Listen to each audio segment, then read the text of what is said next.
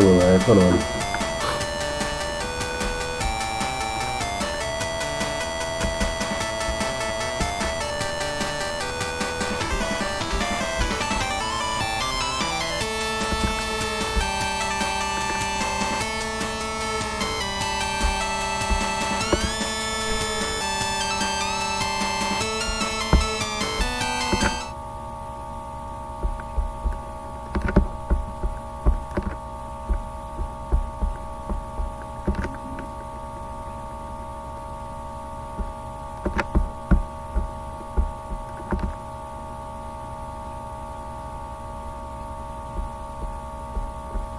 Oh.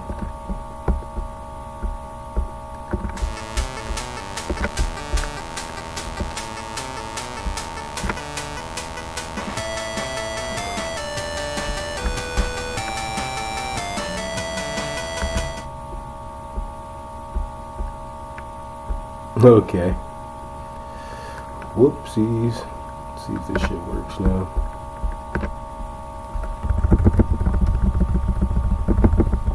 Five, four, three, two, one. We are live on YouTube and brand new tune for episode 8 of Sonia and Sean. And this evening we're looking at Deep Web and Elite Pedos, including the guy on the thumbnail, Prince Andrew. Okay, sorry about that, guys. Or propaganda, whoever's watching or was. Let me see. I guess we can finish the screen. I'm not gonna be doing shit anyway, so might as well resume. Yeah, they tried to take us down for a sec there. I think we're good now, though. So, without further ado, we got Elite and Deep Web Chomos, Sonia and Sean number 8. Let's take a look at We them. have got Sonia made it home after the demo today. How did that go down? Thank you for doing the streaming from there earlier. It was brilliant. Thank you for hosting it. It was tremendous, absolutely tremendous. I want to say a shout out to everybody that I met there today. I mean, just so many great people. Brand New Tube will be producing an exclusive report, which will certainly be available, God willing, by midday tomorrow at the latest. We talked to Dr. Adil, Dr. Dolores Carhill, Dr. Kevin Corbett. We talked to Chico. We talked to lots of great people there at the demo. It was incredible. I just want to say I've had quite a few emails since I got back, Sean. I posted a clip on Twitter, which has had well over 500,000 views now. And wow. Apparently there's lots of filthy comments, which I haven't seen, but people have sent me emails saying, I'm really sorry I responded to it, and they've piled in, look, please, I honestly don't mind, I truly don't mind. Better that they're talking about what we're doing than not talking about us at all. I've got a thick skin, I can take it, I've had enough insults in my life, so please don't worry, just take good care of yourself. Okay, so yeah, it was an incredible day, Sean, and we have got quite an incredible show lined up, haven't we? We certainly do. I think we've got a record amount of guests that have come about because of your suggestions, your viewers' suggestions. And our guy behind the scenes, Ash, has just been working fanatically all week to get all these guests lined up and synchronized. So a huge thank you to Ash and the team for coordinating these guests. Now, in just over 5 minutes, we've got Lottie and Adele and Hannah John. And what are they going to be speaking about? They're going to be joining us because both of them have individually investigated social media and how there is this incredible, scary rise of trafficked children quite professionally on social media. And both Lottie and Hannah have been doing their homework on this story. And we're going to be looking at how all the major big tech social media companies are enabling the trafficking of children on social media. You get brain damage like that. Really gruesome. And later on, we're going to be also joined by the behaviour panel. I don't know if anybody's seen their videos. They are fascinating. 4 men, and they are analysts, to describe them in the briefest way possible. They're going to be joining us to talk about McCann's, about that infamous Prince Andrew video that he gave to Emily Makeless. So I think that is going to be fascinating for anybody who likes sort of behavioural science, which I personally do. Sean, what else have we got coming up? Who else joining us? We've got Ron Swanson coming at 6:30 to 7 p.m. Now, I've watched some of Ron's work, and it is graphic, it is brutal. He's talking about red rooms, people paying. There's like a tiered structure whereby you go online and you pay to have torturers and rapists and murderers do things to kids. For example, you pay so much to have them pour boiling oil on the kid. You pay so much, for them to murder the kid. And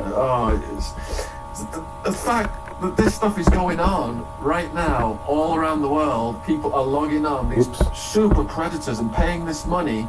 And these kids in these disadvantaged areas, predominantly Southeast Asia, I believe, is the focus of this.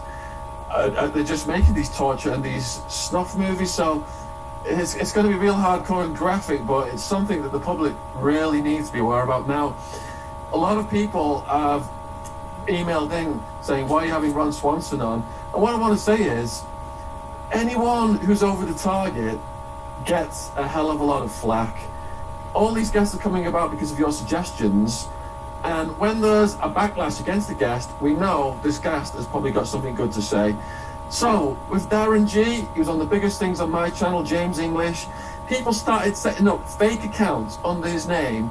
They were talking to underage girls, and then they were screenshotting it and then circulating it, saying, look, Darren G is a proven sexual predator. So all these people who are investigating, that's pretty fucked up. The chomos, the predators, the elites, there's a backlash against them because they're over the target. And then these powerful people pay people to set up fake accounts, have them talk to underage girls, and people believe this stuff. They really believe that this is the person. I get so many messages from people saying, look at what Darren G's doing, look what Ron Swanson's doing. Don't buy into the bullshit. Anyone can set up an account under anyone's name. People will be doing it under me and Sonia's names next. You're gonna That's be pretty fucked up. saying, explain yourself. Don't fall for this shit. The people who are going after these predators get targeted for doing the exact same kind of behavior. Expect it. It's coming soon. They'll be coming after me and Sonia soon because the growth on this channel is phenomenal right now. Sonia was out there in London today. People hugging her left and right and saying we watch you every Saturday night. I felt the love. I was in the headquarters. I felt the love. It was absolutely amazing. Anyway, that's Ron Swanson. Then we've got Jeffrey Rinnick coming on. This is another guy that Ash found. Now, he spent 30 years as an FBI agent solving hundreds of crimes against children, including trafficking, abductions, murders, ritualized abuse. So again, it's going to be heavy hitting, hardcore. He's also the author of a book called In the Name of Children, an FBI agent's relentless pursuit of the nation's worst predators. So really strong lineup tonight. Really strong lineup. We've also got a new addition to add, Sean, and I think you've got the details over there about brand new Tubes People video. Yes, I do. I need to make an announcement. So we are looking for you guys to record messages and send them in to Brand New Tube on video, content you're going to create yourselves that we here can use on Brand New Tube. And what's happening is there's going to be a BNT People's channel. There's a WhatsApp number for it. It's 07507 298 535, and the public can send video messages only, please. At the start of the video, we would like you to say, hi, BNT People's channel, give your name, age, where you are from.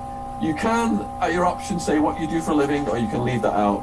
Then, please leave us a video message on any topic. We will review the video, and we're going to put your videos on the BNT People's channel, which will be a Rhodium channel. People leaving video messages, do so knowing that we're going to use it for social media purposes. So don't just send us confidential information. Don't do it if you don't want your face out there, unless you want to put a mask over yourself and change the sound of your voice. But the world is going to see it on the BNT platform. Once you announce this at the start of the show, okay, so I've just announced this at the start of the show, and Saeed is now going to put this on the bottom of the screen. and it's going to stay there throughout the live show. And then in the last 30 minutes of tonight's show, from 8:30 to 9, we are going to be taking the live calls again. Is that going to be going through your phone tonight, Sonia? I'm not sure, but it can do. It absolutely can do. We'll find out as the sort of evening progresses, I think. Okay. The other thing I'd like to say before we go to our guests, hopefully, and that is about the petition. Actually, our first caller last week, Claire, she obviously started off the Prince Andrew petition. And lots of people have been saying, why is that not online? Why is that not online? Well, actually, there's reasons for that. And that is after the first 5 people have basically validated it, they then have to decide whether it's a suitable petition. And Claire just wanted us to explain it, obviously, because there were lots of questions about it. Prince Andrew and just to tell people petition. that it's being checked, see if it meets the government standards and that it's been worded the way for these reasons. And here's some answers to some of the questions that were asked. The government's website limits the character use just like Twitter. The petition does not reference the allegations made by any of the victims, as if it did, it would only make the petition defunct. Okay, and I think people were like, why doesn't it say more about Prince Andrew? It simply can't, otherwise it won't get through the censors. The palace could state, for example, that Prince Andrew is innocent and not involved in any form of paedophilia, and then that would completely do the kibosh on that. So the petition also does not reference his lack of cooperation with the feds, as the palace would rubbish that claim. Petition's aim is to stop Andrew from having any public role whatsoever, which inevitably would mean he is no longer a working royal, and therefore he would lose the right to use HRH. And to make sure, the petition states he should no longer use that title. Obviously, we're asking for everything, really, the sort of renunciation of everything, including those damn bells which are set for his birthday in February next year. So those are sort of answers to the questions. It had to be worded in a very specific way. It might not have necessarily been to your liking, but Claire went through this with a fine-tooth comb to see what could get past their censors. And so we are now waiting to see if it's been approved, and hopefully it will be. I know loads of people wanted to sign it, but there is a period of time in which they have to just sort of validate it. So I just wanted to get that out so that nobody's going, oh my gosh, she did this petition and nothing's happened about it. Everything's happening behind the scenes, but we're just waiting now. So well done, Claire, for getting that moving. So how are we doing? Have we got any of our guests arriving yet? So we should have Lottie and Hannah. Yes. And Saeed should be bringing those in. Let's have a look. Doesn't look like anyone is here yet. Okay. Saeed is typing, you need to get them. Oh, how does that happen? I don't know. Oh, apparently you're the host. So I need to make Saeed the host, is that what I need to do? Yes, apparently so. And Let's then, have a look. right, no. Oh, I have no idea No. what's going on. It's one of those days, isn't it? I can clearly see it. Anyway, we've obviously got absolutely loads going on. Obviously, don't forget, last weekend, what was happening were a number of demonstrations to do with Save the Children. That video outside Buckingham Palace, amazing. Right? Absolutely amazing. You think you saw that, Sean? I know you did, because you tweeted it, and what is it you said? You said, end the war on drugs. Start the war on paedophiles. That's exactly right. And so There was yeah, another video you sent me of Tom Hanks of a creepy little kid who was pretending to be his daughter. that's creeped me out. Because obviously we're looking into Tom Hanks, and so I'm getting lots of different information. But yes, that was from I think a Saturday Night Live or Jimmy Kimmel, or it's one of those American talk shows, basically, right? And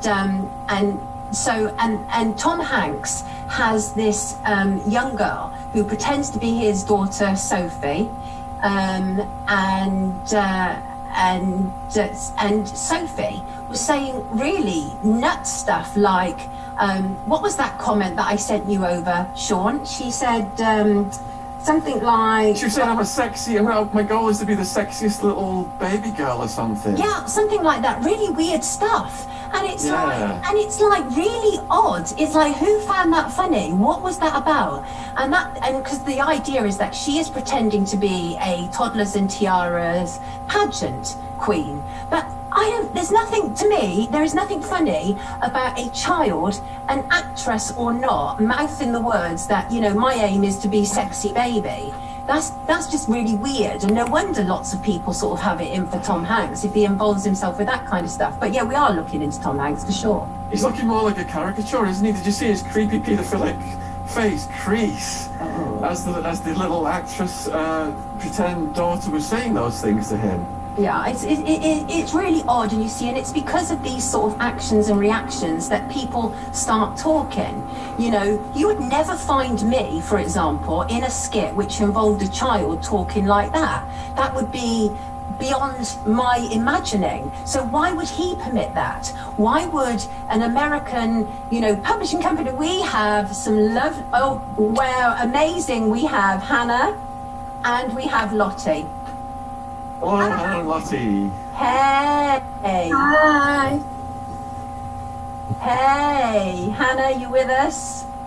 Hi, can you hear me now? Yes, Yeah, I can hear can hear you good. Oh, thank Sorry. you. Oh, thank you both for joining us. Lottie is supposed to be off on a weekend break. We dragged her in for this. Is Sean, obviously. We obviously co-host together. Yeah. And you've both, and you don't think you know each other either. So Hannah, meet Lottie, Lottie, meet Hannah. And basically, I wanted you both to come on because Lottie, you had contacted me a while ago with images which sent me cold. I mean, you sent literally probably about 150 different Instagram accounts. It was so many. Yeah. And can you explain to me and explain to our viewers what it was that you sent me? So basically, it started with one of my friends being sent a screenshot of an Instagram account with the username. It was something like BeautyKids69, which its name in itself makes you feel awful. And we're like, oh, this can't be real. Surely this is not real. And it was images of loads of different children in their underwear or in their swimwear, just pages full of them. So I was like, surely that's not right. I typed it in and it was there. I mean, the page is gone now, but it was there. On this account is image after hundreds of images of children in the underwear, and maybe if it was a family's account and one picture of your child in a swimwear won't seem, there's nothing wrong with it. But these people had been stealing images of different, it wasn't one family, it was different images of different children in their underwear, zoomed in on the crotch or the bum, and I'm not even talking 15, 16-year-olds that might look a bit more mature. I'm talking from 2, 3-year-old, from toddlers, and underneath each image was comment after comment of adults saying horrible things like how sexy the children, what they want to do to them, asking, has anybody got this child's TikTok? Anyone got any links? Private message me for links. And the comments underneath these images, what the fuck is wrong with people? And I was thinking, oh my god, I can't believe this is even in existence.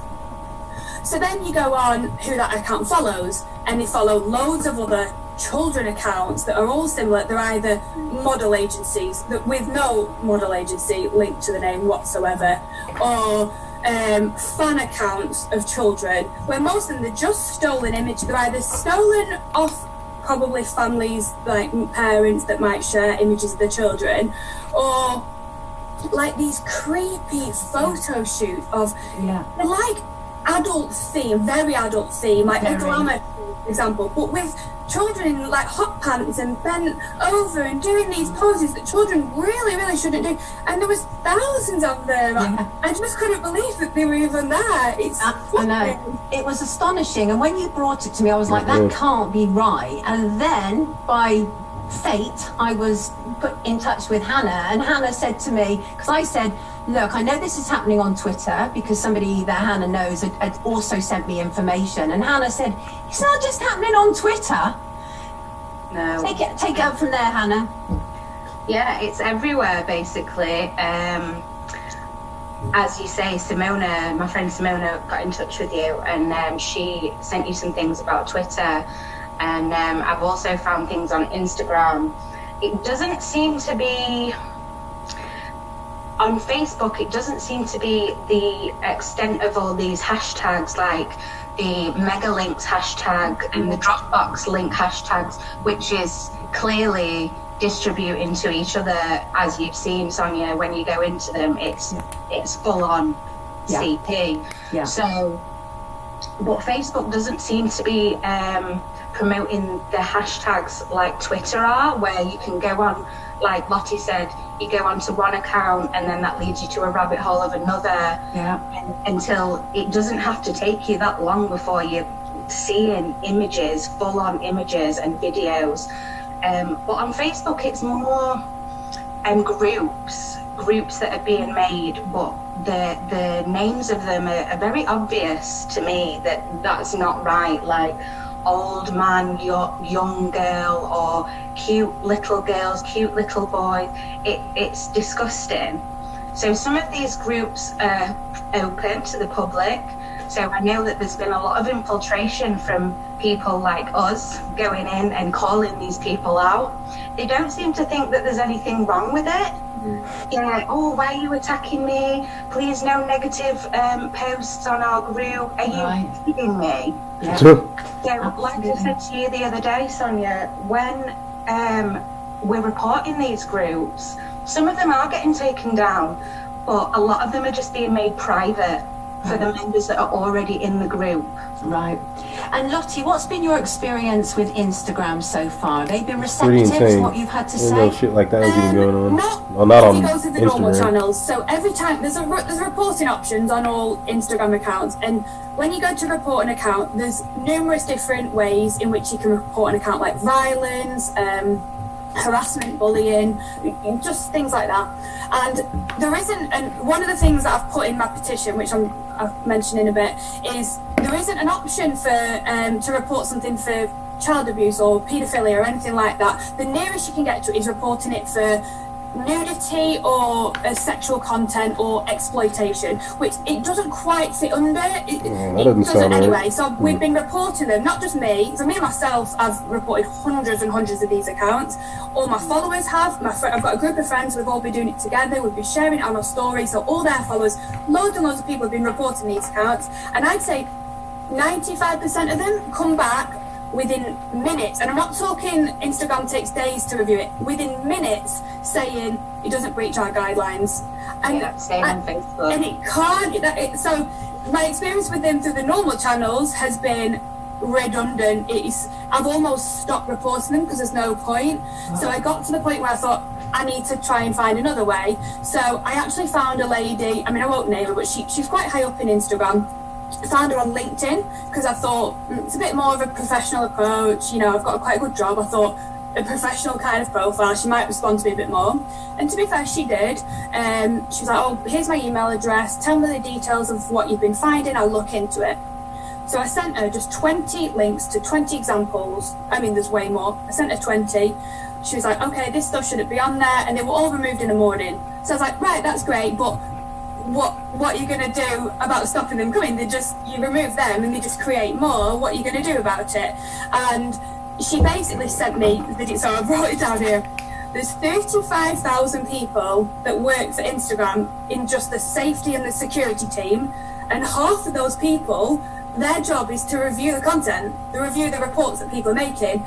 So 35,000 people and half of them review it. What are they reviewing? How can these accounts not breach their guidelines? So then I started a petition to change the reporting options, and it's going really well. So I'm actually, to be fair, as this has been going on since the beginning of July, and I wasn't really getting anywhere, and then the petition has gone up and up and up. It's nearly at 80,000 signatures now in under 2 months. That's gone really well. Now I think because it's doing well, they've asked me for that's a weird. video So conference Instagram's not the least bit concerned that they have a bunch of pictures of naked kids being circulated on its platform. It seems like something they'd want to deal with quickly and not, have this legal snowball build. Instagram and makes in no America, sense. and I think a policies manager in England. So I've got a 3-way video call with him next week to, I don't know, put forward my suggestions, see what happens. I think you guys are exactly the kind of warriors we need in this war against paedophiles. Perhaps we should set up some kind of website about this, and then just channel all of the followers and the viewers into contacting whatever people you guys want us to contact. My question is, the predators then that are viewing these kids' pictures, Are they all just fake screen names, or can we actually track those people down and name and shame some of those people as well? Some of them definitely, sorry Lottie, some of them definitely are bots or fake accounts, but some of them are clearly real people. Like I found some on Instagram where I found one man who had several accounts, all with the same picture or very similar picture of himself, so it's a real person, and they're commenting on pictures, following children's accounts. It's insane. And like Lottie was saying, when you try to report them, I've noticed that a lot of the categories for what you can report things for have been changed recently. Have you noticed that, Lottie? I haven't actually. Oh, interesting. Yeah. It might be different on different social media platforms. Yeah. For instance, with Facebook, Instagram, whatever, Twitter. But yes, some people have noticed that the categories have kind of been limited a little bit. So like you were saying, it doesn't really fall under what you want to report it as, which is what it clearly is. Sounds like it was set up that way, though, isn't it? If you can't actually report one particular thing, it sounds like it was set up for you not to. I mean, Hannah, what I said to you was a shock for me, because when Simona sent me some Twitter links, and it was Friday night, and I was like going out or something, and I just said, I'm just going to click on this one, and it ruined my night, because Sean, we must not underestimate what we're talking about here. I clicked on a link that was on Twitter, which looked about like a 7 or 8 year old boy masturbating on Twitter with a contact number next to him of how much he would cost. Right? That is being allowed on Twitter, on our main social media sites. And women like Lottie and Hannah, I know you're on the front line, you know I completely appreciate you both, because we need, this is what we've got to keep, this is our war. This is our war. Yeah. You know? Sure. Well, I'm just a regular mum from South Yorkshire, do you know what I mean? And I'm no tech whiz. I don't know how to access the deep web. I found this stuff on Instagram and Facebook. It doesn't take long to get through the loops before you start seeing some disgusting things. Yeah. And if I can do that, we all know we're living in a generation now where your 7-year-old can use your iPhone better than you can, do you know what I mean? So if I can find this on mainstream social media platforms and without having to go to some dark, shady corner of the dark I'm sorry web, you have to hear this, Baby so Yoda. can our children. This is rough shit, man. It's really scary. And in fact, I had a friend a few weeks ago. She's got a 10-year-old daughter, and she said that she found porn on her phone, and she was horrified. Horrified. It's company policy not to allow anyone to make complaints of this nature. It's like they're saying they don't give a shit about kids. So where's the correct pressure point in these companies that we need to focus on? I just don't know what to do. I don't know. I'm hoping that if I speak to this woman, or whoever I'm speaking to next week, just to put the pressure on that this is not just a one-off thing. I'm not just one person. There are so many other people. And since I've been doing this, and it's got quite a bit of attention on social media, I found other people doing similar things. There are thousands and thousands of these accounts. And what I think is that if they find absolute evidence that somebody's posting these images of CP, then their IP address should be blocked. They block people quick enough when they're talking about conspiracy theories, when they're talking about coronavirus, 5G. There's so many things that gets removed within a second. I've got friends that are glamour models, and if they're showing a slight bit of extra nipple just on the out, that gets removed within seconds. So they've got the technology.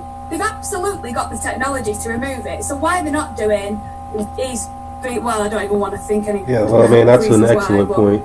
Well, that is the problem, because it going back to what we've said, and that is, you know, it really sounds like these systems were set up in such a way. You know, I think we're going to hear more from Ron about this, Sean, who will be able to tell us about how the systems have been set up. And they've been set up in such a way, like you say, that you can't even accurately, for example, complain about something that exists because there isn't a facility to complain about it. Yeah. I mean, the whole system's set up wrong for these social media platforms. Like with Instagram, you go to make an Instagram account, it says that anyone under 16 should not be allowed to make an account. But how are they verifying this? In the same breath, they're also saying, you think they could if just your call the parents cops are handling this account for you, then that's okay. But this is clearly being abused, because I've seen accounts on there that are not being handled by the parents, clearly underage children, and in the description clearly saying, I'm 15, I'm 14, DM me for my details, DM me for news. So these are kids doing this as well. It's insane.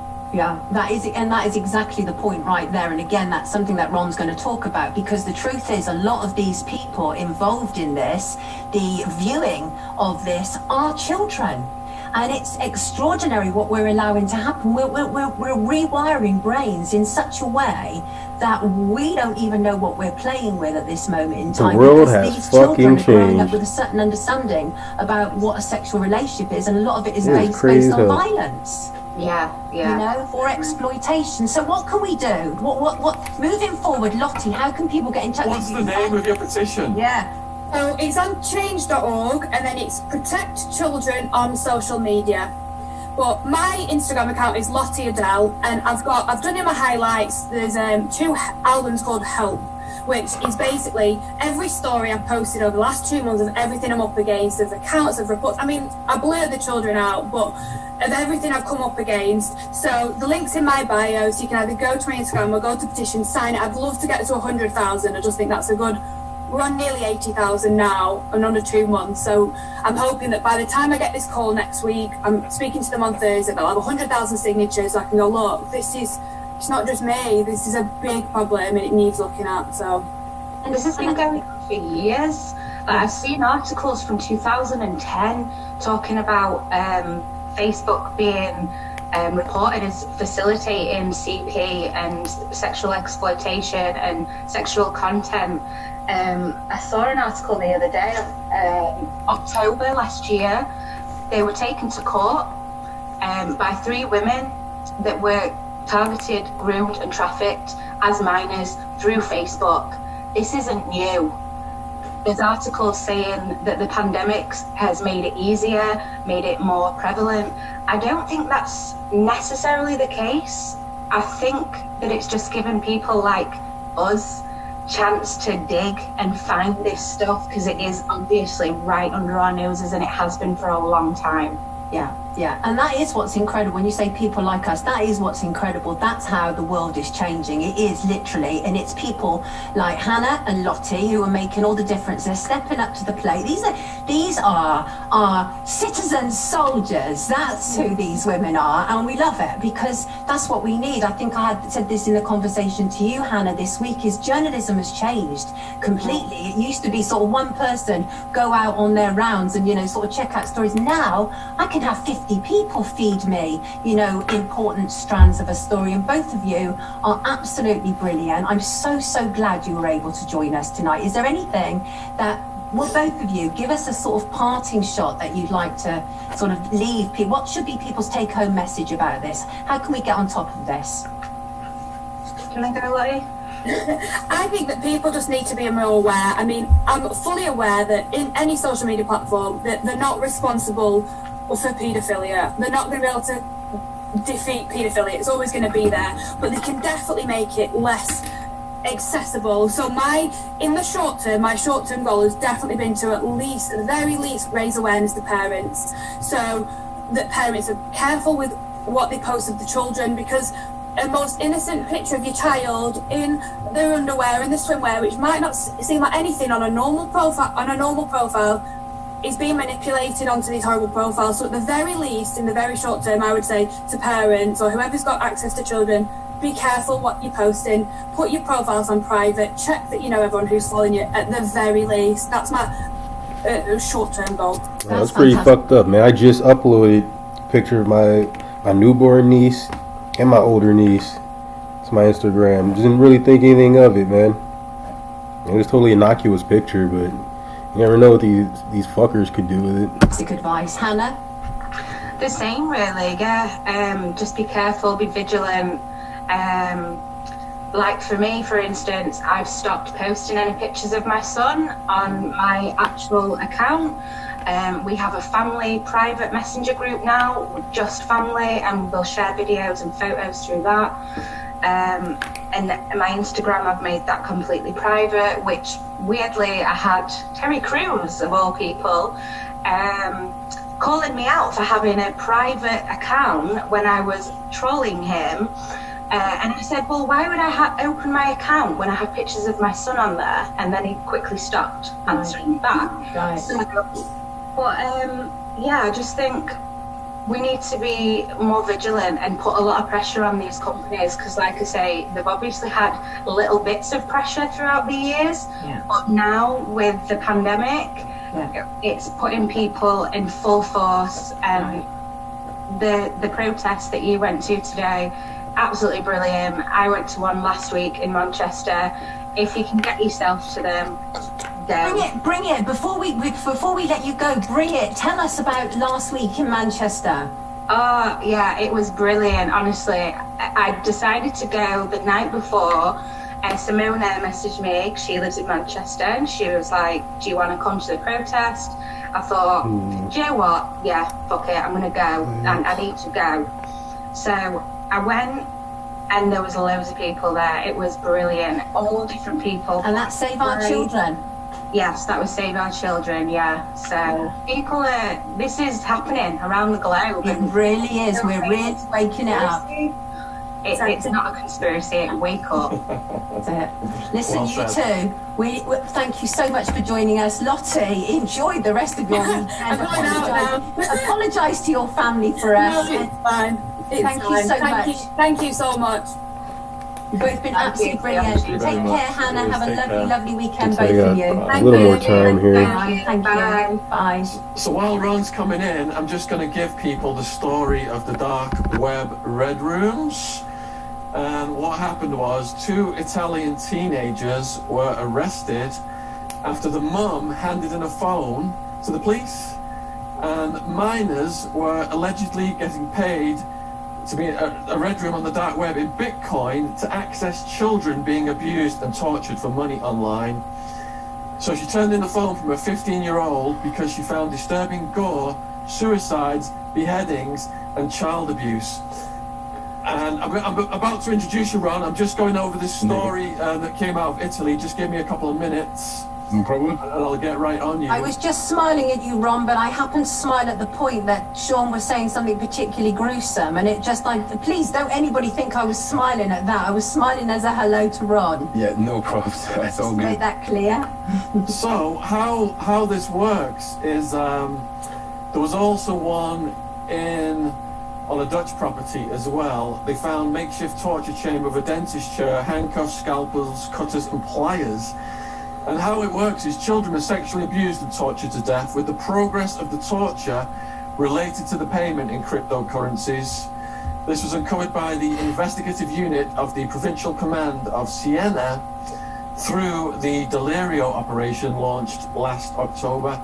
They had 25 suspects, 19 minors, 6 adults residing in 13 Italian provinces, accused of dissemination and possession of child porn and incitement to crime. So to discover the existence of decrypted sites, you can watch live abuse of all kinds, which almost always end with the death of the child. Oh my And God. most are carried out in Southeast Asia. The services offered have different costs. To see recorded videos, you pay less, while to watch live torture that ends with the death, you pay much more, and you can interact with the torturers for a fee. So for example, you can ask for an arm to be amputated, or boiling oil poured on the body of the tortured child. Live requests have significant costs and ensure high earnings for foreign organizations. That's just like the sickest shit I carrying ever out heard in my the acts. life. This is coming straight from the investigators. They uncovered some key variables.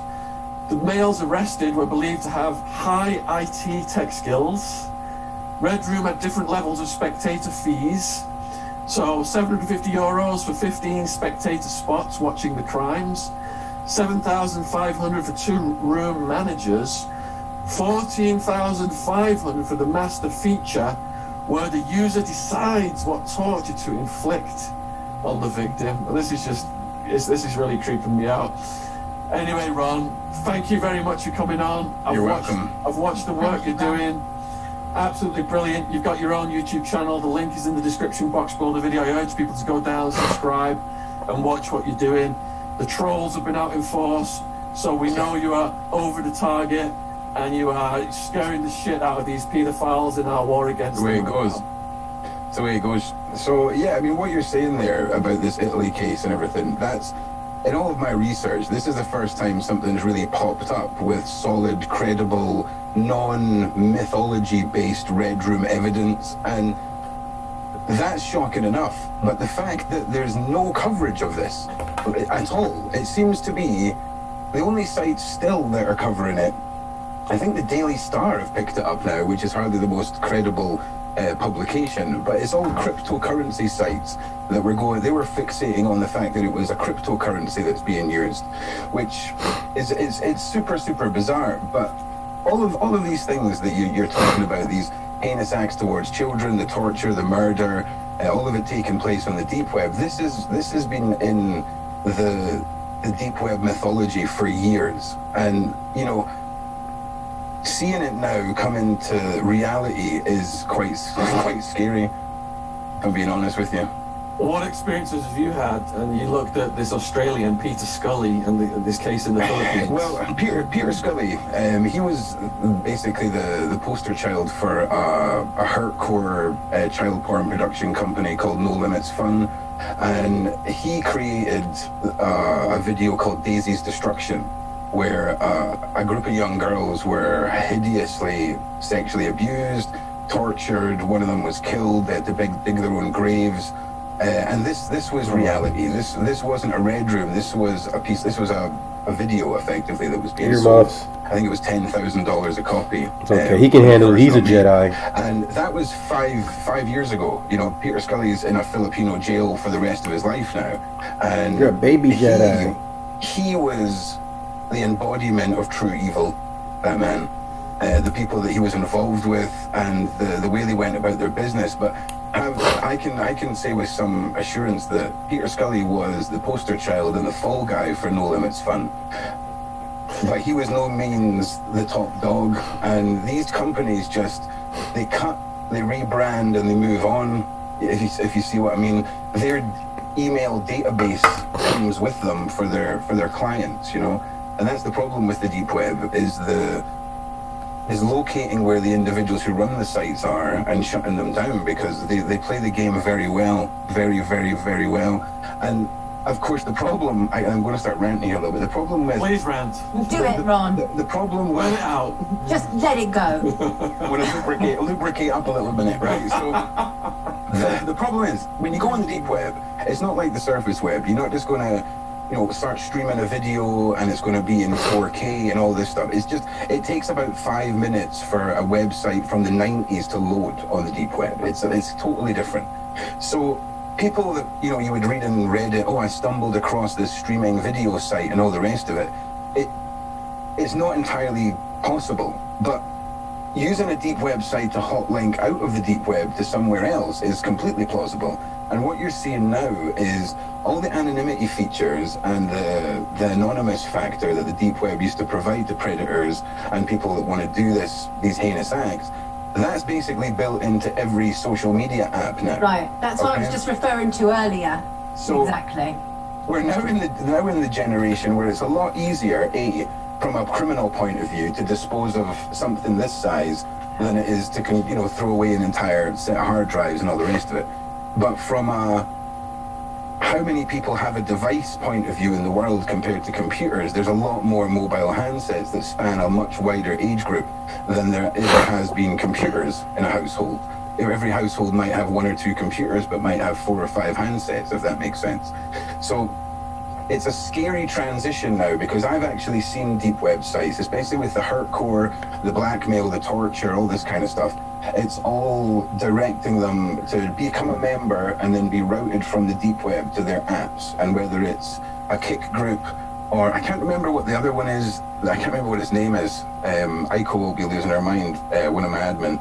It was the same app that was used in the Ninth Room case out in Korea. I can't remember what it's called. Don't worry. But these apps create such an encrypted and safe environment for these individuals to carry out their depraved acts, their torture, their blackmail, all of it. And you've got to understand, the red rooms, killing anything, right, and disposing of it is no small task. Whether you're in the Philippines, getting a child and killing it on the internet for money and then getting rid of it, that's serious Hollywood stuff for the average criminal, if you see what I mean.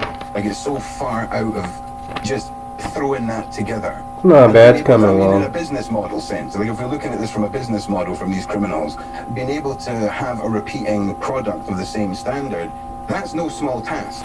So reusability when it comes to the child or the product is where a lot of these massive profit cycles come from. And Peter Scully and another guy called Lux run the world's biggest hardcore child pornography site community in the world.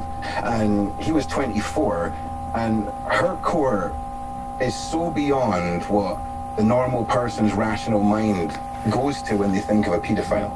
Like, for most people, the child lover pedophile, which is the pedophile who thinks a 7-year-old can consent and can make their own decisions, that's as dark a road as a normal individual's mindset goes. You don't take into consideration the pedophile who can only get sexual gratification from seeing a child screaming in agony for their parents, watching the innocence drain out their face. And yeah, I think we might need a darker word for that. I've spoken to individuals like this on the deep web. I've had testimonies written by them to ask why and what it is that drives them to that. And a surprisingly large number of them fall into the category of paedophile who were looking for more extreme pornographic content. And they've sort of gone down this road and ended up there. It's interesting how many paths there are to paedophilia, right? And how many of those subsections of paedophiles will actually argue with each other about why their version of paedophilia is wrong. That's how mad it's got on the deep web. Just in case you think, viewers, that this is a small-scale operation, one of the websites that we exposed earlier this year was 1.2 million members on the darknet. Okay, that was child porn creators, child porn consumers, that was traffickers, that was modeling agencies that were posing as modeling agencies for softcore fetish production. Crazy. I mean, you're talking so widespread that the communities that because when I go on the deep web, I've got my whole system set up so no images load, no videos load. You don't need to see that shit. You don't need to see that stuff to know. Don't apologise. To know that it's there. And when you're trying to report on something that looks like an Adobe website from 1991 that's been spliced and cut, there's nothing to report on. Do you know what I mean? It's just text placement. But when you go into a forum, right, where it's 90% text-based and it's just those little images that are removed, and you've got an overwhelming positive reaction from pedophiles in this community to new pedophiles coming in, they're scarily supportive of each other, and it's horrific how free they have a platform to just discuss these acts. There was literally a community called E and Baby Yoda. They will teach you all about the best things for taking with you to abduct children. This is how far it's gone. We're not just talking about child porn. We're not just talking about torture and all this stuff. We're talking about well-organized groups that are proactively educating themselves on abducting, having sex with, training children for insertion, I guess is the best way to put it.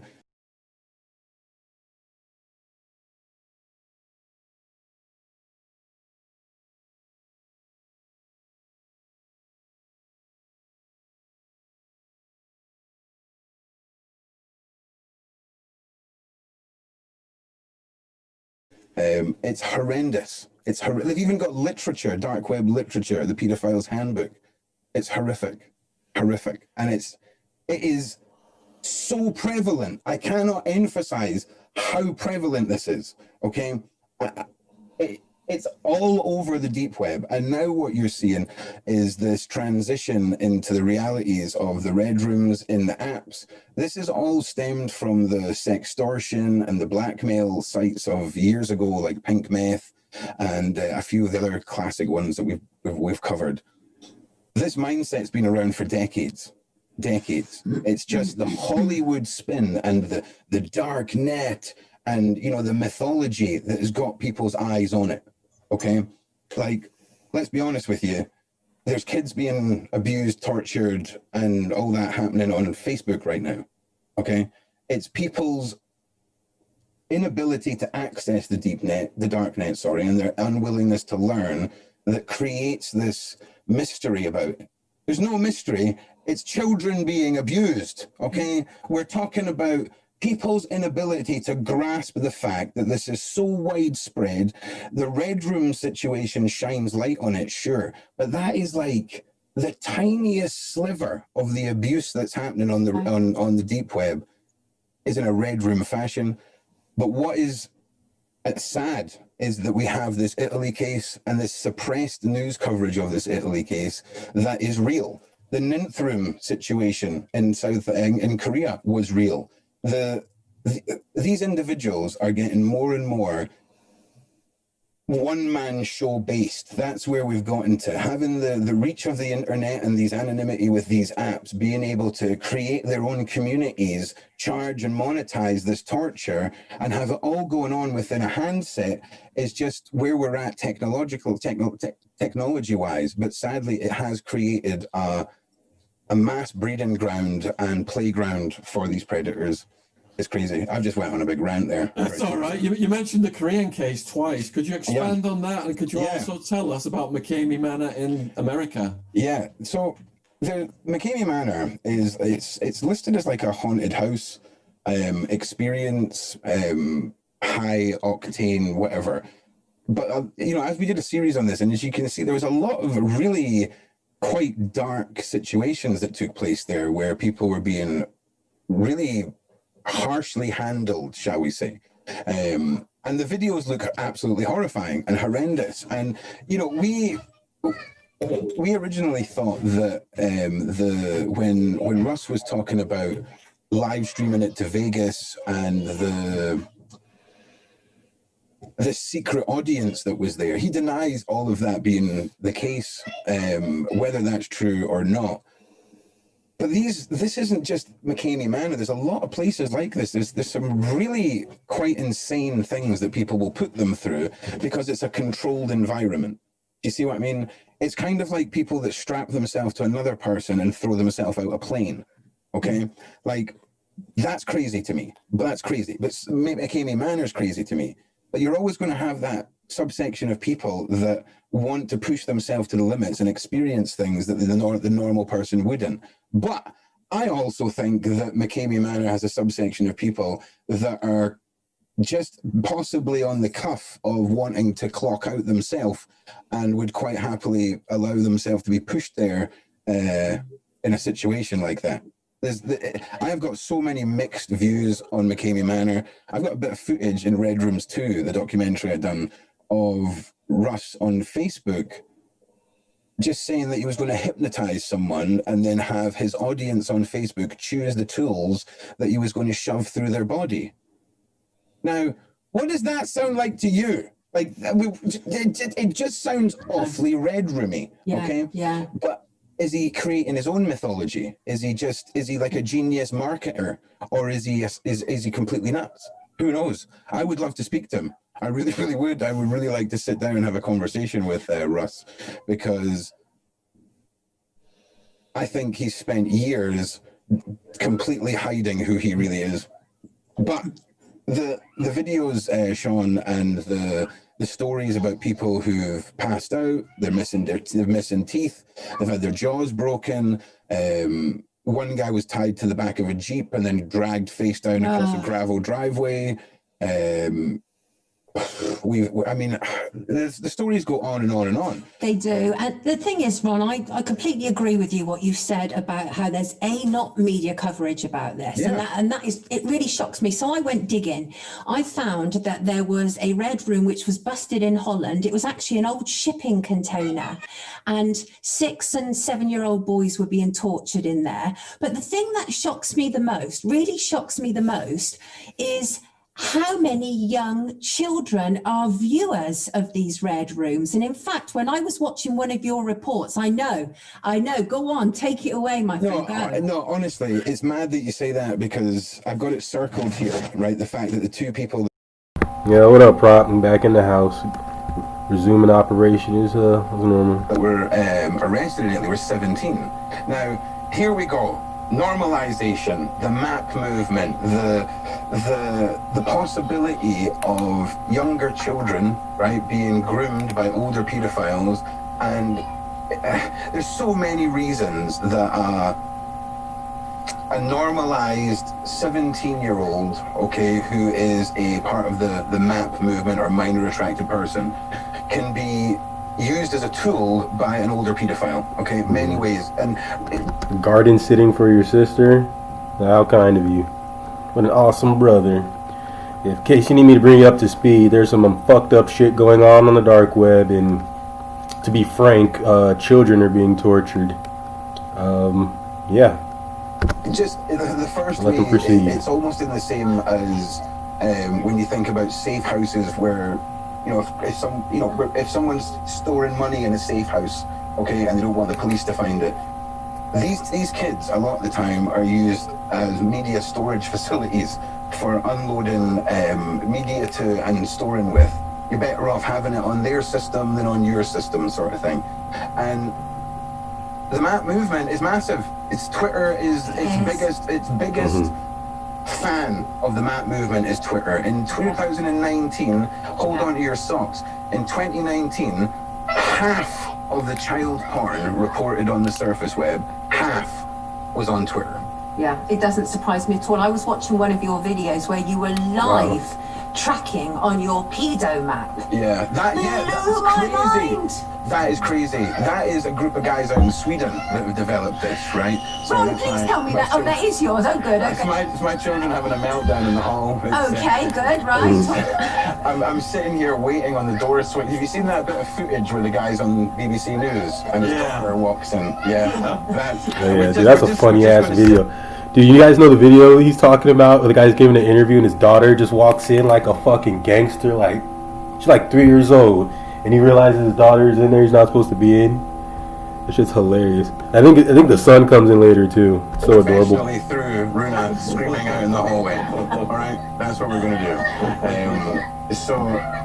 Sorry, what was the question? Sorry, I can't remember. I can't remember. I'm so busy. We'll watch that one later if we have time. Listening to your children. No, absolutely fine. No, the thing is that so they arrested your pedo map, right? And so in Operation Delirium, they arrested 19 minors, and we're talking about 13 to 17-year-olds who were sharing this content. It's mind blowing. I genuinely feel that there's such a level, because we've got to keep in mind that whenever they categorize child porn as child porn, there's multifaceted levels of what that means. And for me, I don't really know what to think when it comes to I know, I'm sorry. Hang on 1 second. I think there comes a point when the screaming becomes a little bit too much. Poor Ron, I know what that feeling is like. Don't worry, Ron. It's all good. Yes, it's all good. Listen, that's just the way it is. That's just the way it is, sadly, with my mad children. So, I've forgotten the question again. Yeah, so the 13 to 17-year-olds that were sharing this. Yeah, every case we see now, I feel that the predators seem to be getting younger, even across social media platforms. You're seeing younger and younger influencers and creators who seem to be being put in this pedophile category because of their own actions towards minors and children. And I don't really know what to tell you. I think it's over-sexualization, it's normalization, it literally could be something in the water, Sonia. I don't have a rational explanation for it. I literally have no rational explanation.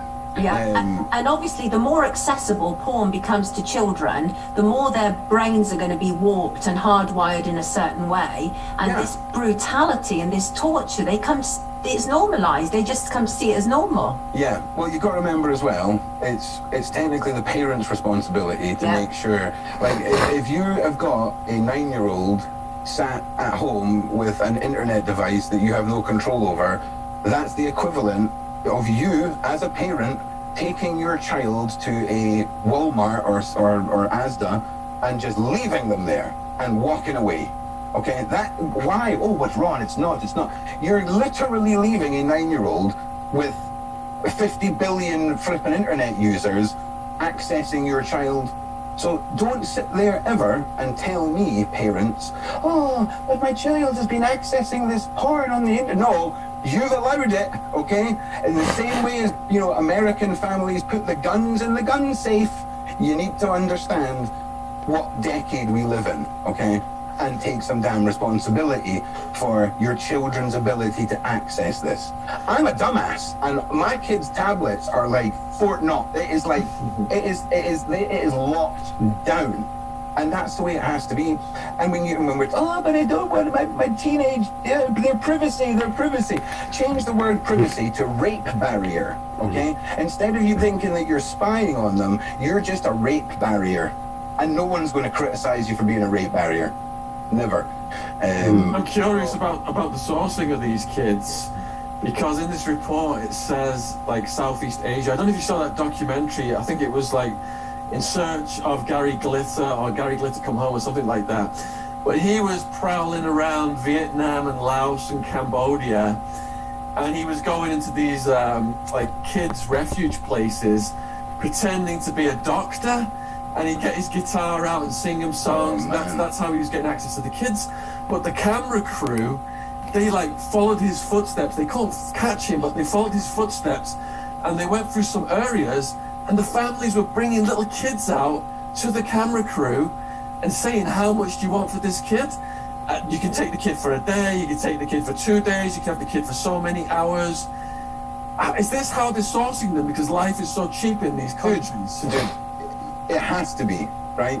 It has to be, and it has to be, there's going to be, when we start getting into the Gary Glitter realm, that's like lowest possible tier of the elite table, right? When you get into the baseline celebrity, you know what I mean? And 100% sexual tourism is real, it's 100% in existence. I did a video about, I think it was the Gambia, where you could literally buy children for £1. Like, what? And what? And it's desperation, it's economical reasons, it's twisted parents, it's, again, as you say, refuges and things like this.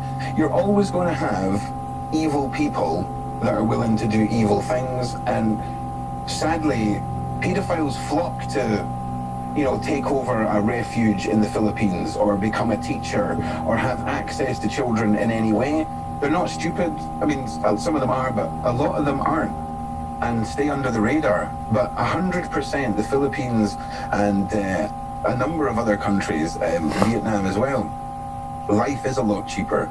And look at the life of our care facility for kids. There's horror stories about those.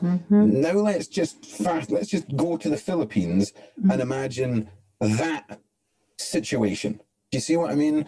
So it's sad, but it's the reality, And here's another one for you, right? Here's another one for you. I've actually been meaning to get. I've been trying to talk to somebody at Police Scotland about the legalities of sexual tourism, and if someone in the UK goes to the Philippines and abuses a kid, are they under the Filipino laws? Because age of consent in the Philippines is 12, okay? So if the age of consent is 12, they go over there and have sex with a 12-year-old and then come back, can they be tried for abusing a child under British laws? Your phone died, man. Charge that sucker up. You watching on your phone? I'm still waiting on them getting back to me, because here's another one for you. If you've got, and this is going to sound crazy, but trust me, this is a reality too.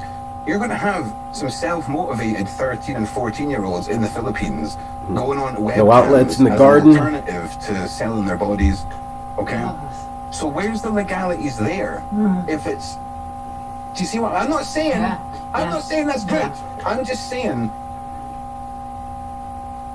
if you were a 13 or 14-year-old and you were going out and having to sell yourself, and then there was another option where you didn't have to do that. I understand. Where does the law come in? Where does the law come in? I completely understand what you're saying. It's So just because it's you propaganda, when you say garden sitting, I have to ask what kind of crops these gardens can consist of. Because if your sister's anything like you, that might be a garden that I could enjoy. horrendous that children are put into this position. Fault 7, man, I heard about that. Fault 7, wasn't that like a bunch of documents that got like declassified or something? That they have to consider offering up their bodies so they can be fed. Absolutely horrendous. It says everything about what's just veggies. wrong in our world, frankly. So where is this Veggies are still okay. I guess they're healthy for you in different ways.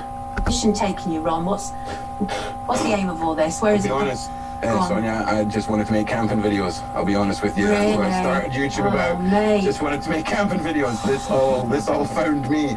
I'm really taking the documentary side of things really seriously. I've got the second part to Hope Dies Here, which was last year's big documentary. And what we're focusing on entirely is the documentary is Hope Dies Here in Plain Sight. And it's about how what we've been talking about now, the apps and how pedophiles are using the laws to exist in the surface web, to have communities where they're role play based, that then seem to tie back to deep web communities that are definitely not role play based, and how apps and influence and all this can be used on our children. Like, a lot of parents won't realize that an influencer with that was my understanding, was that like Vault 7 was like a bunch of like CIA like information or some documents that got released or something. I'll look into it later. We'll go on WikiLeaks.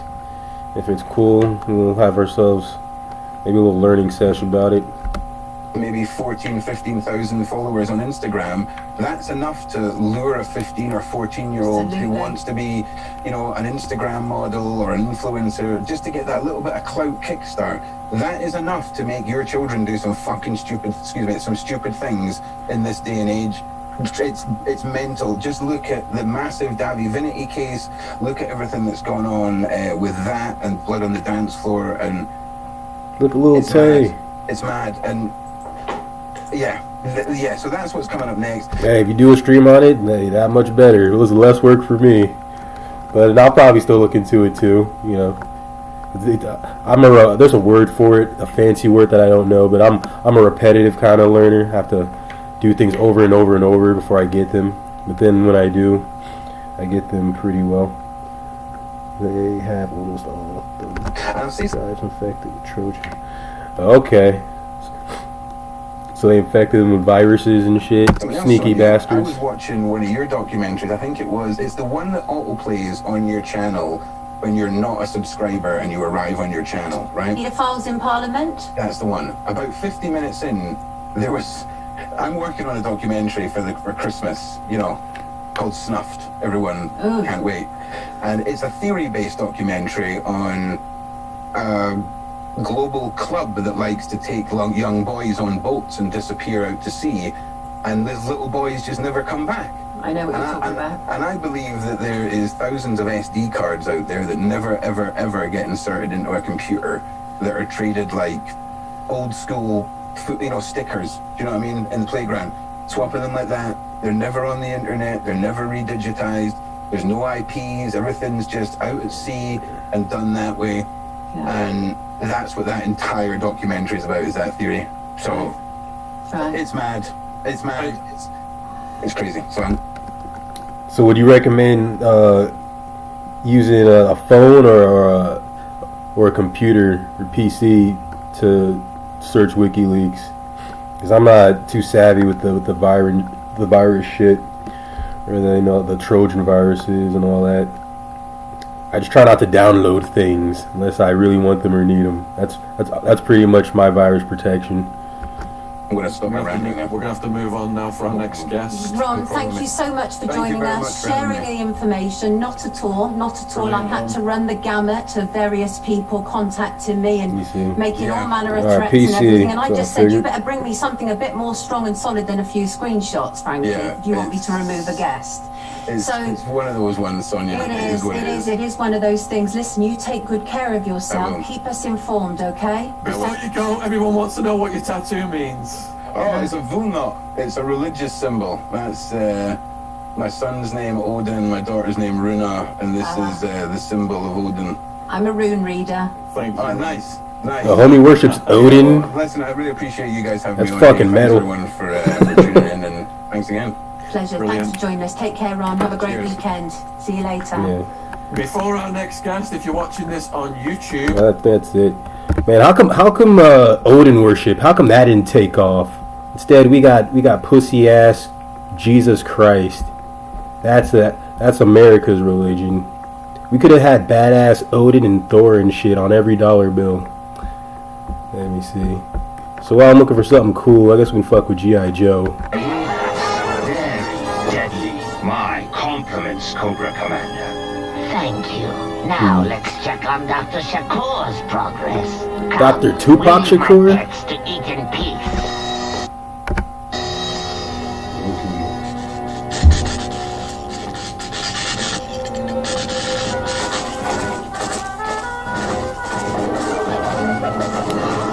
Yeah, dude, that's why I heard Vault 7. That's the document that showed that they can spy on you through your laptop, your phone, your television, all that crazy shit. That was the Vault 7 leak. Okay, yeah, that's where I heard that shit from. Stuck on the Zoom screen again. Hyenas, and they're on our trail. I'm ready for them. If you stop to blow one away, 3 more will tear you down. We have to lose them. I'll cover us. Oh, God. Technical difficulties again. Let's see. There's a river ahead. We'll lose them on the other side. Right behind you, Scarlet. Nope.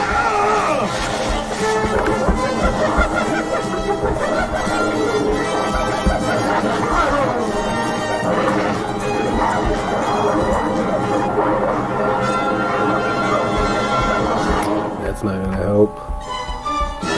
G.I. Joe will return after these messages. Screen capture instead of window capture. Yeah, maybe that is it. Let me see. I'll give that a go.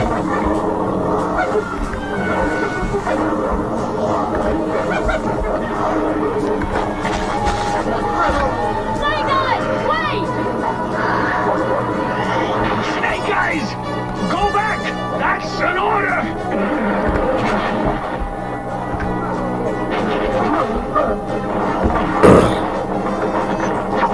Okay.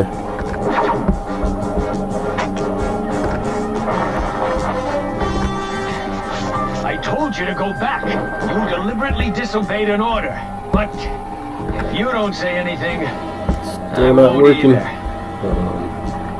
it right there! Well, it looks like what we got here is a couple of G.I. jungle rats. The only thing a rat's good for is there you go. target practice. Ready? Aim! Yo, Joe! Come on, let's join this pool party.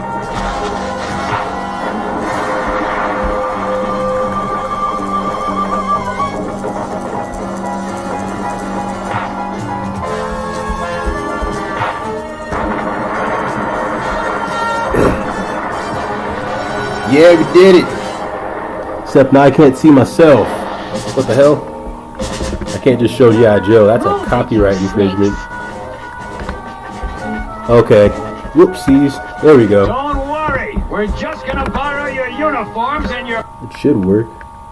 pilot here to pay a nice little visit. I still can't see my beautiful face. You all won't get away with this. Now why don't you be a good little snake and get this tub moving?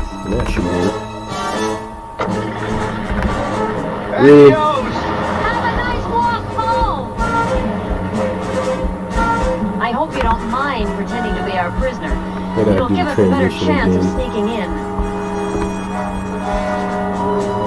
Alright, there we How go. much farther, poison breath? Oh, you're just Christ. going to get blown away, ain't you, Chump? Well, that's okay, because here we are. Thanks. Will. Now we got it, man. I'm still learning, man. I tell you, I'm a slow learner. I seem like a smart guy. It's only because I'm so old. What happened to Copperhead? Sleeping sickness. He picked it up in the jungle. Be careful, it's catching. Well, then take your prisoner and report to the infirmary before you contaminate the whole base.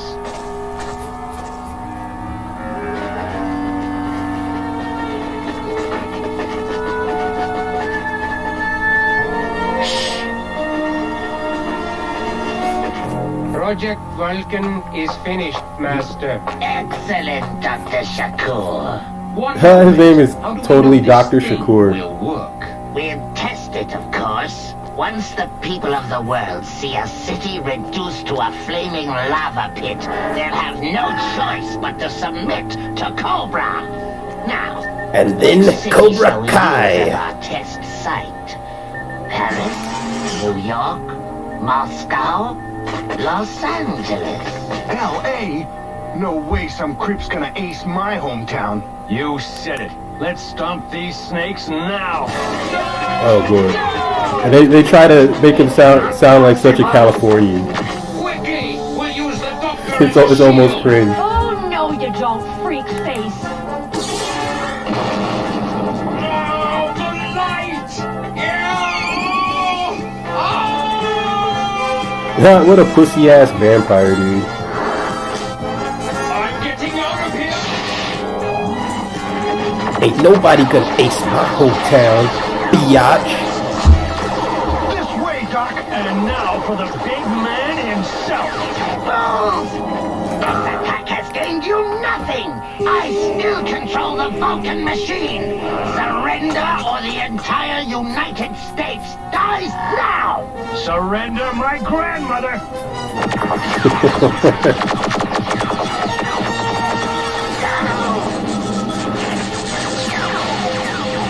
God. How come we don't have laser pistols yet?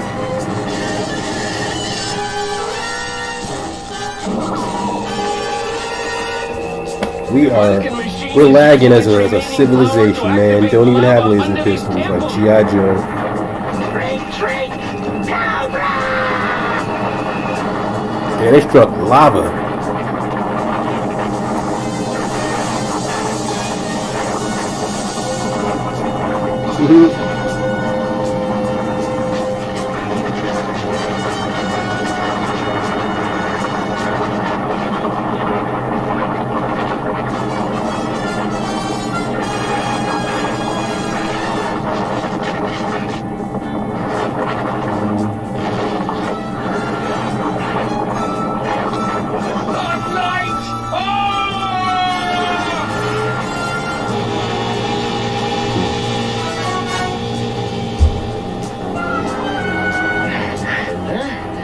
What's going on here?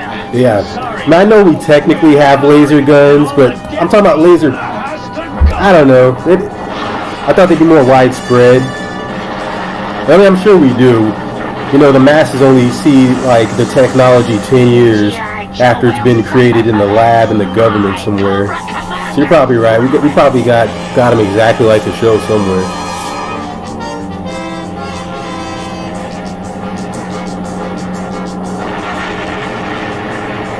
Awesome. Hold it right there, you snakes. Take it easy, Wild Bill. It's us. Hey, what happened up there? Your anger's Yeah, I've definitely seen the laser cannons. First We ditched the rhino that was chasing us. And then Snake Eyes trashed a pack of hyenas. And then after that... Huh? I get the feeling this is gonna be one whopper of a story. One whopper of a You don't know story. the half of it. Anyway, after the hyenas... Let's go, Joe. Yeah, they can zap planes, missiles. After these messages. Planes and missiles and shit right out of the sky with them. Let me see. I got recommended this by my YouTube, so we're gonna. I don't know. We're gonna see if this guy's any good. Oh yeah, dude, that's the guy from the Sarah Silverman show. He's all right. Let me see. So we'll have a laugh and a goof. Put me in a room with a band I hate. Like fucking Imagine Dragons. Yeah, I don't care for Imagine Dragons. Yeah. Give me 5 minutes alone with Imagine Dragons. Me just saying the meanest things I can think of. Yeah, I mean, you know, the UFOs and shit, Roswell, that could have all just been the U.S. government doing experiments. And, you know, them not wanting to be forthcoming with what was really going on. Definitely. There's lots of theories, you know. It could be as mundane as that. It could be as, you know, extravagant as aliens from different planet, you know, zipping back and forth through our atmosphere.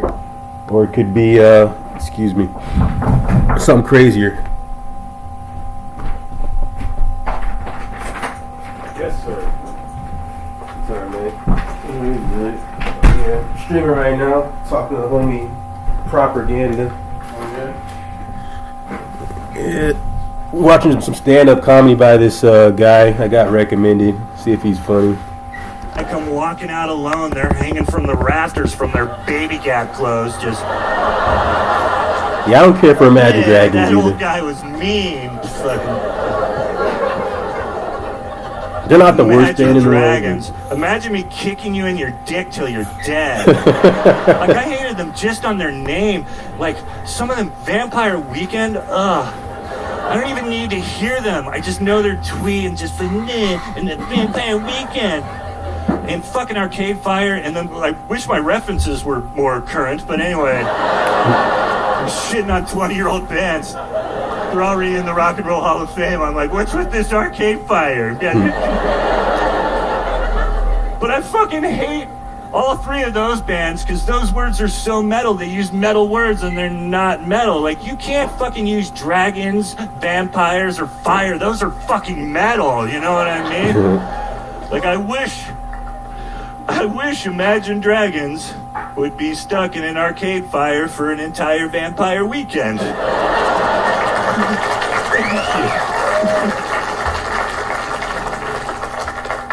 Kid Rock was in the news last year. Speaking of shitty bands. Kid Rock was in the news last year. Said a dude in 1999. Bird. He was in the news last year. I heard this interview with him, and I don't hate Kid Rock. I just don't love that music. But you know, he seemed like a nice enough guy until I heard this. And he was saying a thing that I've heard other old guys talk about. Because Kid Rock, by the way, is an older gentleman. He's old man rock like me now. He's getting up there. And Kid Rock was talking on the radio about politically correct culture. He was talking about how PC people have gotten. And that's a thing I've heard other old dudes complain about. I'm not going to be that dude that complains about that shit because I hated fucking culture before. Like, you know, I always hated pop culture and other people. You know what I mean? Like, never liked what other people are listening to or cared about or anything. So that's never bothered me. But this year I heard other old guys talk about it. I heard Chris Rock, no relation, and God bless you, Portland. Thank you. And Jerry Seinfeld, they were both complaining that they don't like to play colleges anymore because kids have gotten too PC. At the college level, it's too PC, and they can't play colleges. Mwah. A couple of billionaires can't play colleges anymore. And Kid Rock was mad specifically about 2 words. He was saying that he can't say faggot or retard anymore. Straight getting up in here. Kid Rock can't say his favorite words, you guys. I think he should just change his name to Retarded Faggot.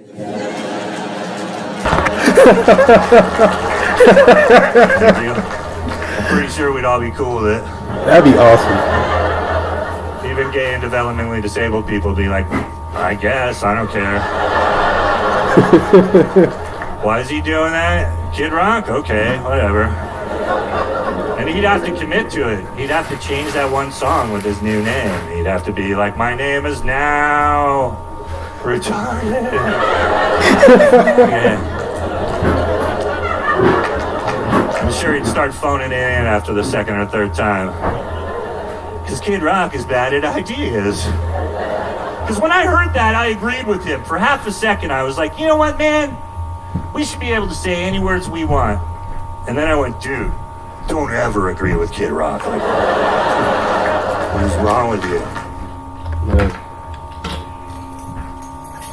Put me in a... Yeah, that was funny. Shit, what else?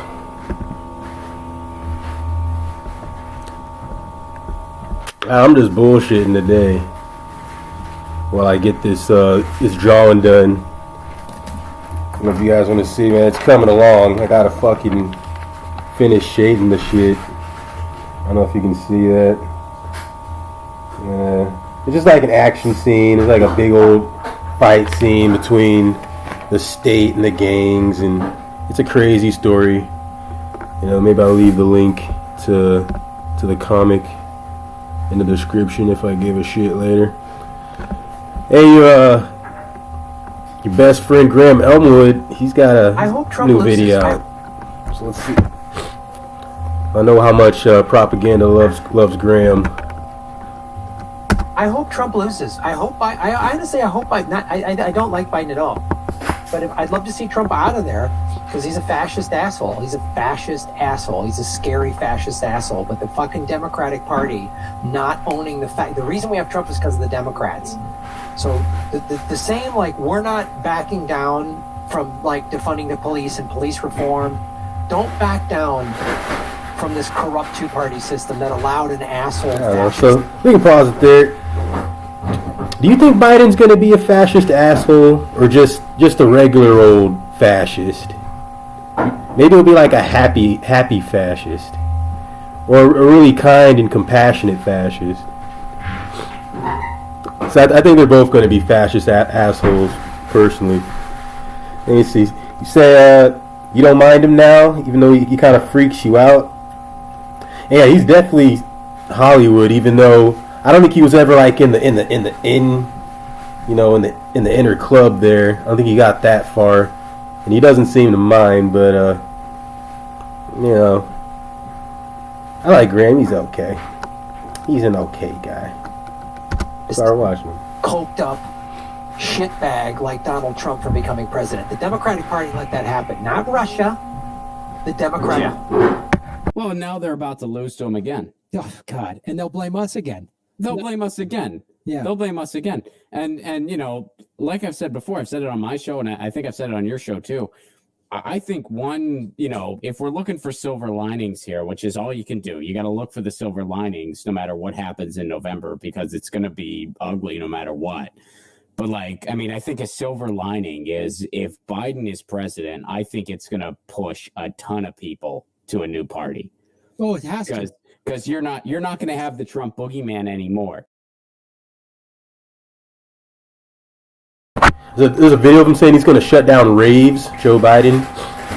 I didn't know that. Even though it sounds like some rambling non sequitur shit he would say. And now it's like, okay. Like, unless I guess someone directly asked them, like, sir, when you're president, are you going to shut down raves? Like, what are you going to do about this rave problem? Like, did someone actually ask him that? Hey, this guy's doing the same garbage. But people aren't asleep this time. Everyone's saying, well, everyone's going to go back to sleep if Biden becomes president. Not this time. Because there's a lot of differences. You know what's the biggest difference between now and 2008? I'll tell you two big things. One big thing, historic civil unrest at mass levels. That's one very big thing, which game over right there. Right there, game over. People ain't going to go back to sleep. Another big thing. Barack Obama was incredibly popular. Joe Biden is not. Not. If he somehow slithers his way into the White House in this race to the bottom, people are going to be very, very much paying attention and saying, you better frickin' deliver. And when he doesn't, people are going to be pissed. And they're going to say, we need a bypass to this horrific duopoly sham, because it is a total scam. There are a lot of people that have waken up to the fact, because of a Donald Trump presidency, they've waken up to the fact that we need true systemic change. But not all of those people have just been jostled awake to the fact that you can't do it with this corporate. Dude, I'm finding it so hard to believe he said any of this shit. And even though it sounds like exactly like something Joe Biden would say, it sounds exactly like the rambling nonsense he would say. But Joe Biden just always finds a way to just surprise me. He always ups himself with the dementia, you know. Every day I think he can't get any more just detached from reality. He says something else to make me believe that he's on another fucking planet. So yeah, we'll definitely be watching that after this. Hold on, I think we only got like 2.5 more minutes left. Coup duopoly we have for a government. More people are going to wake up to that if they see a Joe Biden presidency and nothing gets better. Oh yeah, because unfortunately, shit that happened in Kenosha is going to continue to happen with the Joe Biden Kamala Harris. Yeah, and they're not going to know how to handle it. They're going to say give the police more money and shoot them in the leg. Yes, that's what they're going to say. Yeah, and people are going to go absolutely nuts. They're going to just say fuck you. So. You know, I'm it's dark times, but I'm like proud of this little community that we've built here, and there's people who want to make it all better. And when I say you're all political vigilantes, I mean this is how all the little things we do, the getting involved, those of you involved with Draft Jesse or Movement for a People's Party or even the Green Party, whatever, man, you're out trying to do something. You support the show. I'm trying to get it out there. Kylie, thank you. You know, you're gonna. Yeah, I consider myself more of a political minute man than a vigilante, but potato. You're giving a little light to a really dark, awful situation. You're helping out in whatever way you can, and you know, fuck. Yeah, man. You know, just to my right now, my cat just took a shit, and I think she did it in solidarity. I really think that was her way of saying, I'm with you, I can't talk, so this is the only way I can show you. Don't wait. And you hear that the Graham Elmwood, supposedly he played football with the uncle of Jacob Blake. Supposedly they used to play football in high school and shit. So yeah, small world, I guess. Way too long to clean this up, but I'm here. I can't donate with my paws, but I can shit on the floor. This is the only thing I can produce at the moment, and I gotcha. Shave your paws for justice, Lucy. Hey everyone, great. And I was gonna try to grift us. All right, let's see. Biden shut down Reeves.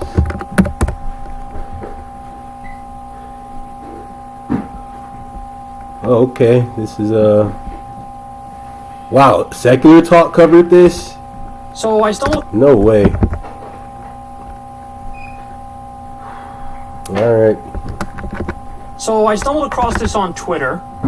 It's an old video of Biden. Now, there's nothing funnier than old videos of Biden because he was reliably wrong about everything. Credit to Nando for putting this out there. Biden is in favor of banning raves. Of my town, I would be passing new ordinances relating to stiff criminal penalties for anyone who held a rave. The promoter, the guy who owned the building. I would put the son of a gun in jail. I would change the law. Okay, so he's been suffering from Alzheimer's for a long time. There's no doubt about where these raves are. In the middle of the desert. Arrest the promoter. Find a rationale unrelated to drugs. Keeping an unsafe, for example, I'm the guy who authored the crack house legislation. We can use the crack house legislation to tear down these buildings. Wow. Listen, in his heart of hearts, he's just a petty authoritarian. I mean, could you imagine looking at everything that's happening in the country? All of the problems that we have. And you decide to make it an issue and put it front and center to ban raves? Yeah, so that answers the fascist question. So I guess he'll just be a sleepy fascist. I can't even wrap my mind around the thought process that would lead one to do something like that. Ban raves. Ban raves. What are we, in fucking the Puritan times? Is that what we're doing here? Yeah. Ban raves. What the fuck is that? How could you even think that that's a possibility? That's like some weird theocracy type shit, like music offends the Lord, so we must stop the music, ban the music. Like, what's next? Like, quinceañeras? Is he gonna just ban all quinceañeras because they're too rowdy and shit? That is flat out authoritarianism is what that is. When you want to control people on social issues because you don't like it. And by the way, look at that thought process too.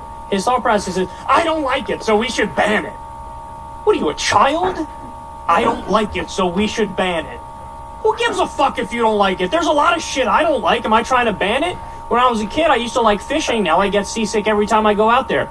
Should I ban that? Is that what I should do?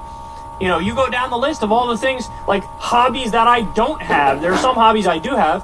Many hobbies I don't have. Should we ban all the things that aren't my hobbies that I don't like? I don't like it. We should ban that. We should hold congressional hearings over it and try to ban it. And he's even admitting, hey, listen, you're going to have to skirt what's actually legal in order to get this done, but you should do it.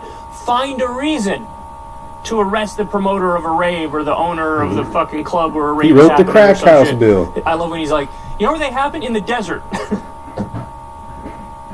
You get this picture of, like, creepy, handsy Uncle Joseph, like, you know, searching for rave videos online to find women and, like, look at them like, yeah, this is so hot.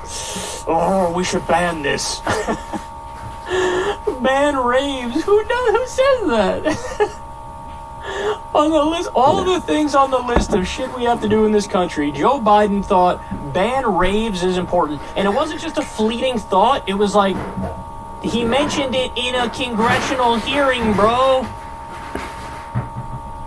I mean, seriously, how far away is that from the old school, like when hip-hop music first came out, and you had a bunch of bigots who were like, this is rather crass, we should ban this. That's what he's doing. Ban raves. Get the fuck out of here. By the way, I don't like raves. I'm just saying that that's really stupid, the idea of banning them. Ayatollah Biden. This is the guy, man. This is the guy who people say has the best chance of beating Trump. Centrist goons say that. This guy? Fuck out of here. Yeah.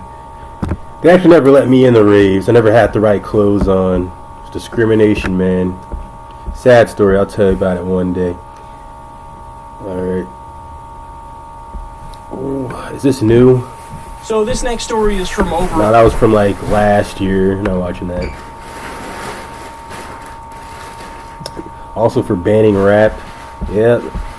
It sounds like something he'd be for. What a shit for brains. Sean Atwell, it's got some more shit.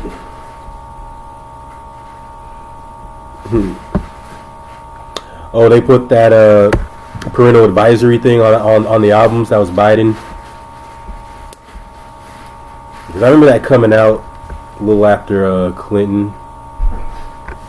Ooh, Kyle's got some new shit out. So Politico has some pretty wild breaking news here. 4 U.S. troops injured in Syria after skirmish with Russian forces. I think I heard something about that. Here we go. I think this might be a different event, though. It's a little more recent. Here we go. So the U.S. has about 500 troops in Syria at the moment, primarily in the northeastern part of the country.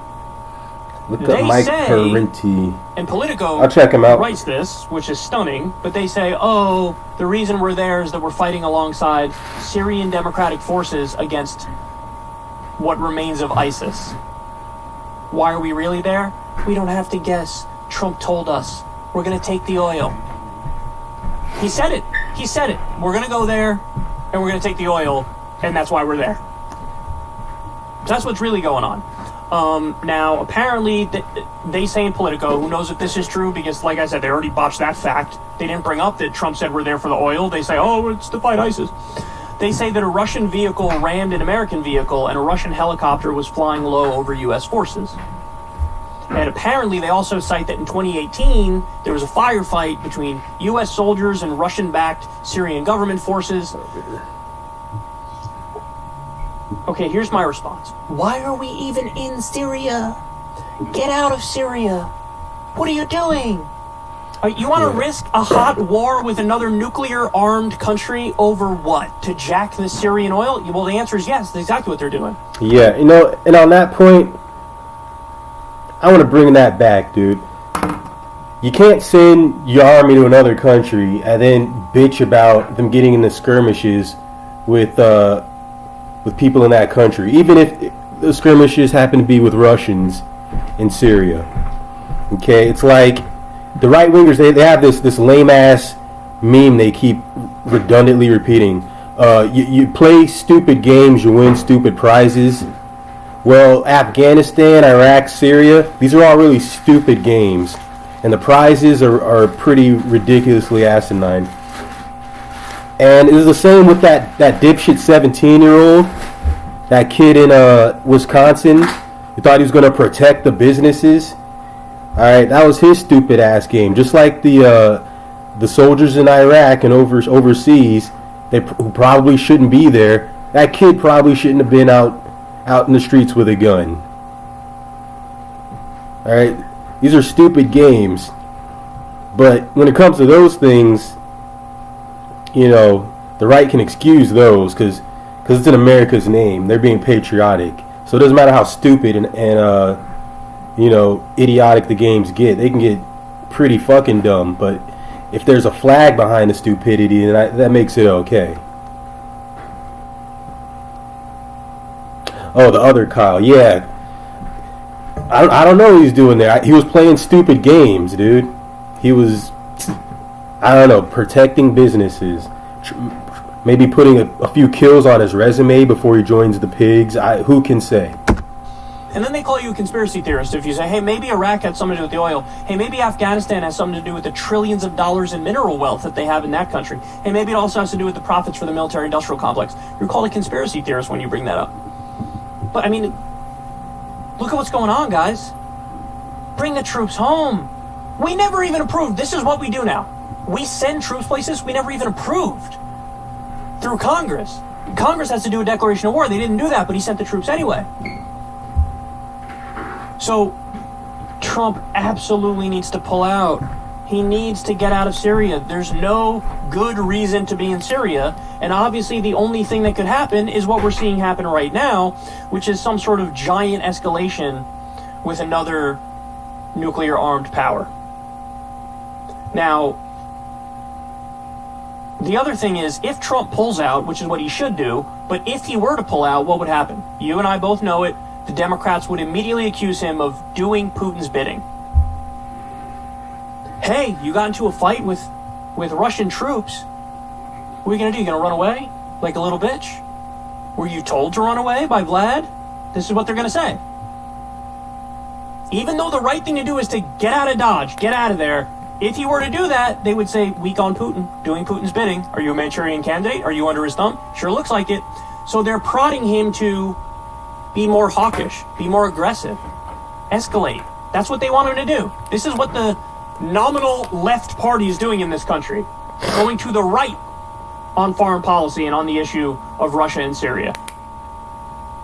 And also, by the way, I'm not letting Trump off the hook here either, because this is the logical end result of an administration that is packed to the brim with neoconservatives, as his is.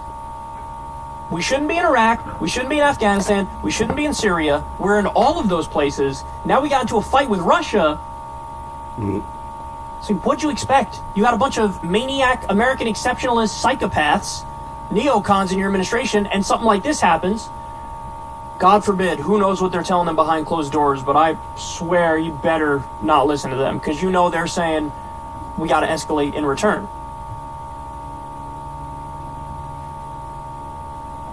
For the love of God, cooler heads must prevail.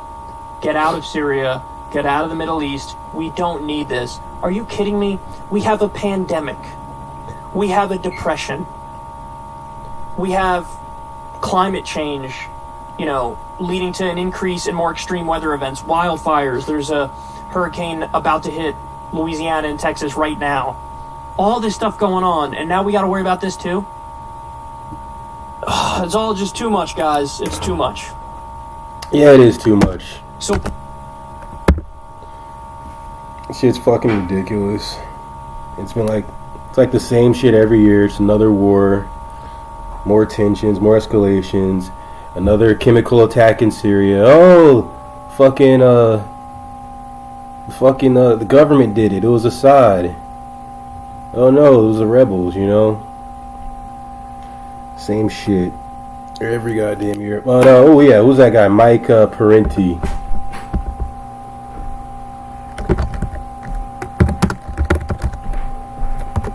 Parenti.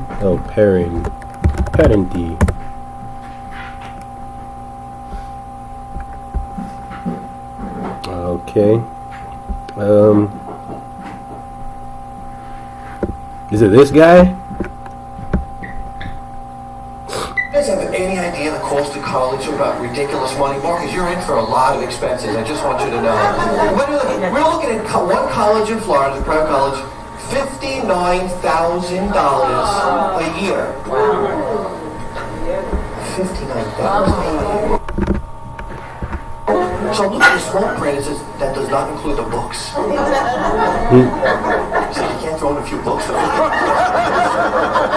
he get a pencil? What the heck is going on? And I'm just being honest. Christmas has become just about presents now. And let me tell you, the main reason I don't like it. Because I don't get any presents. Is this the wrong one? I don't get any presents. The only people that buy me presents for Christmas, this is again true. Oh, it's not this Jew here. Sorry about that. That was getting into the Jew, man. Love Jewish stand-up comedy. Well. Let me see. We'll come back to this. That was an imposter, Michael. Is Bush a failure? I guess we'll, that's pretty damn long, but do this one first. For a TV, the world is thinking. Bush is described as a failed administration, right? We're hearing that all the time. Now, are you going to repeat that phrase because you've heard someone else say it? Or are you going to say, what failure? You're going to repeat my phrase. What failure are you going to say? What wrong turns? The estate tax has been eliminated. Corporate taxes have been cut back to almost nothing. Billions in Medicare are being handed over to the big pharmaceutical companies. We had no choice on this. Military budget has doubled. Record profits for the defense industry.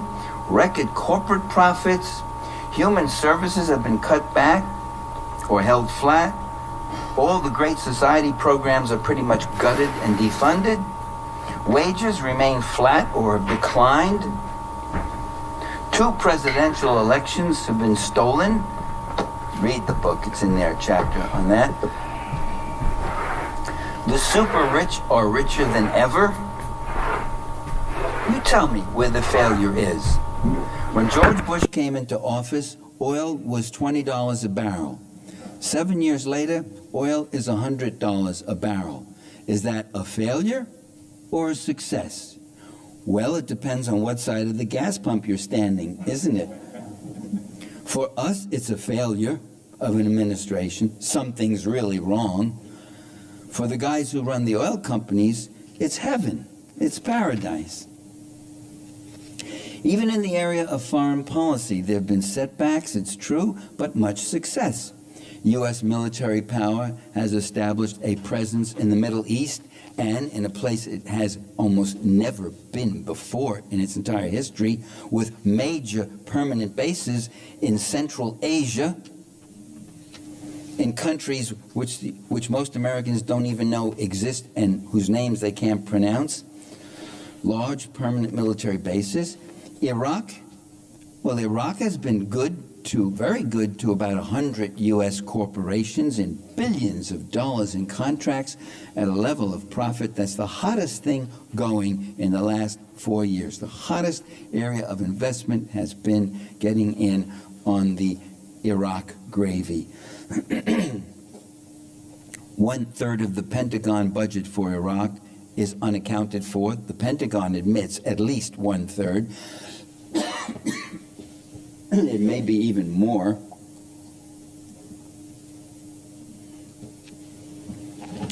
Again, that's a failure as far as administering for the public interest and the commonweal.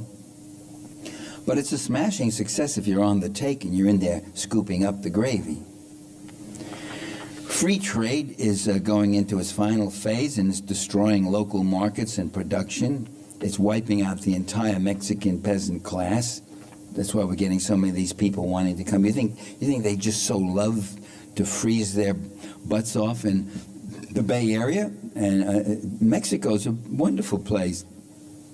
They often have no choice, and it's got the pressure for immigration to go and try and find a living is getting more and more desperate. Free trade is extending corporate control over every corner of the Earth's remaining resources. Free trade elevates the right to property above all other rights that exist, including national sovereignties to defend democratic rights.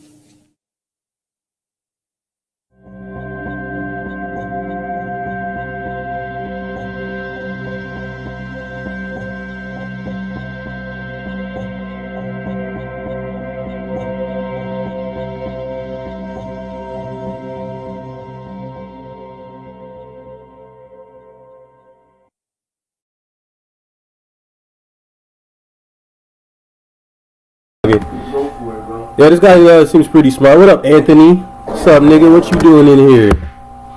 Welcome to the party. Doing video request. It's open to the chat, man. Y'all got any ideas? I'm just fucking around and bored and shit. Me and Baby Yoda and J Flash in the back. Yo. Because hold on. I don't know if you can see him. What's up, you guys? Oh yeah, you can see him. Hey, Mom on TV. Yeah, that's how we do. So Parenti, we can watch some more Parenti. I guess it was on autoplay. Let's see what's good with this.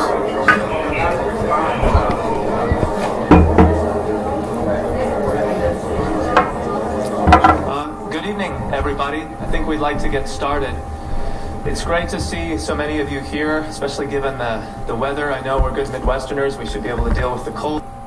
Excuse me. But the first cold is always the worst. So thank you very much for coming. My name is Jason Snard. I teach in the English department here at the College of DuPage. And it gives me great pleasure to welcome everybody to the keynote lecture tonight, part of a series of events that have been happening this fall at the college called Hearts of Darkness, Empire into the 21st Century. There are a number of people I'd like to thank for making this event and the entire series possible, including the Office of Academic Affairs, Liberal Arts, the College of DuPage Library, Follett's College of DuPage Bookstore, the Book Across Campus Committee, and the Literature Committee. So the nominal focus of the series is, of course, Joseph Conrad's short novel, Heart of Darkness, which many of you have probably read at some point, if not very recently. But that is only a starting place. Tonight's lecture will, I think, bring much of what Conrad was concerned about 100 years ago into broader contemporary focus. Indeed, the issues of imperialism and globalization that worried Conrad. What's Plandemic? Like a song or something? As long as it's not like a song, I should be good. I've only gotten strikes for mostly just music. Man, I wish, man. We dry as fuck right now. Remain of pressing urgency for us today. That is why we are very lucky to have one of the foremost contemporary voices on empire and its darker myths with us tonight. Michael Parenti is an internationally known author, speaker, and political analyst. He appears frequently on radio and television and is the author of numerous books and articles.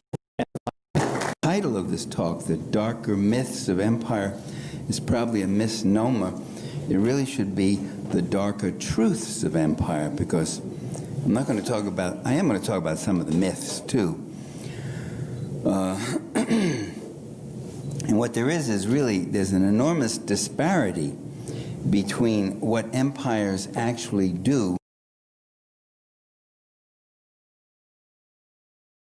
and how they're represented in history. This is what I've found. Looking for pandemics now. Pretty much written about by people who live in the imperial countries. And so the treatment of empires is rather celebratory. Empires are often represented as creations of peace. They're even given names of peace, right? Pax Romana, the Roman peace. Oh, wow, that looks The heavy. Roman peace was a brutal, bloody world conquest, as I'll mention in more detail in a minute. Pax Britannica, and there's even Pax Americana. Yeah, we'll pause Michael Parenti for a quick sec. Yeah, I saw. We were watching Fiorella yesterday on the convo couch. See, you guys got me doing it, and that's not right. They don't deserve that. They're good people. The convo couch, give it the respect it deserves. And yeah, Fiorella was there looking sexy as hell. Had her titties hanging out and shit. She was a little too relaxed. That ain't her fault. She can't help that she's a beautiful ass woman with big, dangly, voluptuous breasts and shit. And she's giving an important, heartfelt, and beautiful speech about coming together in solidarity, Black Lives Matter. But I'm pretty sure none of the men watching remember a goddamn thing she said. The whole time I was just thinking about just starting a family with her and just, drinking some milk and shit. That's just kind of how, my ape brain kind of took over. But yeah. It was a good video. I might rewatch it to see what the fuck she was actually talking about. That's why I watched Plandemic. I mean, it doesn't match up. The evidence is pointing against what she's saying. I've gotten requests from my friends, family members, patients, and everyone in between to discuss this Plandemic. I usually try and make my video... Yeah, and I don't know why I went to her stream, and I saw that propaganda got banned, or muted or whatever, or timed out. And I didn't see what he was writing, but whatever it was, it couldn't have been too bad. Quinn, he's just misunderstood. So, I don't know. Videos on the shorter side, but I want to take this one point by point to give you the clearest picture of what my thoughts are on this as a doctor. Dr. Judy Mikovits has been called one of the most accomplished scientists of her generation. So you made a discovery that conflicted with the agreed-upon narrative. Correct. Quick note before we start. The focus of my review here will be based on science and facts. For the sake of education, there's very little value in speculating on stories and claims that cannot be verified. All I know is from my end, I saw that you left a lot of comments on the convo couch, but then I saw a message retracted. So someone was blocking and deleting your comments, probably on the convo couch's end. So, I feel for your propaganda. You're misunderstood, man. I know you're just trying to have fun, whatever the fuck you wrote. I don't remember. I was too busy staring at Fiorella's titties. I am a doctor and not a detective, and I don't want to turn this into a character assassination. If we don't stop this now, we can not only forget our republic and our freedom, but we can forget humanity, because we'll be killed by this agenda. The man who is heading the pandemic task force was involved in a cover-up. He directed the cover-up, and in fact, everybody else was paid off. I just want to look at the facts, and so far, very few facts have been presented. I'm going to repeat this phrase I feel like a lot. Extraordinary claims require extraordinary evidence. What he's saying is absolute propaganda, and the same kind of propaganda that he's perpetrated to kill millions since 1984. That virus was spread through because of the arrogance of a group of people, and it includes Robert Redfield, who's now the head of the CDC. They were working together to take credit and make money, and they had the patents on it and tailored them to IL-2 therapy, which was absolutely the wrong therapy. And had that not happened, millions wouldn't have died from HIV. When I first saw that, I was moved. I was like, wait, can it be possible that these doctors, these researchers for major government organizations are making millions of dollars at the expense of millions of people dying?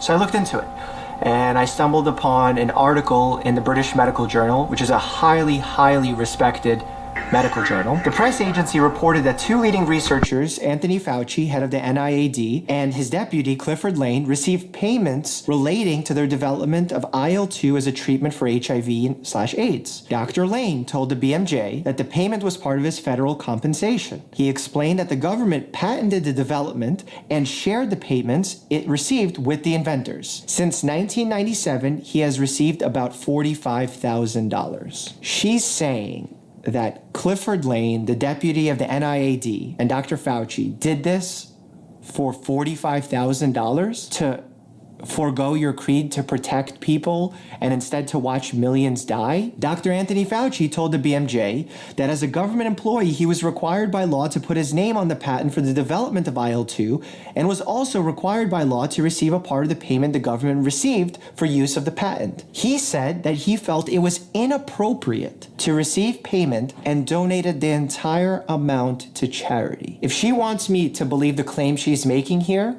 she needs to disprove this. This is one of the things that I've been saying and would like to say to President Trump. Repeal the Bayh-Dole Act. That act gave government workers the right to patent their discoveries. So to claim intellectual property for discoveries that the taxpayer paid for. Ever since that happened in the early 80s, it destroyed science. The Bayh-Dole Act was an act that was passed with bipartisan support. Both Democrats and Republicans supported it because they saw the value in it. Initially, the way scientific research was funded by the federal government would be they would give money to a research institution, and whatever that research institution found, the government would own the patent to it. Now, in theory, this is great because the government would own that patent, and then if they wanted to use it or sell it, all the money would come back to the taxpayers. But in practice, it's not what happened. What actually happened was the government collected all these patents, and then 95% of them sat collecting dust, making no money for the taxpayers, and no scientific revolution was happening. So now, after Bayh-Dole, what's happening is Harvard gets a small grant for the government, less than $3 million usually. They find some kind of interesting piece of preliminary research, they patent it, and then they license it out to private companies who invest heavily in the promise of getting one of these drugs and making money in the future. And from that, scientific innovation flourishes. And as a side benefit, the taxpayers make more money. Because of this Bayh-Dole Act, we've brought $1 trillion into our economy, which is then taxed and brought back to us as taxpayers. It's also created something like 4 million jobs and over 11,000 startups. And it also has a march-in clause that, let's say the government gave a $2 million grant to Harvard. They then patent whatever research they found. They license it to a pharmaceutical company. Now the pharmaceutical company creates a drug or a vaccine. Yeah, it sounds like this guy's just singing the praises of private medical care and private medical patents and shit, and somehow that saves the taxpayer money.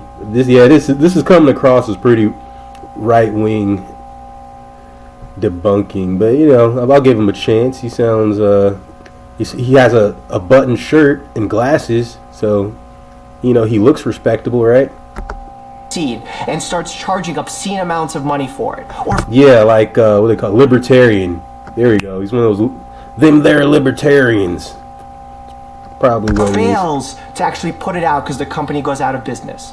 Well, guess what? There's a clause in this act that allows the federal government to step in and take over that patent. All in all, this public-private sector collaboration is what makes innovation thrive. And if you take one part of that equation out, the whole system crumbles.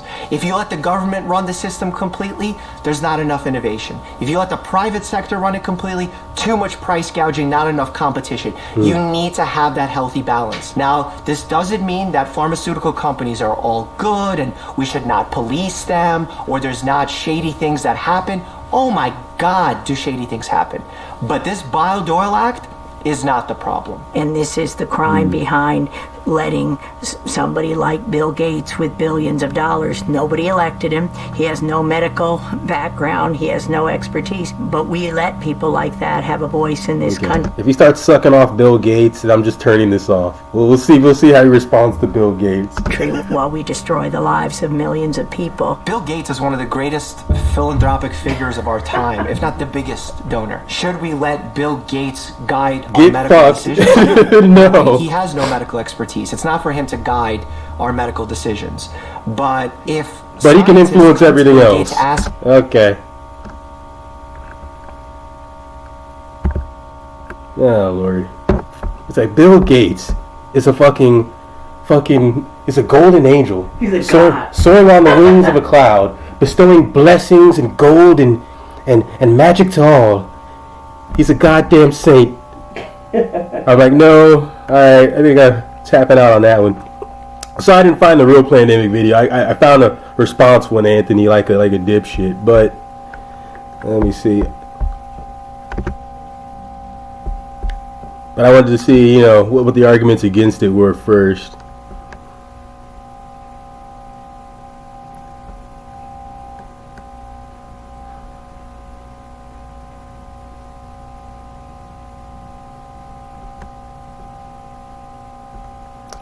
Let me see. I just thought about a vicious ass t-shirt. Oh, here's the original. A clothing line, bro. You start the book in such an amazing way, telling the story about this woman and just this fight to survive, and it's influenza. And most of us, I think... Is this the OG pandemic, guys? Think of it as a nuisance, it's like a cold, the flu. Well, this is called pandemic, literally pandemic.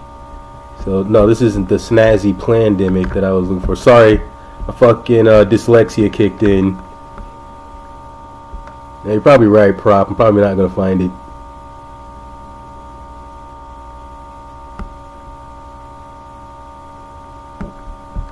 Alright, let me see. A doctor reacts to plandemic. This one's like 3 minutes long.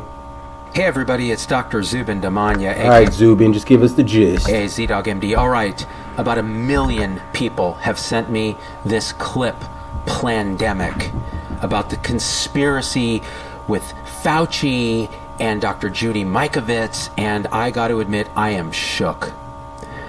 After having watched the whole thing, I am shook that Americans are so freaking stupid as to take even a second of this horrible garbage conspiracy nonsense seriously. Really? You guys want me to sit and debunk this garbage? What is wrong with us as a people? What's gone wrong with our education? What's gone wrong with our common sense? Yeah, at least this guy's not patronizing.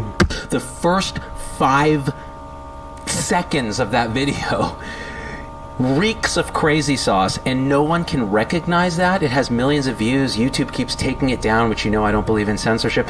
But hey, you gotta forgive people. We're not all medical experts here.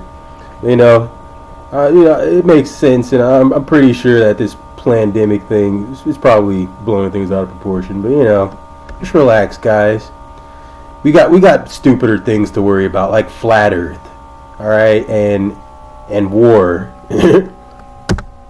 Guys, Judy Mikovits, if you do a simple Google search, you can find out the main claim of the video is that she was falsely arrested with no charges for going against Fauci or something.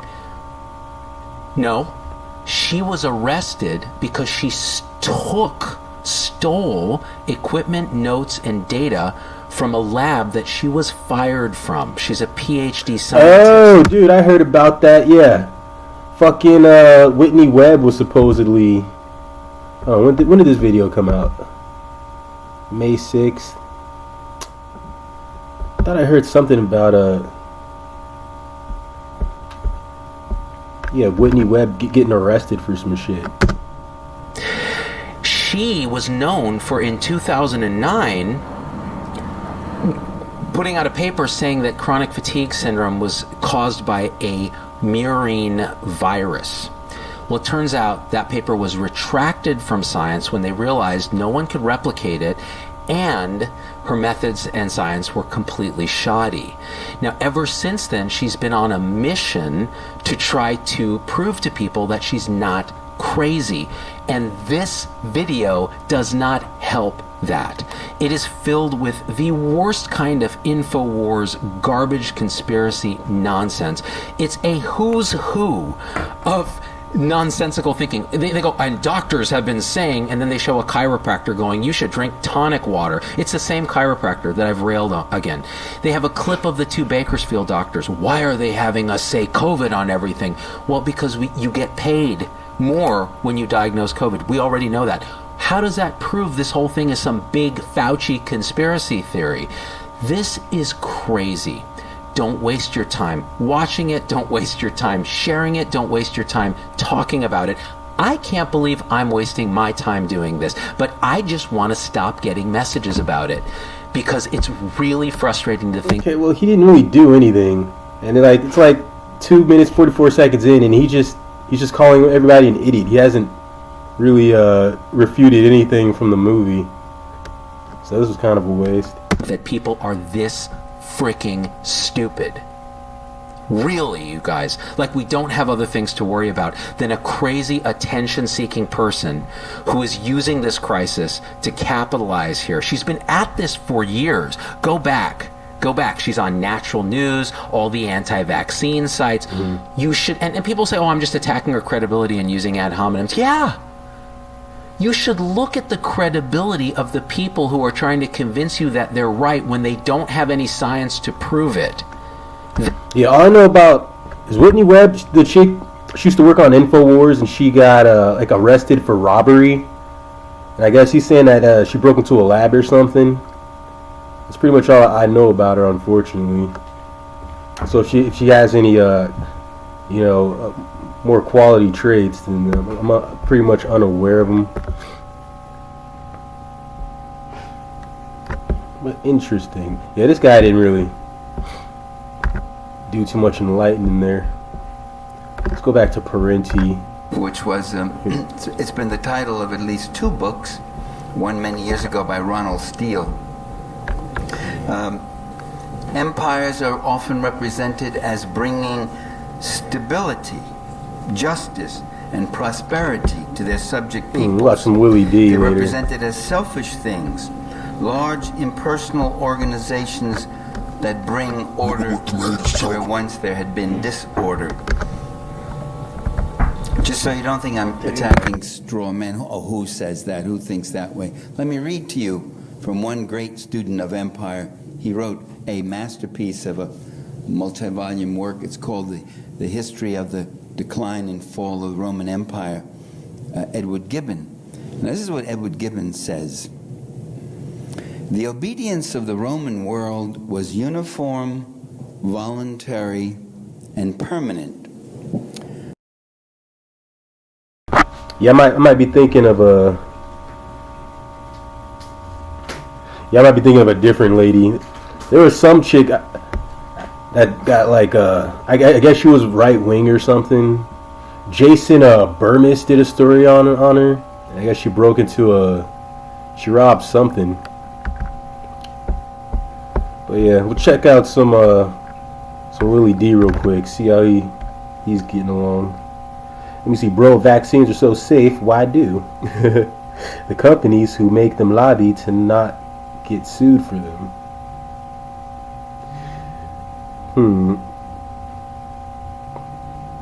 Oh, why do the companies? There you go. I just have to read that as one thing. Bro, the vaccines are so safe. Why do the companies who make them lobby to not get sued for them. Okay, that makes a lot more sense.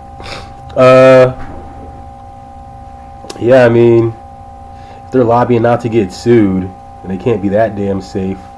But I mean, if it's like a statistical thing where it works in 99% of the population, and it's just like 1%, you know, they're having adverse side effects and shit, I can kind of see why they push it through. So I'd have to look at the data on that. Let me see. Prop says people like Bill Gates push for more vaccines for money. And yeah, it's looking that way, man. It's looking like Gates is only interested in one solution to this this COVID problem, and it's looking like there's actually a few ways he could go about. We as a people would go about, you know, curing or treating the problem. And Bill Gates just wants to do it in ways that Bill Gates profits from. Yeah, that's the exact same thing I'm seeing too. But, let's watch this. Let's talk about.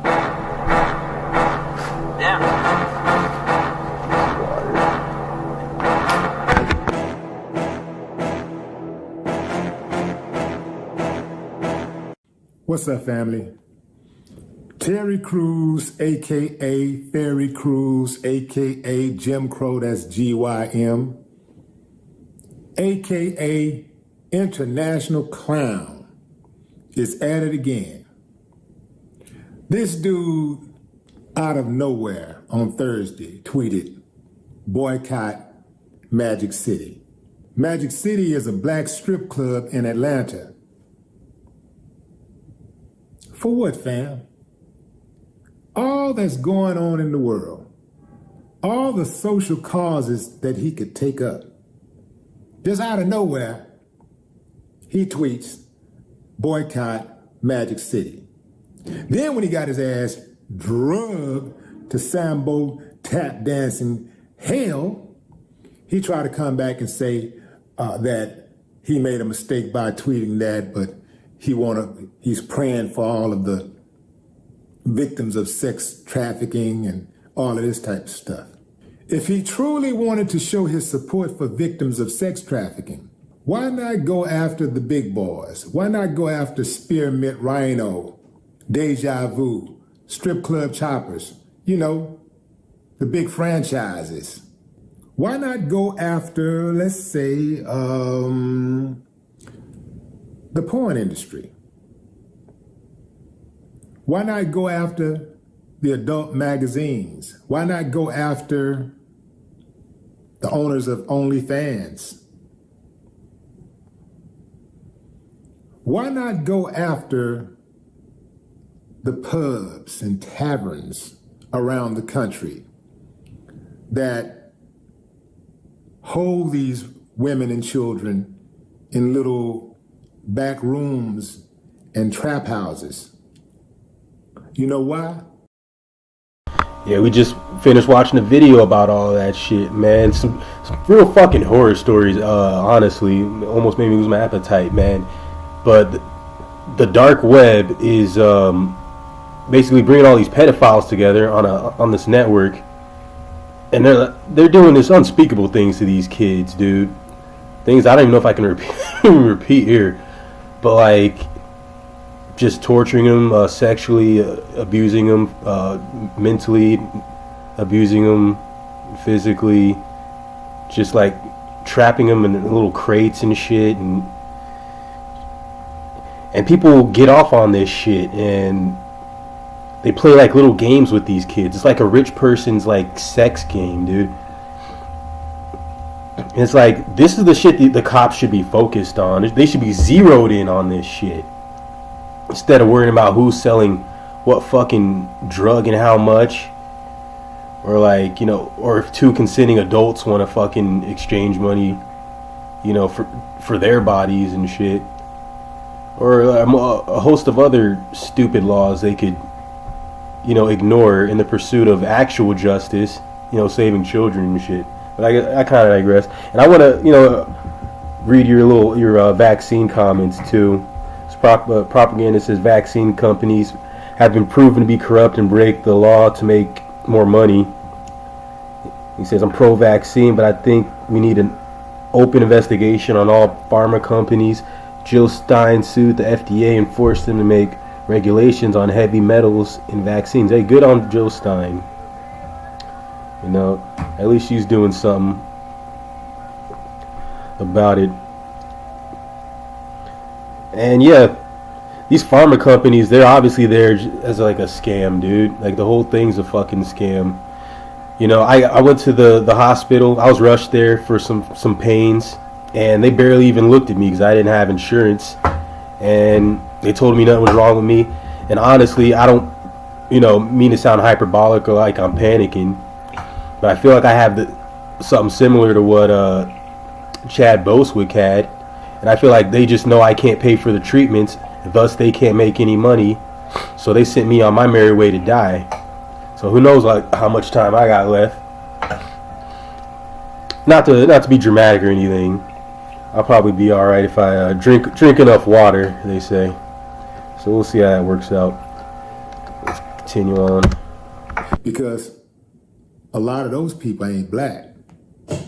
See, say something about them, then that's a problem. Terry Cruz's hustle is to marginalize black people. His whole hustle is to wake up daily and find things about black people that he can attack. That's what he does. Out of nowhere. Him tweeting about shutting down Magic City alone is not. Yeah, literally propaganda, piece of shit. The problem is you got black men being gunned down in the streets indiscriminately by the police. And he's saying nothing. He has zero criticism for the police. And I mean zero. To this date, I have never seen him criticize the police, especially not in the last couple of years where he's been doing his greatest tap dancing. Like the last couple of years, man, he's been like on a tap dancing tour. I mean, Sambo, have you heard? Yeah, Anthony, I don't know what happened to Terry Crews. I didn't hear that rumor, even though it sounds like something he might be into. He's a pretty flamboyant guy. But as for me, dude, I don't know what I got. All I know is I felt level 8 pain down there, and I was like literally just screaming for hours on end. And for the longest, the hospital wouldn't even look at me when I was rushed in on a stretcher. And then they took a quick look and said they couldn't find anything and nothing was wrong. Gave me some papers that said drink more water. So, no, I hope they're right. I hope I'm just overreacting. And I just imagined having level 8 pain and having to be rushed to the hospital on a stretcher. I hope that was all in my fucking head. That would be great. I mean, he's going after the biggest Sambos in history. His whole hustle is to just try to drag black folks. Anything that he thinks might remotely benefit black folks or black folks might find some type of enjoyment out of, some type of benefit from, or something that might be important to black people that they're fighting for, like, basic human rights, he got a problem. Remember this fool tweeted, black privilege. Talking about black privilege and talking about we got to make sure that Black Lives Matter don't become Black Lives Better. I mean, just out of nowhere, he tweeted that. This dude is a textbook Sambo, a clown, a sellout. I don't know how he ended up with children with that woman he's with. Because I don't see how she got excited enough to reproduce. I don't see how she did it. Perhaps that was some type of injection that they had to get those babies.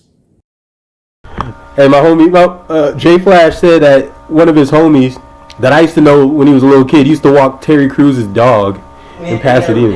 And he has a little bitty dog, bro. He has a little dog and he has a Rottweiler. So when he walks him, you would think that this guy has two big dogs, but he also has, he has a sweet side of him. So he has a little bitty dog and then he has a big dog. So it's like Terry Crews, yeah, that's perfect for Terry Crews. Like a little sweet dog and a big ass dog for Terry Crews. That sounds perfect for him. I cannot see a woman. What kind of woman would get excited for a dude like that who has no spine? I mean... Wait, now he's confused. Willie D's confused why women get excited for Terry Crews. Come on, man. You can hate Terry Crews, but come on, man. You seen his pecs. We've all seen his pecs. It ain't that hard to see. Women like milk too. No spine at all. I can see, I can understand why that Hollywood agent grabbed him by the sack. He was searching for his balls. Wait, what? A Hollywood agent grabbed Terry Crews by his sack? You heard about that? Probably, but that's what Willie D trying to say. They tried to make it seem like Will Smith was gay when Will Smith was on red carpet and tried to kiss Will Smith in the mouth. Yeah. Will Smith slapped the shit out of him. He's like, what the fuck? they do that once in a while. They try to make it seem like, I'm gonna make it seem like this person is really gay, and this person what the Will Smith. If you have a video on YouTube, and if you look at it, Will Smith looked at him and said, "What? Are you crazy?" And slapped it he slapped the shit out of him. No, we'll find out when. We'll find out when right after this. But this one's almost over. Yeah, it's crazy. They think that I don't know where these people come from.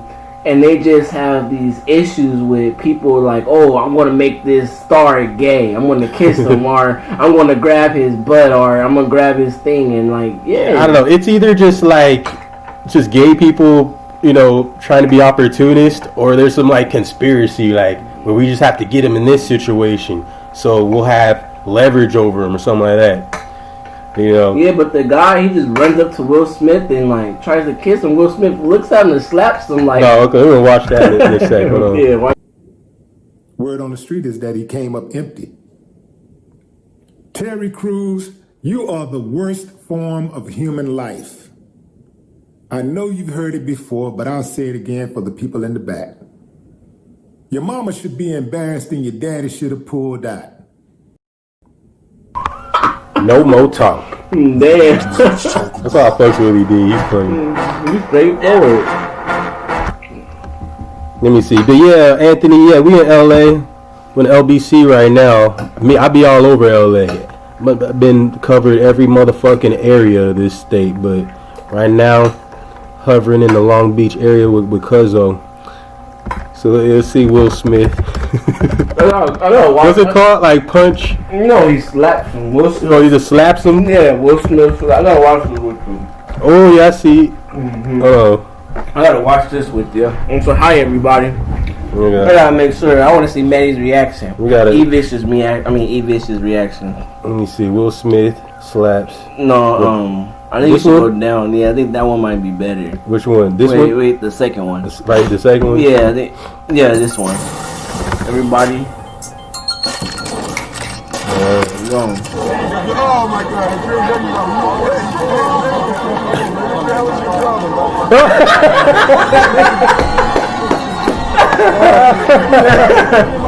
That's no problem, man. One more time, replay. Yeah, you guys gotta this is. I think I remember seeing this a long, long time ago, dude. Hold on.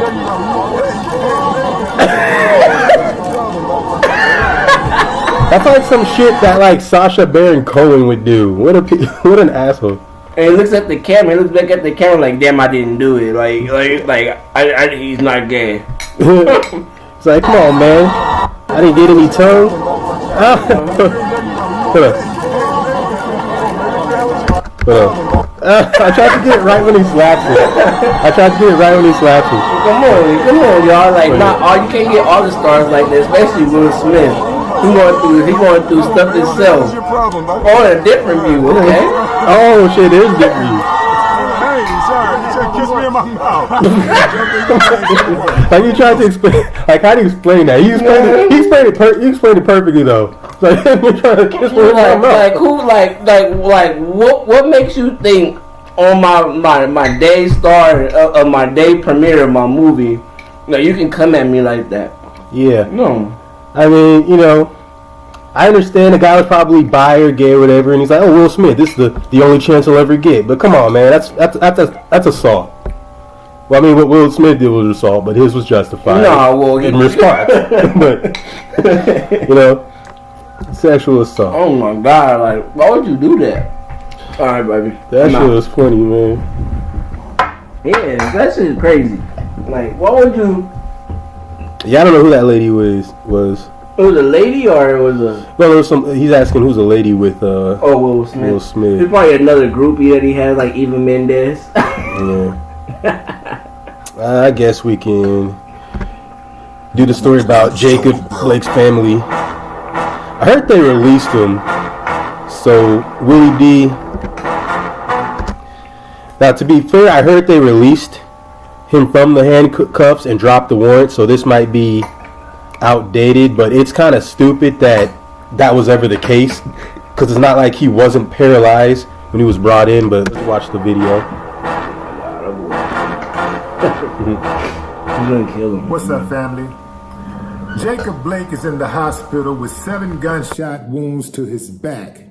He's paralyzed from the waist down as a result of Officer Rustin Shesky. Yeah, you're right, Anthony. Supposedly he had warrants for sexual assault, probably on a girlfriend, his ex-girlfriend. Could have even been just his baby mama. I don't know the details, but I know he had a restraining order, and the details, they sounded awful. But I mean, just her side of the story. That's all I know is her side of the story. And from what she said, sounded awful, but also sounded like this was a recurring thing. Like, she said that she was being raped by Jacob Blake for over 2 years, and that he would do it whenever he got too drunk. So that sounds like, it's like, so you just let him rape you whenever he gets drunk? Like, it sounds more like a dysfunctional relationship, and like he has drinking problems. But I'm not gonna make excuses for him. I don't know the details, and it looks like I heard that they did drop the warrant. I heard that the prosecutor in that case is actually dropping the charges, possibly as of like today or yesterday. I think these are recent developments, but we can do the research after this video. Because I was watching Jamal Thomas today, and I think he brought up some new developments. With his service weapon. And he's covered. Oh God. Another Jamal hater. To the bed. Gonna run that back for the snow post. The man has 7 gunshot wounds to his back. He's paralyzed. The officer shot him. He's the victim. The man can't walk, and they have him handcuffed to the bed like he's gonna get up and walk out of the hospital room. It's not enough that they have armed guards there. This family is the Kenosha Police Department being totally disrespectful. They're basically rubbing it in the family's face. This is insult to injury. This is why people are in the streets protesting. This is why there's so much civil unrest in America. It is the so-called leadership. Law enforcement needs to be disbanded. Hey, man, we're better off on our own. I don't care what nobody say. I've seen self-policing work. Okay, we can have a certain amount of detectives and all that kind of stuff, and and they can go in and investigate and all that stuff. But other than that, just police just roaming the streets with guns, their asses don't need to be doing that. That money needs to go to social services. That's where that money needs to be going. That money needs to be going in the programs like vocational courses and stuff like that, training. On that subject, I think we do need to defund the police to an extent. It might be a better idea to divest those funds into, different things we need in the community. But I do think police have a small place, mostly doing like actual detective work, not so much patrolling. Patrolling, that's what you have in a police state, a fascist state. We don't need the police to do that. Solving actual crimes and shit, and getting rid of all the pedophiles and the worst serial killers and all that. Yeah, there's a place for that. Said Jamal is a tool. Said I don't think Jamal is a bad dude. I just think he fake and two-faced. I don't know nothing about that, man. I've only seen the face that Jamal presents to YouTube, and it's a carefully and meticulously calculated face. It's a face that looks okay from a distance, so I got no complaints about the face on a subjective level. Let me see, bruh, the problem with police is that the country is racist against black people. The laws are racist against black people too. Yeah, obviously, Anthony. This whole drug war is just a scam to lock up black people and to a slightly lesser degree brown people. And just mostly poor people. Those are the undesirables. And obviously, once we get rid of the drug war, I think everybody would be doing a lot more swimmingly. I mean, we know this, dude. We know this from Prohibition. We know how this shit works. But everyone has fucking amnesia from 1930s, or maybe everyone from the 1930s is dead. So just, I don't know. Everyone's acting like they don't have Wikipedia and Google. Like we can't just Google Prohibition. Like we don't know how this ends up. Yeah, so when you get a cop who's racist, they excel in oppressing black people. Oh, yeah, absolutely. And policing is just a magnet for racists and white supremacists. And Uncle Toms and coons and sellouts who just don't give a fuck about their own people, things like that. So that's why when the reform happens, it has to be profound. It can't just be like, oh, we ended the drug war. We also need to end the hiring practices that we have now, because propagandist friend Graham Elmwood has a video on how they only hire the dumbest motherfuckers to do the job. If you're too smart, they actually will not let you be a cop. They will tell you to fuck off and do something else. So that's one of the main problems as well. You can be overqualified to be a cop, apparently. But yeah, Google do be lying, fool. That's why gotta check other sources and all that shit. But Google's what we have now. That and DuckDuck. That can help people become employed. That money don't need to be going to the police officers who consistently do a bad job. Where else can you go in the country and find an organization that is so incompetent, that makes so many mistakes, and still get a pat on the back? People still want to look at them like they're supposed to be praised just because they have the perception of being the good guys. To some. Definitely not me, because I know what the truth is. Why continue to give them money? Why continue to hire more police officers to do exactly what the ones are out there who are corrupt are doing already?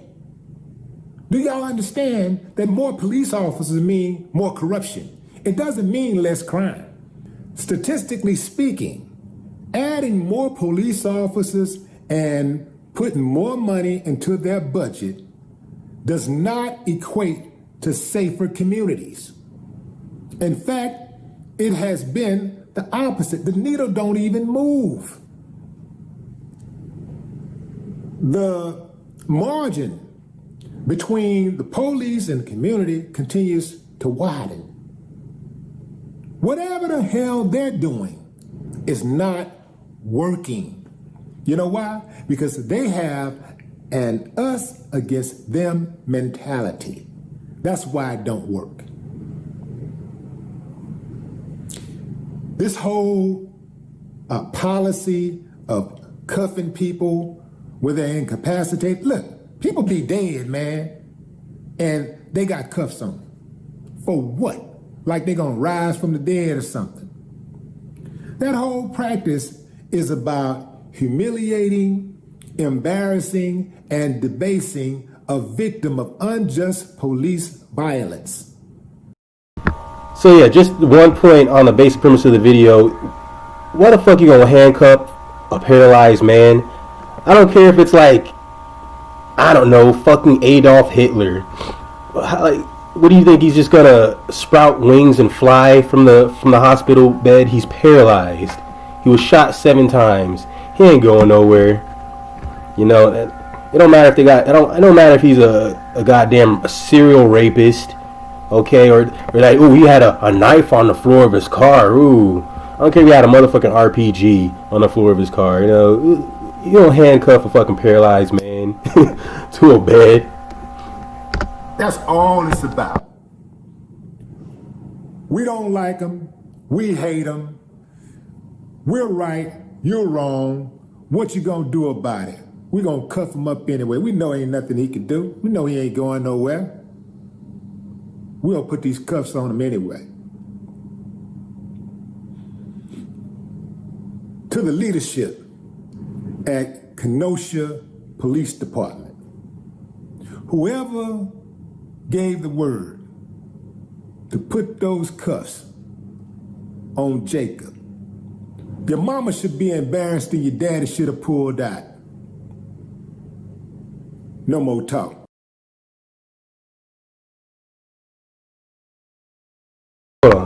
Nigga, you really lost on the story.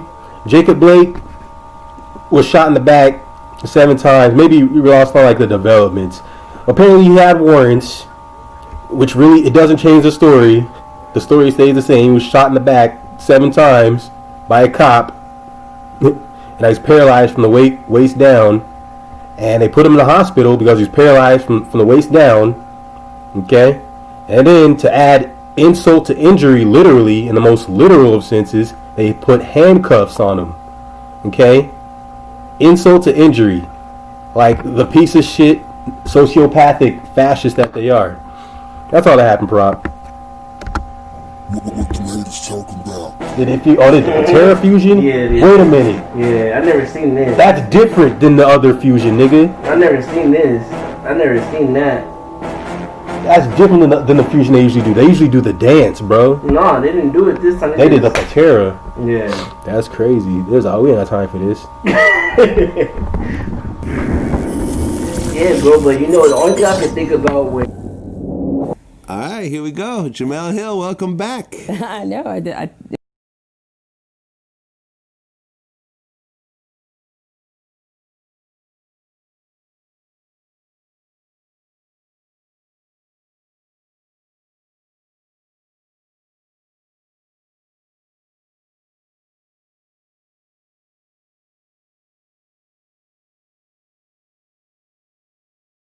Joe Kennedy.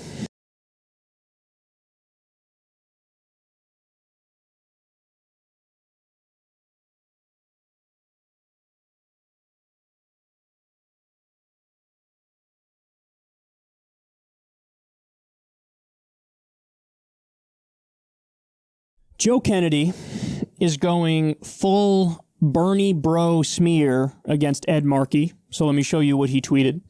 A note to our supporters. Grateful to be in this fight with you every day. To the best team in the world, thank you. Today, a lot of folks got a glimpse of what you've dealt with for months. The bullying, the vitriol, the personal attacks on your character and judgment and physical safety. The threats to me and my family are one thing, but it is the attacks on all you that are the most difficult to stomach. Particularly, these attacks are magnified and maximized for women, people of color, and anyone else already disproportionately subject to abuse online. The students and young people in this campaign, who are the driving force of this operation, have seen some of the worst of it. I cannot express how sorry I am that this has been any part of the experience for you. So, just so you understand, the Bernie Bro smear was one that worked in the sense that Bernie internalized it and then overcompensated for it and honestly became super weak. He became weak because any criticism was blown up by the media and they were hyperbolic about it as if, oh my God, you're crossing these lines, it's bigoted, it's misogynist, it's this, it's that, how dare you? And Bernie would always have to scold his own people like, oh, stop it, I denounce this, blah, blah, blah. Just nonstop denouncing, you know, somebody in the Bernie team farts. He's like, oh, I'm so sorry, I can't believe that happened. So it's just, you know, it worked in the sense that it took somebody who had a political weapon of very passionate people and it made him almost like quiet that down, which is terrible. And by the way, it's also obviously the case that stuff is not really abusive. It's just like people shit talking online and it's usually kind of funny. So, which gets to the point, like, we know what they're talking about here because, you know, I follow all the people who are making fun of Joe Kennedy online. I'm somebody who's making fun of Joe Kennedy online. Dude, we're making fun of you because you're a joke. You're a politician who believes in absolutely nothing. You don't believe in anything. You're a platitude machine. We covered a story, you know, the other day where he just, like, he tweeted a video as if it was some sort of poignant thing.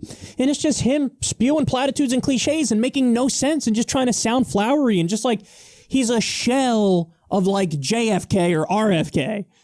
Like, he's like, what would I be like if I was like them except believed in nothing? And that's how he acted. So yeah, we're going to make fun of you because you're ridiculous. It's called being online. Guys, of course, people make fun of me all the time. Anybody who's somewhat known publicly, you're going to get made fun of. It's par for the course, son. That's how this works. You're going to have people who make fun. You're going to have people who say mean things. What did you expect? What did you expect? You're going to get in public life as a Kennedy, a dynasty legacy family. You're going to coast in on your family name and just what? Expect everybody to blow you 24/7 and act like, you know, you're super special? Do the work. Be for Medicare for all. Be for a Green New Deal. Be for these left-wing ideas. He's not. And what's he doing? At the last minute, he got Pelosi to endorse him. Pramila Jayapal, who's supposed to be a progressive, bent the knee and endorsed him. Mark Pocan. What a joke. What a joke. And then when they asked Bernie, Bernie wouldn't even say, yeah, I would vote for Markey. They asked him, oh, are you endorsing? Who are you endorsing in this race? He said, I'm going to stay out of it. And now here we are. They're doing the Bernie Bro smear. Markey Bros. Ed Markey Bros. When you have nothing left to say, you have nothing proactive to run on, what do? Play the victim. I'm just going to play the victim. Oh my God, my feelings! The threats, the bullying, the vitriol. People are just making fun of you, son. Get over it. And I hate that the left feeds into this. Because the left, there's so many people on the left, particularly the leaders, like elected left-wing officials, who, if this is brought up to them, they'd be like, oh, yes, I denounce it. I denounce it. Again, in left circles, they struggle to just say, that's bullshit. I don't know why it's so hard, but people on the left who are in leadership positions struggle to just be like, that's ridiculous. There's not a story here. He's whining because people are mean to him online because he's not doing well in the race, and he... Hold on. I got to show you guys my cousin, the birthday card he's giving to his girl. I know you like that propaganda. Don't pretend like you don't. Don't pretend that doesn't get your gears turning. Oh yeah. Take notes. Take notes, guys. Cost $12. Yeah, resume. He doesn't stand for anything. That's what it is. But no, people will walk on eggs. Yeah, I'll put on some Yo Bro later. I think I saw his latest videos. We can watch them together. Shells. I hope Ed Markey doesn't say anything, doesn't do like a BS non-apology, doesn't like finger wag at his people, because the fact that you have passionate supporters who are engaged in the race is a good thing. And no, nobody actually crossed the line. You know, and even if somebody did at some point, it would just be one random person. It wouldn't be, there's not like, they try to make it seem like, oh my God, it's a trend of the left being uniquely bigoted and misogynistic. That's what they try to say to shut you up. Hey, look, propaganda, all right? My job's not to get you guys going, all right? My sole purpose in life is to take care of the little one, all right? It's all about Baby Yoda now. I don't care about no man. I don't need no man in my life, okay? It's all about Baby Yoda. That's all I need. Because they know they have no response to the things you're saying when you're pestering them about Medicare for all and free college and a living wage, and you're pestering them about being vapid, empty suits who believe in nothing. So don't pipe down. If anything, do the opposite. Because what are we going to do? We're going to have the empty suit of a man, the person who believes in nothing, take over from a guy who I have plenty of disagreements with Markey, I'm sure. But he's one of the leaders on the Green New Deal. He's way better than Kennedy, so no. I will not be okay with, this dude coasting to victory with, big money donors, name recognition, and Pelosi's support. So do whatever you can to get Ed Markey elected. Joe Kennedy. Okay. So Joe Kennedy went full Bernie, bro. The horror. Alright. Look at some Yo Bro shit. Okay. I'm gonna get that controller too today. Oh, you getting that? Yeah, for sure. So we can at least be playing something and shoot. You can have the laptop facing the TV. We can run that. Hold on. I'm gonna look for his fucking channel. They have it way, way down here. Which one? Cool. Hold on. Do I really have to go to my subscriptions?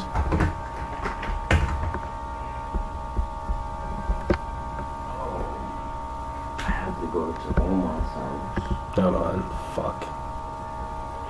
This is sad. I'm like, I can't find his damn channel because he hasn't made a video in like a few days. Cool. So I can't just skip on over to a Yo Bro video. Yeah, shit. We set for a good ass month, bro. Whole September. Fuck, hold on. Fuck, bro. We got cuties. We got bananas. Why, damn, dude. They be trying to censor the fuck out of Jordan's channel, dude. Like, you can pretty much... Maybe I gotta put the Yellow Brick Road. Pretty much just type it in, you still don't get it. Such bullshit. Let me ask what time this guy is coming over. If anything, bro, I'm gonna have to call you and tell you to take it out to him. No worries. Man, you could just get... He's supposed to give you $40. And if he asks that, I gotta think of a fucking video that he did, and I'll type that in. Yeah, does it work? Just tell him that. Does he have the extension cord? Because if he uses that drill in my house, you know, blow a circuit. There we go. Found him.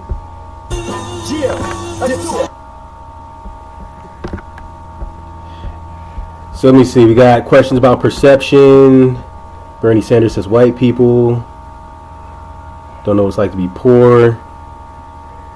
Tulsi Gabbard versus AOC. They both lose. Let's go with... I guess this one's pretty short. Actually, this one's got Tulsi in it. We'll have more fun AOC and the squad. Alright, that'll be super critical. Let's be super critical of Jordan right now. And no, I'm probably not going to get a green screen, as fun as that would be, propaganda. We can get one. I'll find a way. Oh, yeah? Yeah, I'll find a way. I'll find a way. Alright, you guys heard it. I'll find a way. Alright, my producer said he's working on it. We'll work on it. He's working on it. There you go. Let's groove on these funky jams.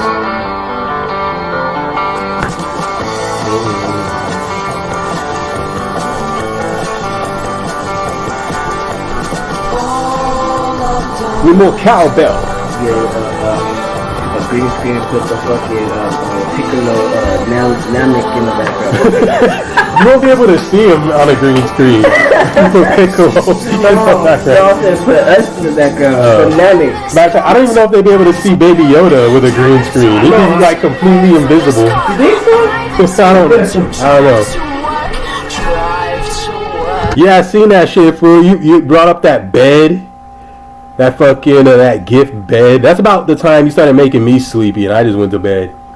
So I'm like, oh, we're doing this now? So I'm like, I'll one-up you. Good night.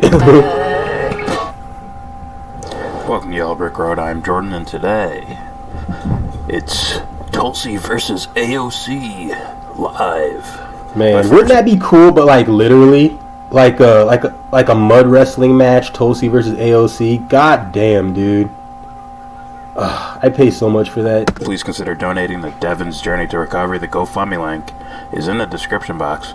If you got $5 or more laying around, you want to donate to a charity, you can. At Devin's Journey to Recovery. GoFundMe link in the description box. Alright. So here we have a tweet from notorious Tulsi supporter Alex Knight.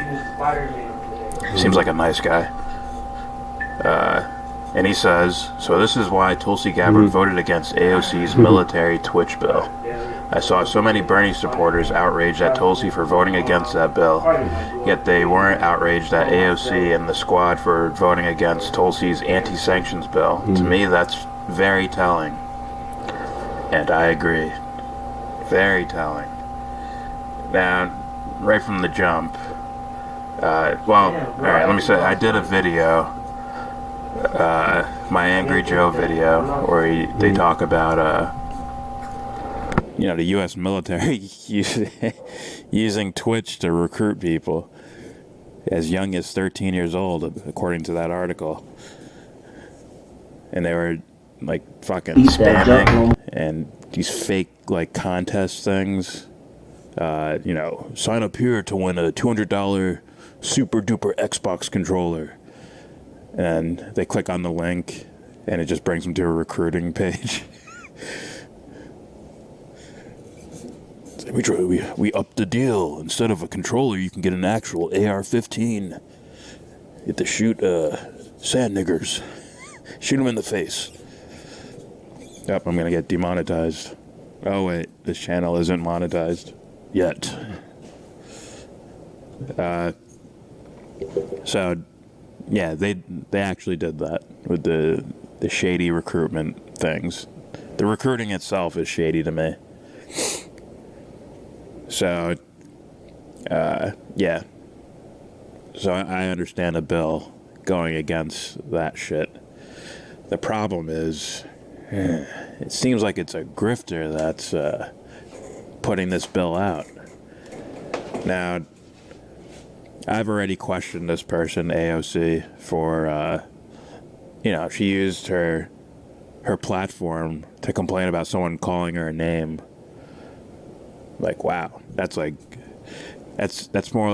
like grifting and seeking attention, because the normies, the dum-dums out there, don't actually pay attention to actual issues. So the only thing I'm not getting, well, there's two things I guess I'm technically not getting. I'm not getting why they didn't really vote for each other's bills. I guess the AOC's was to stop military from grooming and recruiting underage children, and Tulsi's was to stop the sanctions. So I mean, when it comes to AOC and the squad, I kind of expect them to sell out whatever, but but I don't know, maybe there's something in their bill about stopping the military from recruiting kids that was dubious or suspect. And you're using your platform to further ingrain them paying attention to stupid fucking things like name calling. Now, when it comes to this is, I would say, a very important topic. But with her doing it, like in my mind, I'm thinking like, oh, this story about the U.S. Army on Twitch and Call of Duty and all that shit made it to pop culture land. Dude, scones are so bomb, dude. I think I've only had scones like a few times in my life, dude. Like the first time that I ever had scones, went to like my fucking my white juggalo homies. They gave me like my first scones. I'm like, what the fuck is this? So like, it's a scone. You never had a scone? I'm like, hell no, I ain't never had no scone. And they gave me that shit. It was like my whole world fucking. It was just like ascending to heaven. I'm like, this is the most delicious thing I've ever fucking eaten. Like, why are we white people hiding scones? Why are you hiding scones? Yeah.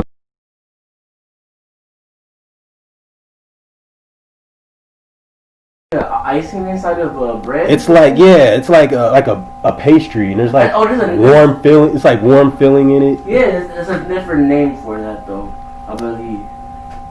Scones are bomb, dude. I have to ask Uncle P, but he knows all about shit like that. He's very smart. Yeah. Maybe one day we'll do a podcast over there in my room. Yeah, that'd be be beach house. Yeah, we'll be eating scones in there too. eating DiGiorno's. DiGiorno's bomb. He loves him some DiGiorno, Uncle P.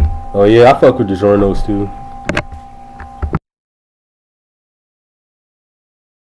They say this shit's better than real microwave pizza. I thought it was bullshit. And then you eat DiGiorno, like, man, this shit, I fucks with this. Better than delivery. Yeah. A lot of young people there.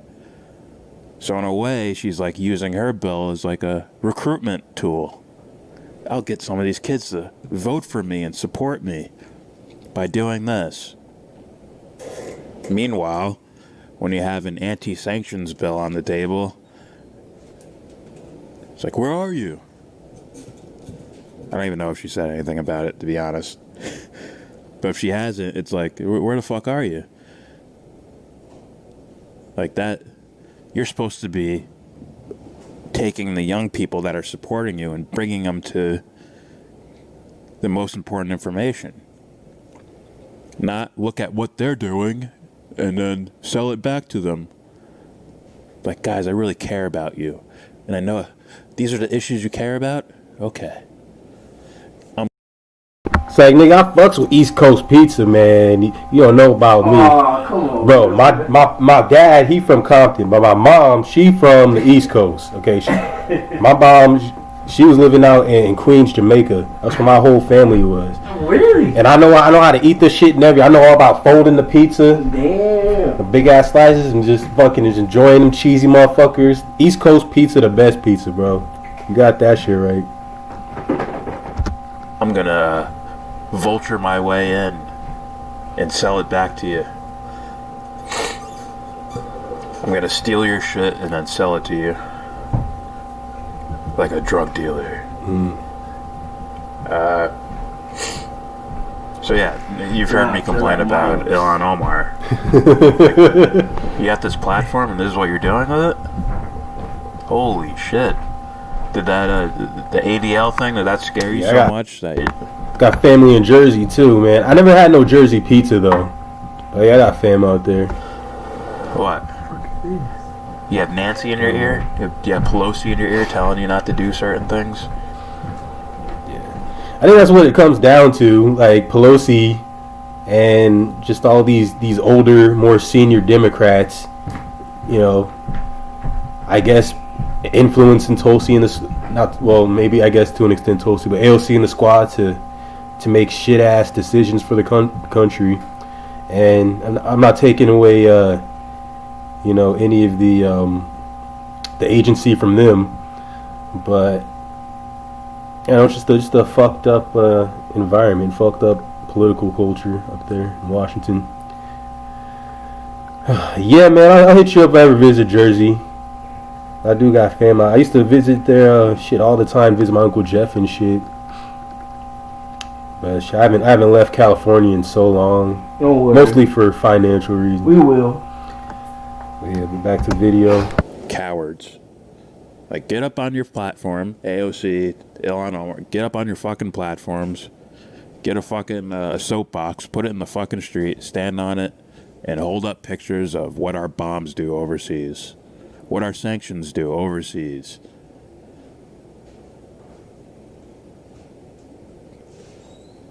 You might get attention for that or something. I don't know. You and your millions of followers and voters and shit.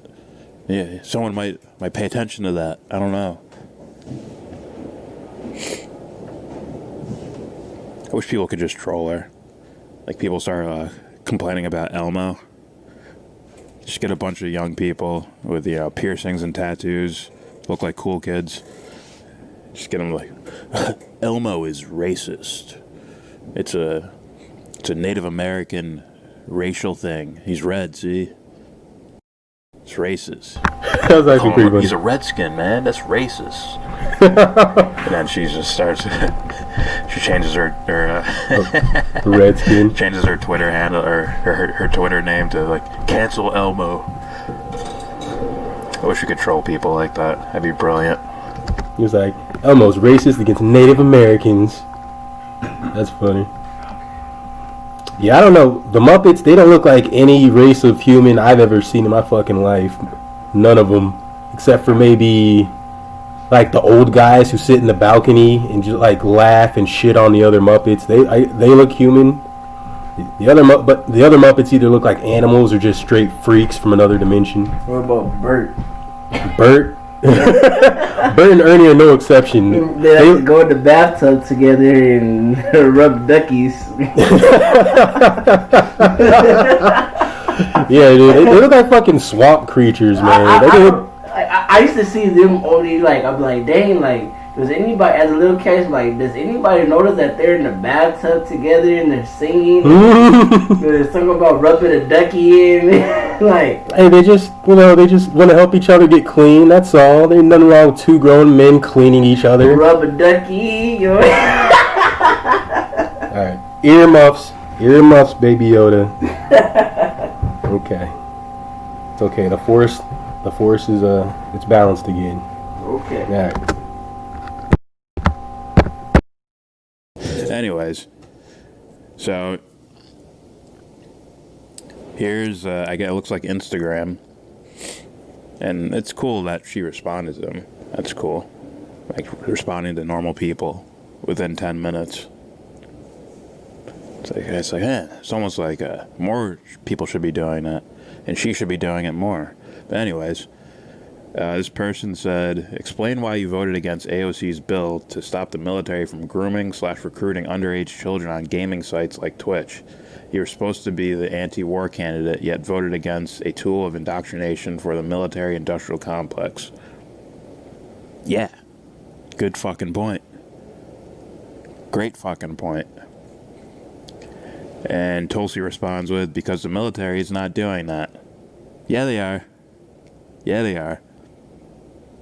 You think pop culture dudes like Angry Joe are going to go out of their way to criticize the U.S. military? There has to be something there. And even if it's... I'll just keep reading. I'll go on more into that. Research the demographics of gamers who use Twitch and esports, playing games like Call of Duty and Grand Theft Auto. Vast majority are adults over the age of 18. I don't care. I don't care.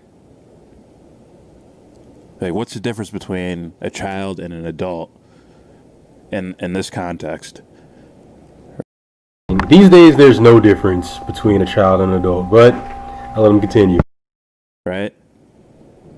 You're trying to get someone to sign up for something that could potentially lead to them killing someone or shooting or attempting to kill someone. And as we already understand, the Q crowd, QAnon, people can be fucking manipulated at any age. We already are. From all ages, all demographics, all over the place. People can be conditioned to do something. But because the law says 18 means adult, holy shit. When are people going to wake up to that? Like, simple ass things. That's very simple to understand. what is it? You're 17. You're like, I'm a child. And 18, like, oh, I understand everything about the world now. It all makes sense. Fuck out of here. Okay, so yeah, Tulsi's response was kind of weak as fuck. I don't really think we should be, playing ads to encourage people to join the military and shit, especially not in video games. That does seem a little irresponsible, but a lot of these games are kind of, the essence of Call of Duty is kind of irresponsible in a way, but I don't judge Call of Duty like that. It's just art to me in games. And a lot of the games that inspired me and encouraged me to join the army were actually anti-war. Like Metal Gear Solid, it was anti-war, but in an ironic kind of way. Like, a badass story about terrorists and nukes and secret agents, but, at the end, they push in the anti-nuke peace shit. But, the story was just so kick-ass and the characters were so cool. When I was 18, I was all Rambo'd out and ready to join the military. I was stupid back then, and my family was completely, my family's mostly military. My dad, he's in the Air Force. My aunt, she was in Air Force. My stepmom is a fucking Fed. So stupid with it. My family's just lousy with like state, military guys. So they weren't trying to stop me. And I probably would have got in, except for I got flat feet, and the timing wasn't really convenient because I'd just been like arrested like the day I went to like enlist and shit. So it was kind of awkward. So I ended up not getting in, which probably was a good thing because instead I got to learn about, how the world really worked and not stay in a matrix or die in a fucking hole somewhere. But I don't think we should be putting ads in fucking games and shit, or even on billboards or any of these places. Encourage people to join. It's just it's immoral and unethical. So I don't care what ages they're going. Granted, they're probably going after younger people, and yes, that's just stupid to fucking say. A lot of the players are adults. You're telling me kids aren't playing Call of Duty and Fortnite and Grand Theft Auto? You fucking kidding me? I played them. Fuck out of here. What do you think the people are complaining about with the fucking roulette gaming? Where there's what do they call, loot boxes and shit?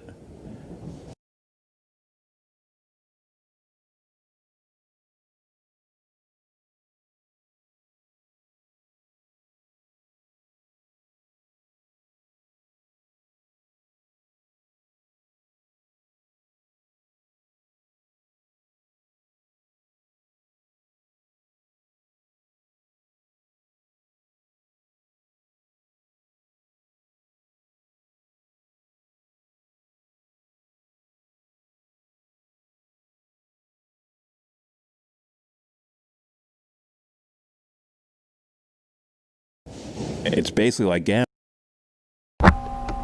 Yeah, sorry I had that muted. But Anthony, I was just reading your shit. You said your cousin joined the Air Force and got kicked out. Yeah, it's the second drug test always does you in,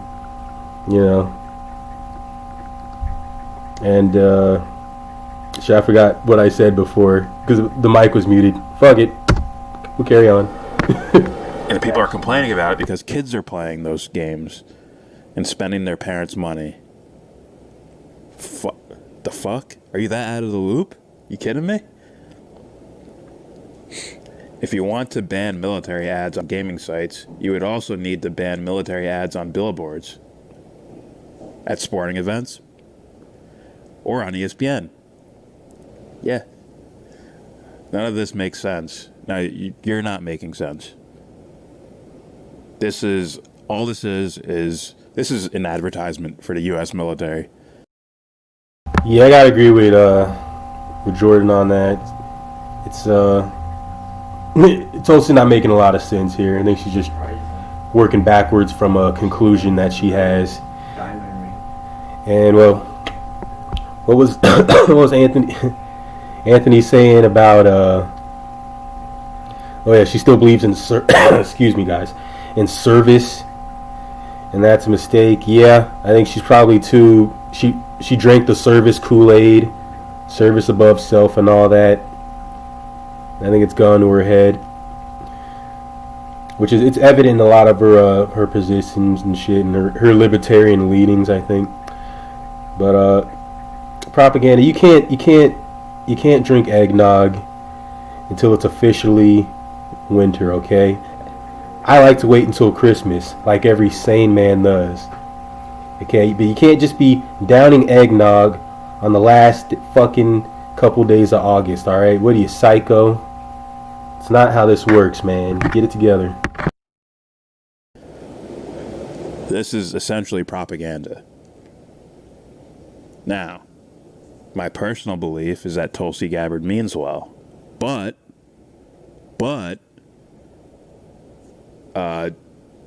clearly you are conditioned or brainwashed or whatever, or could just be corrupt. Like, I'm holding him at the, if someone's like, yeah, we have videotape of Tulsi Gabbard shooting a kid in the face, I'd be like, not surprised. With propaganda, I want a bag full of Snickers and Butterfingers too, alright? But I gotta wait till Halloween like everyone else, alright? So you take your fucking eggnog and you keep that in the freezer until December, motherfucker. Them's the laws of the land of America. And even though you're Canadian, you're still American. So you gotta abide by the laws. I have spoken. Or we have a videotape of Tulsi Gabbard accidentally hitting a kid with a car. And, she's crying and stuff in the video. She's really upset, and she quits her job and quits everything and tries to refigure out life. Not surprised. And I think that's where most people should be. Stick with the I have no idea, and then throw out where you're leaning towards. Don't affirm it. Just say, I lean towards believing this. But I'm not closing the door on these other possibilities. But yeah, this is nonsensical, stupid. This is just bowing to the military. Just like her glowing, loving endorsement of Joe Biden. Right? I bet her reasoning is, I know a lot of vets. I'm in the military. There's a lot of nice people around here. It's like, so? Alright, propaganda. What you're speaking now, what you're typing now, is just blasphemy unto the land. And I won't abide it. I won't abide it. I should make you fools like fucking, what do they call that shit? The moderators? I don't have no idea how, though. So let's see. So? You've already showed that your bosses either are or can be creepers. You've shown that. I've seen her fall back and fade away when Jocko Willink is sitting next to her. Mr. Army Recruiter. With his content, right? Perseverance, struggle. Yeah. What was the shit he did? You get your leg blown off? Good. Use your other leg.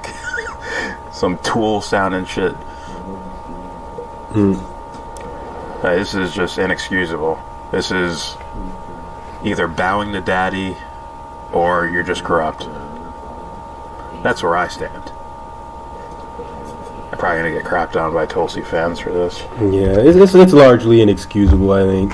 I don't know what happened to Tulsi, but I mean, that's what the system does. It just eats away at these people till there's nothing left.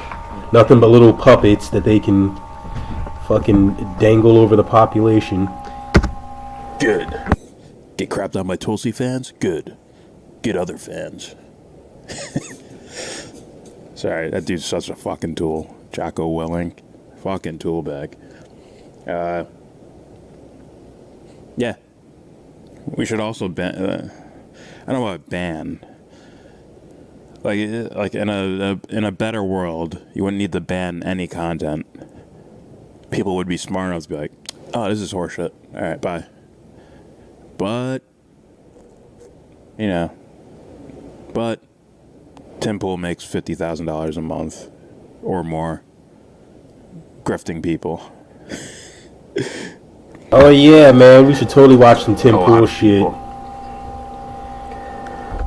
Yeah, Jordan would be real psyched about that, dude.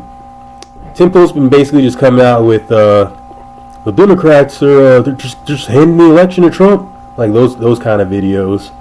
Which I don't know how true or untrue that is. The election seems relatively close to me, but I mean, I guess he could be right.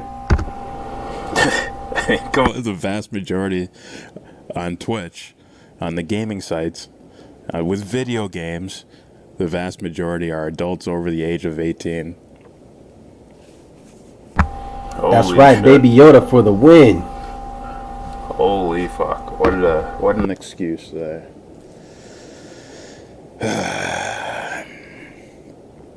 Yeah, that's just a shitty take. So, alright, my end conclusion here. AOC, I think she's a grifter. Tulsi Gabbard, a dipshit. Alright, subscribe if you feel like. Comment, agree, disagree, tell me what you think. What was going on in Tulsi's mind to where she put that dog shit out? Alright, let's try to... As a Tulsi supporter, I technically voted for her. I'm not as proud of it right now as I was the day I did it, but I did it. Fuck you. Can't change it. But I'm gonna try to put my head in Tulsi's head and see what the fuck she was thinking when she wrote this nonsense. Let me see. She's probably thinking, fuck it, I'm a nihilist now. Life is meaningless. I'll just pretend to be a Hindu and just do the bidding of my masters and make money and die rich. A little nihilistic, but I mean it checks out from the thing I'm reading right now. All right. I mean, I'm glad she responded to someone, even in short time too, like 10 minutes after. I'm good. You're talking. That's good. You're talking to people.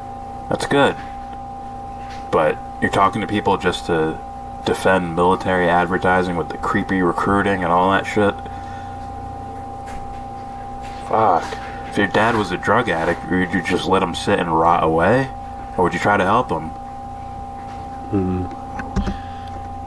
Yeah, I think Tim Pool is a con artist, man. And the weird thing about it is he looks exactly like a sleazy ass con artist, but he's so like just good at his craft and so masterful at it that people just look past his sleaziness and his baldness and all that weird shit, and there's, oh yeah, man, Tim's just preaching the truth. He just wants America to be great. But yeah, doesn't he look like a scumbag that would just sell you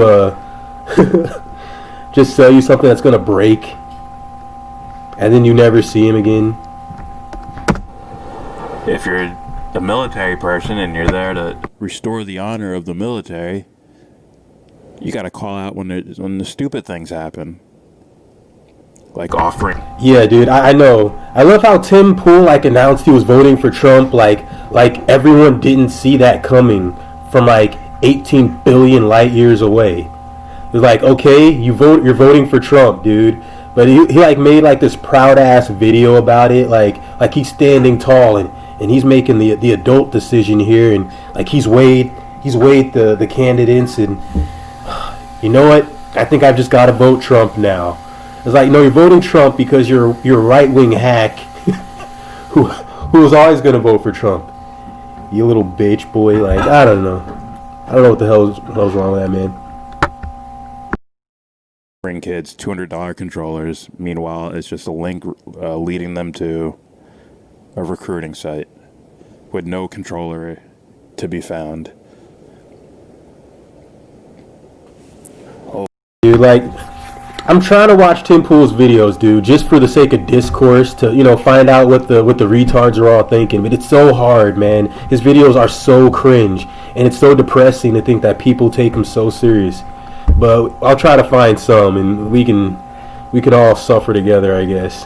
Holy shit. Yeah, so tell me what you think. Don't forget to donate Devin's Journey to Recovery GoFundMe link in the description box. And with all that said, give this video a thumbs down. Say you wanna get in. Yeah, hold on, rock out.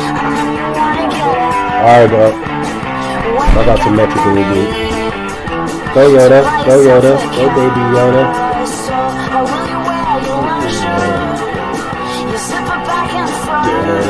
Alright, Yoda. He's only got this move. He's a baby. He's still learning how to dance. Don't worry. Don't let them judge you.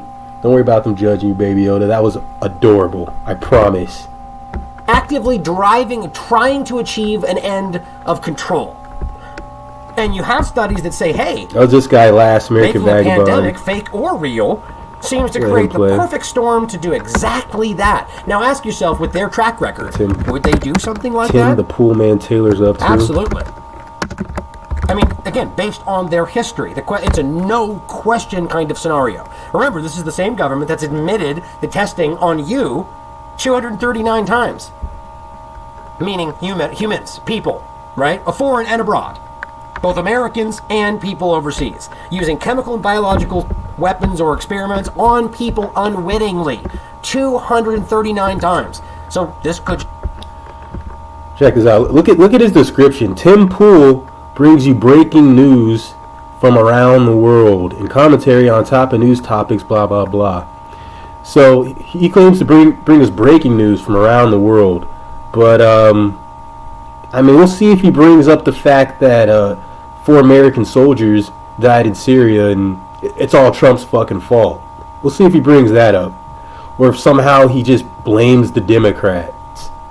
Like, goddamn Obama, if he had never invaded Syria, those 4 soldiers would still be alive. So I don't know, we'll see. Republicans crush Democrats in ratings. Trump black support skyrockets. Trump re-election. Is that right? Is that what's going on? Tim Pool? Okay. Today we have a lot of really great news for Donald Trump, suggesting that he may be on track for a massive 2020 re-election victory. Do you hear that? You hear that, baby Yoda? Got some great news. Donald Trump's on set to be president another 4 years. Yeah! Hip hip hooray! Hip hip hooray! Yeah! Oh man. Sweet. First, the political conventions are over, and the Republicans crushed the Democrats by about 25 million total viewers, and Trump raised $76 million during the Republican National Convention. Shortly after, it was announced that the Iron Range, a Democrat stronghold, several cities have come out and endorsed Donald Trump for his re-election campaign. And during the political conventions, Hill Harris X ran a survey of black voters and found 24% approve of Donald Trump's job as president. Hey, you know what else black voters did? They voted for Joe Biden over Bernie Sanders in the primary. So, yeah, that doesn't really surprise me that a quarter of them aren't too fucking aren't too hip or fast. But I don't know. Does that mean he's gonna retake the White House? He could. I mean, I'm certainly not excited for Biden, and my hatred for Trump, it's pretty strong. But I think I have a stronger hatred for the people who like Trump and the people who love him. Well, so yeah, this whole election's a clusterfuck. Now, the reason this is so good for Trump is that the poll was conducted during the convention, and it was before his final acceptance speech. So not only did they score massive ratings, but it stands to reason that if they conducted a poll now, Trump's approval rating among black voters would probably be higher, at the very least. And this has been tracking consistently throughout the year, with polls such as Rasmussen and Emerson showing that Donald Trump's support among black voters is fairly high, between 20 and 30%. Yeah, I'm not sure I trust these. I'm not sure I trust the procedure for these polls taken. 25% of black people. That seems a little high. Seems a little suspect, but whatever Tim cast, whatever pimping, just. This should scare Democrats. It's long been said that if a Republican gets 20% of the black vote, they will win. And it's starting to look like Donald Trump has certainly earned that already, especially, like I said, with these ratings. But of course, the Democrats are calling for mail-in voting, which is interesting. I have to wonder why this is, right? Dr. Birx and Fauci have both said we can vote in person. And we've seen already from Politico and the Washington Post that mail-in voting hurts minority communities and first-time voters. And then you start to put these pieces together and think maybe the reason the Democrats are trying to push for mail-in voting when the doctors say it's safe to vote in person is because it's going to hurt the black community vote. It's going to disenfranchise people. Now, I can't speculate, but I can say Joe Biden has said that that Donald Trump will be removed from office by the military. But military officials are saying never going to happen. They will not intervene in a dispute. So I have to wonder, with all of this really good news for Donald Trump, is the reason Democrats are pushing for mail-in voting because they want to delegitimize his election victory, which seems to be a given at this point. I don't know, but I will say. A given? His re-election is a given? All right, we're being a little hyperbolic, Tim. The man's pretty fucking hated by a lot of people, and this isn't just like, oh, CNN told me that Trump's numbers were going down and that America hates him. Like, no, dude, I can name like 20 people I know, and I could probably meet 20 strangers today that hate Trump and probably aren't gonna vote for him under any circumstance. But I mean, granted, I live in California, but honestly, I think the sentiment's not incredibly that diverse across the country. I know he's definitely got some support there, and I don't see people coming out in droves for Biden. So I think we're gonna have a similar, if anything, we'll have a similar situation to 2016, where Trump's victory is going to be due to Hillary's unpopularity, not his popularity. Okay, I think people are going to be coming out and supporting Trump in fucking droves. He's been doing a shit job. He hasn't really kept any of his promises. He's pretended to and made half-assed attempts to, and pretty much epic failed if you're really paying attention to a forgiving mind like Tim cast. Maybe he thinks he's kept his promises, but he hasn't ended the wars. He hasn't really done much of anything. He hasn't ended the wars, dude. This whole fiasco with all these protests and rioting, he's handled that like shit. He's handled COVID like shit.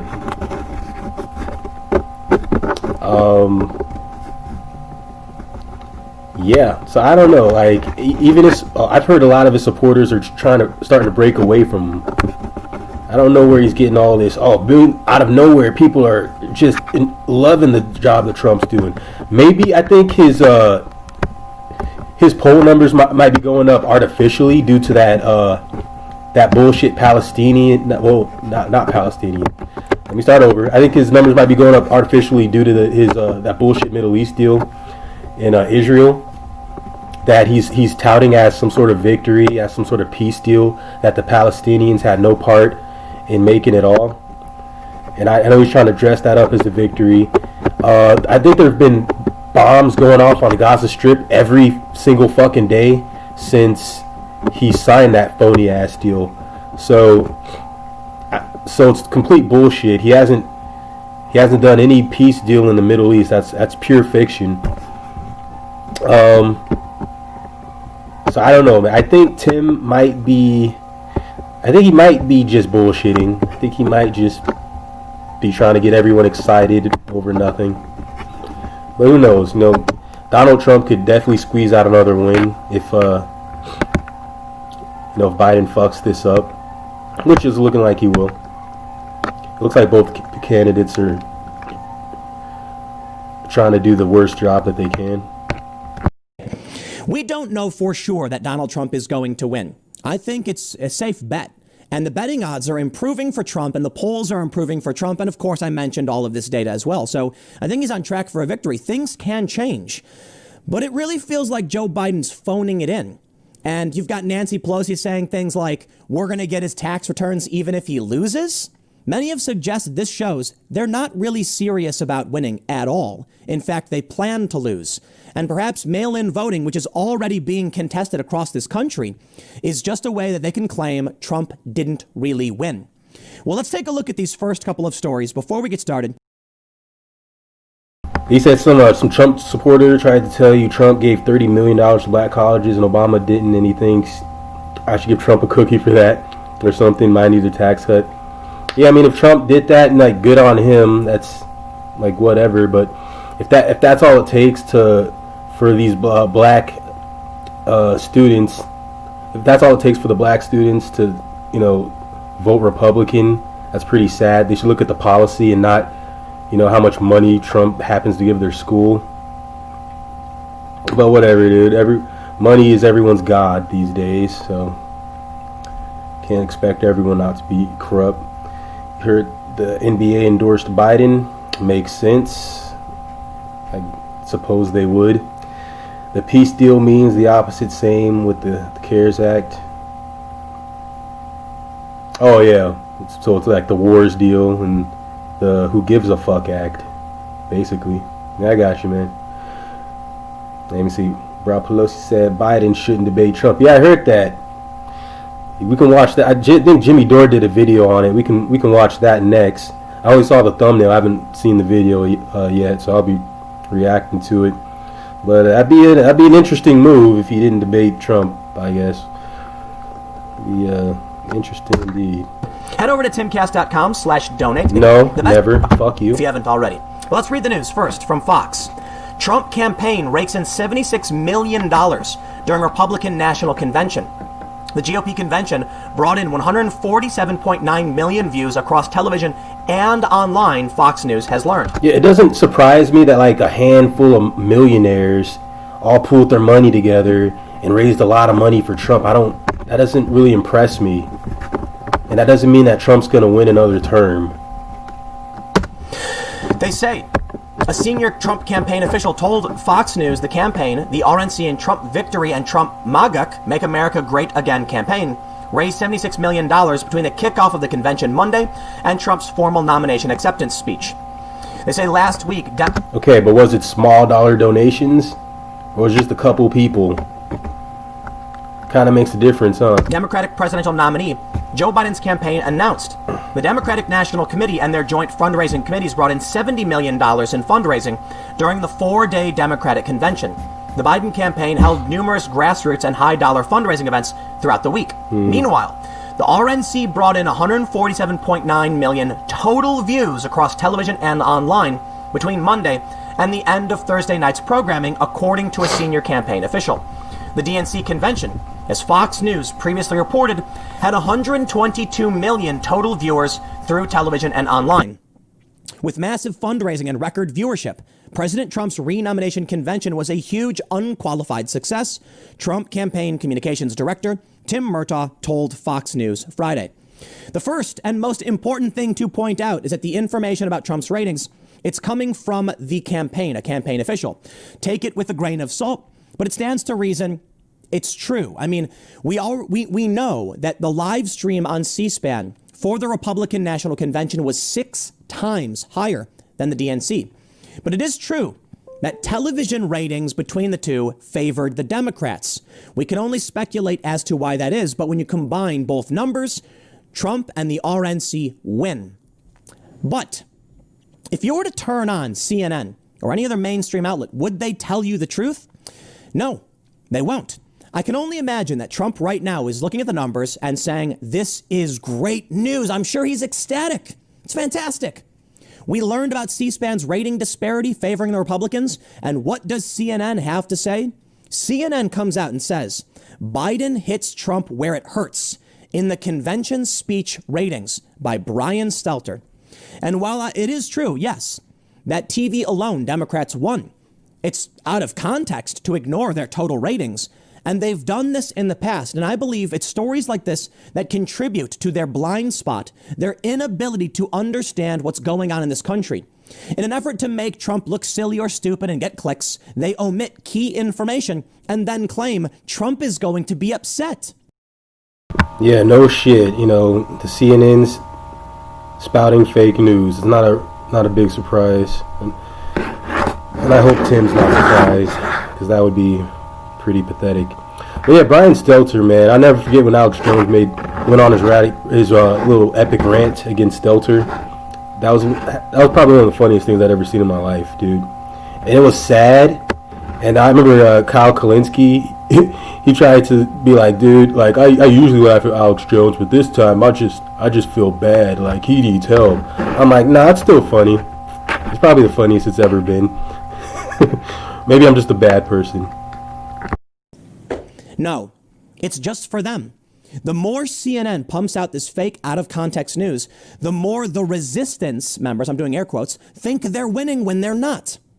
CNN says, President Trump's Thursday night convention speech making the case for his re-election was lower rated than his challenger Joe Biden's speech 1 week ago, according to overnight Nielsen ratings. He says the gap between Biden and Trump was wider earlier in the day, when fewer networks were counted in the total. Nielsen released its final audience estimate late on Friday afternoon, bringing Trump within 1 million viewers. Still, Biden clearly edged out Trump. The Democratic convention was also higher rated than the Republican convention overall, when the audience for all 4 days is tallied up. Here's some important context here. When you watch the RNC, you have these commentators from these networks lying relentlessly. I know, because I turned on PBS and had to turn it off and put on C-SPAN. No wonder C-SPAN's ratings were 6 times that of the DNC. But the DNC wasn't getting this live fact checking.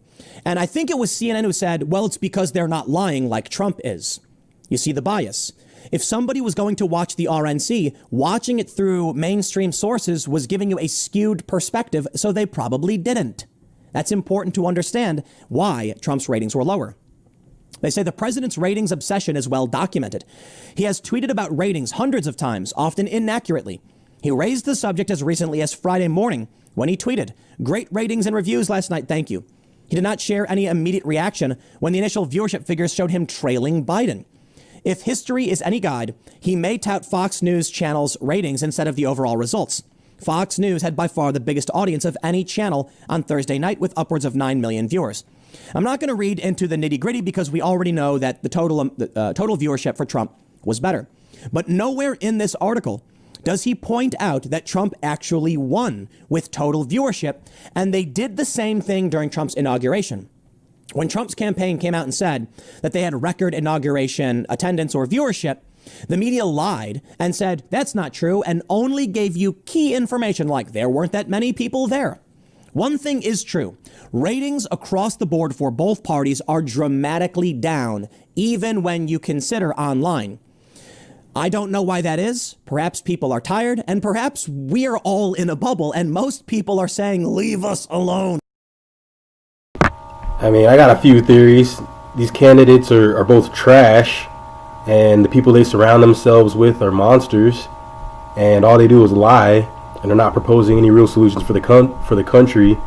And most sane thinking, seeing people can understand that. Even the dumbest of us kind of know that these politicians are only in it for themselves. I know I didn't watch any of those fucking conventions.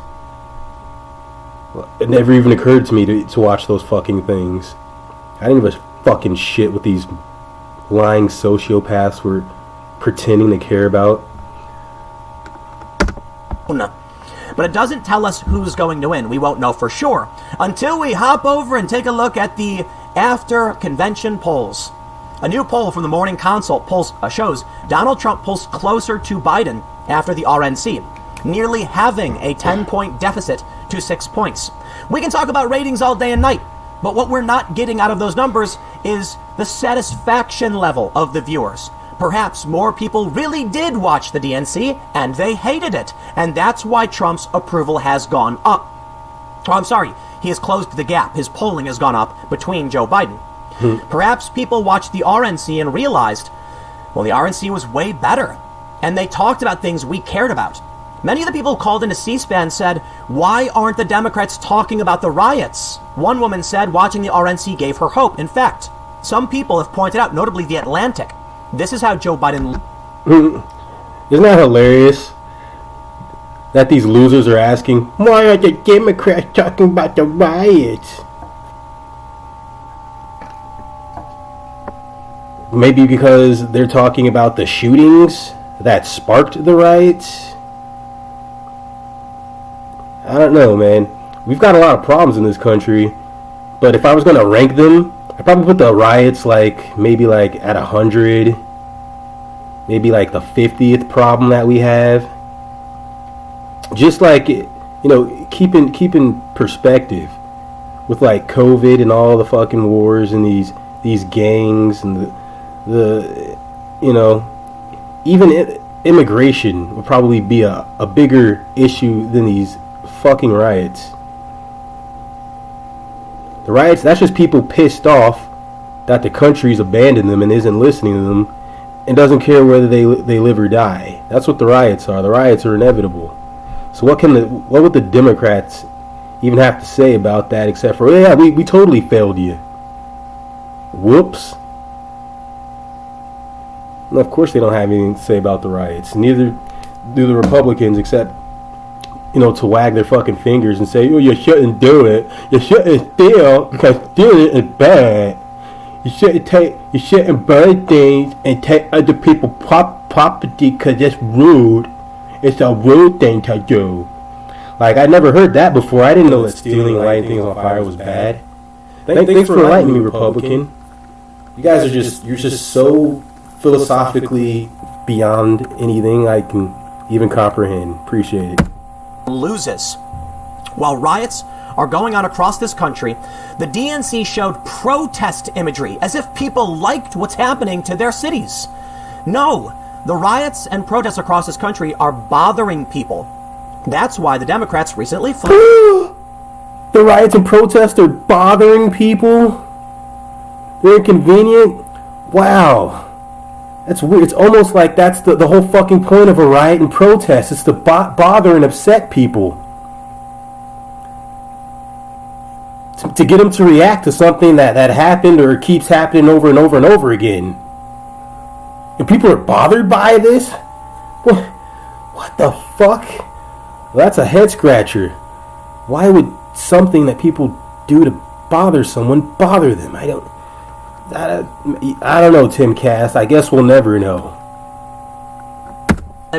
And started talking about law and order.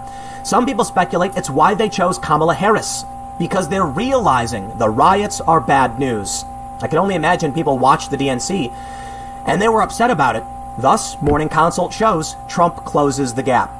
But it does get more and more interesting. Yeah, the riots are bad news, but they're more of a bad fucking sign. The shootings of the unarmed black men, the systematic locking up and jailing of just troves of people, it spanned different races. If we're keeping it honest, that's the bad news. The riots, that's more of like just a bad sign of more bad news to come. Spoiler alert, Tim Cass. The Iron Range, a Democrat stronghold in Minnesota. You may have seen this story. I talked about it last night on the IRL podcast, so I'll just cover it briefly. This is one of the most democratic places ever. It is like Union City. It is all union laborers. And 6 mayors have come out saying straight up, today we write to formally endorse President Donald J. Trump and Vice President Mike Pence for 4 more years. They mentioned for decades they voted Democrat. They just flipped Republican. We haven't seen this in decades. I think we might be headed to a UK-like landslide. In the UK last December, it was a victory not seen in 90 or 100 years, where places that were voting left for 9 decades all of a sudden switched and voted conservative. We may be heading in that direction, and I got more evidence to suggest that may be the case. Yeah, probably we probably have immigration and the lack of handling on that to blame for the UK's progressive losses, which is really just the West's fault in general. I know the right wing hates hearing it, but I mean, when you bomb a bunch of people out of their country, where do you think they're gonna go? Okay, but they just want the welfare. They just welfare leeches. No, I think they're not getting shot through the head leeches. The Hill reports Trump approval rises among... Say they switched because labor betrayed them? Yeah, man, I think I did hear something about that, dude. I'm not too up on the UK politics. I know Gordon Dimmick covered that shit a lot, and I think even Jamal tried to break it down a little bit. I was a little slow on the uptake. But, I mean, just keep trying, progressives in the UK. At least you guys have single-payer health care. We are left to die over here. Black and Hispanic voters amid convention. But this is amid the convention. Check this out. This is from just the other day. President Trump's support among black voters rose 9 percentage points amid the Republican National Convention, a new Hill-Harris X poll finds. 24% of registered black voters in the August 22nd to 25th survey, which included the first 2 days of the convention, said they approve of the job Trump is doing as president, while 76% said they disapprove. That is up 9 points from the previous survey conducted August 8th through 11th, where the president received 15% support among this group. The survey found that among Hispanic voters, Trump also grew by 2 points, from 30 to 32%. 44% of overall registered voters in the survey approved of Trump's job as president. Okay. So with the Hispanic growth,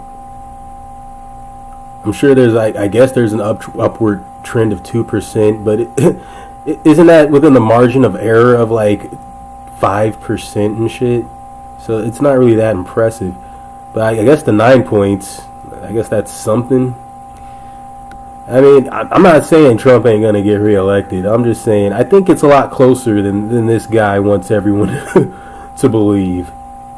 So we'll see. I'm not wild about either of these candidates. And yeah, they switched because Labour betrayed them over Brexit.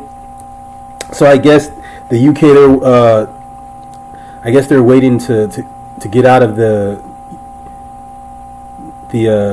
was it the European Union or the United Kingdom? I think they're trying to get out the United Kingdom, Britain. And I guess it was taking too long, I heard. So, I don't know. I just know it was Jeremy Corbyn versus some other guy. But, you don't want to hear me ramble about things I think I know. 1 percentage point dip from the last poll. 82% of Republican voters approve of Trump, a 1 point increase. 87% of Democrat voters disapprove, with 64% along with 64% of independent voters. Now that is bad news in this poll.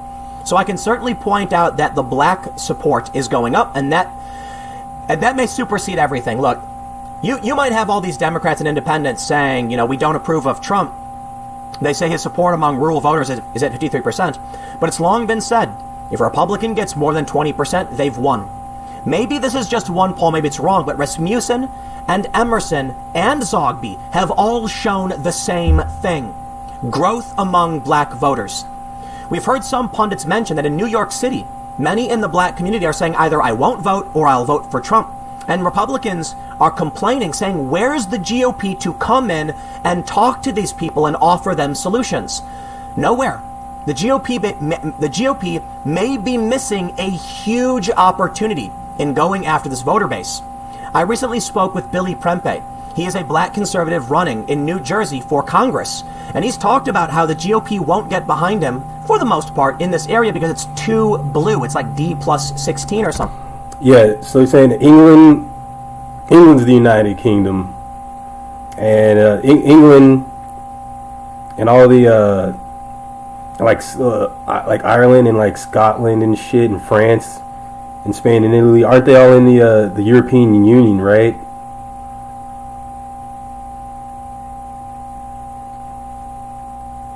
or was it just Britain trying to get out of the United Kingdom? So I don't know, man. Brexit was it was pretty complex to me personally, and kind of just it was too many people removed from my sphere of life. So I was like, okay, well, just good luck, England, with whatever's going on. Something. Cheers, mate. And they think it's just too expensive and they can't win. But Billy had a good, he's got a good head on his shoulders. His argument is, we got to just do the work here. Otherwise, you'll never take back these urban centers. So by running, he's showing it's possible to at least chip away at the block to slowly, build out that sculpture. Take a look at this, though. An interesting argument from Nate Silver. He's arguing that Joe Biden is in fact the silent majority. Maybe that's true. I don't know if it's necessarily what we think of when we think of the silent majority, but I want to talk about Biden's campaigning and how I think it's not going to be good enough. Nate Silver says, it seems to me that if Biden is at 51% of the polls, but his supporters aren't super vocal and don't have a ton of yard signs out there and stuff, then Biden voters could make a good... Okay, got it. Britain, it's to leave the European Union equals Brexit. So Britain's trying to get out the European Union. Yeah, I got it. I thought like the United Kingdom was like involved or some shit, but I guess in a roundabout way, I guess it is.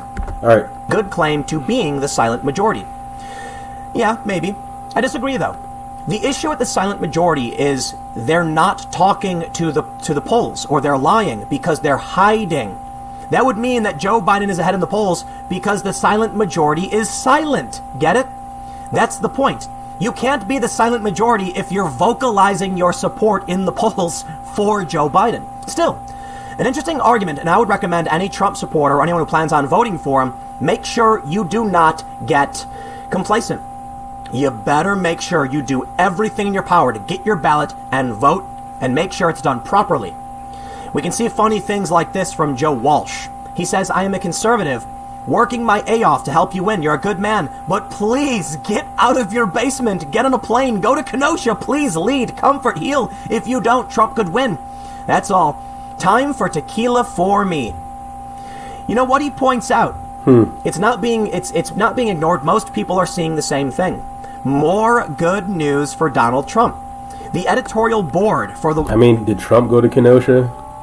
Not that it matters. I don't think his supporters really care, but I'm just curious. For the New York Post says, 2020 campaigns go into high gear, except for Biden, who will apparently be resting.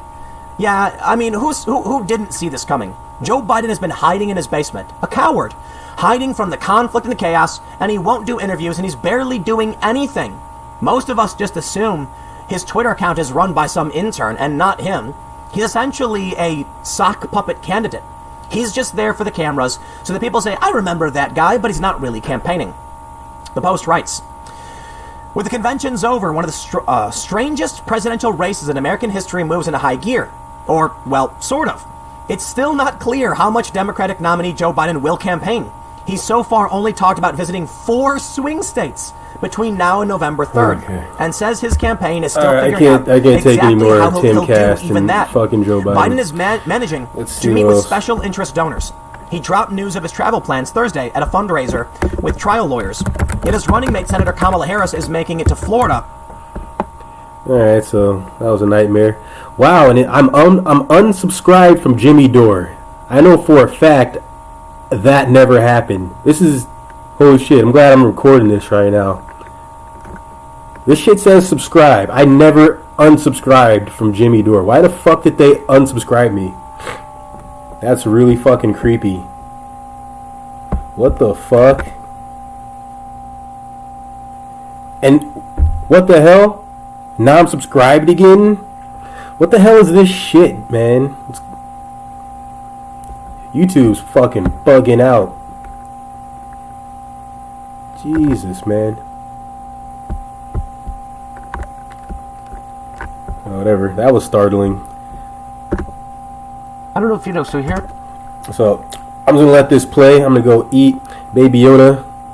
Can keep him comfy. Don't pick up my pins. Don't fuck up my picture, alright?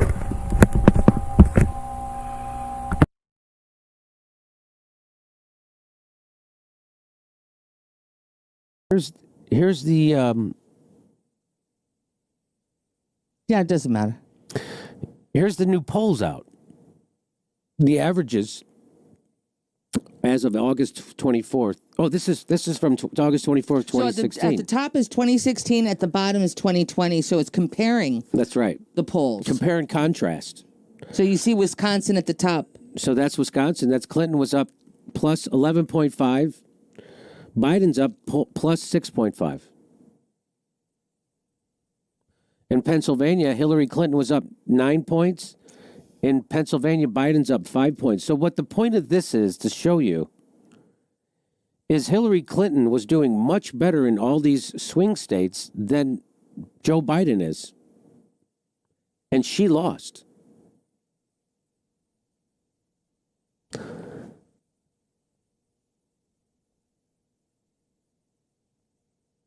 So, here, CBS News, YouGov poll, post-DNC among independents, Trump 47, Biden 37.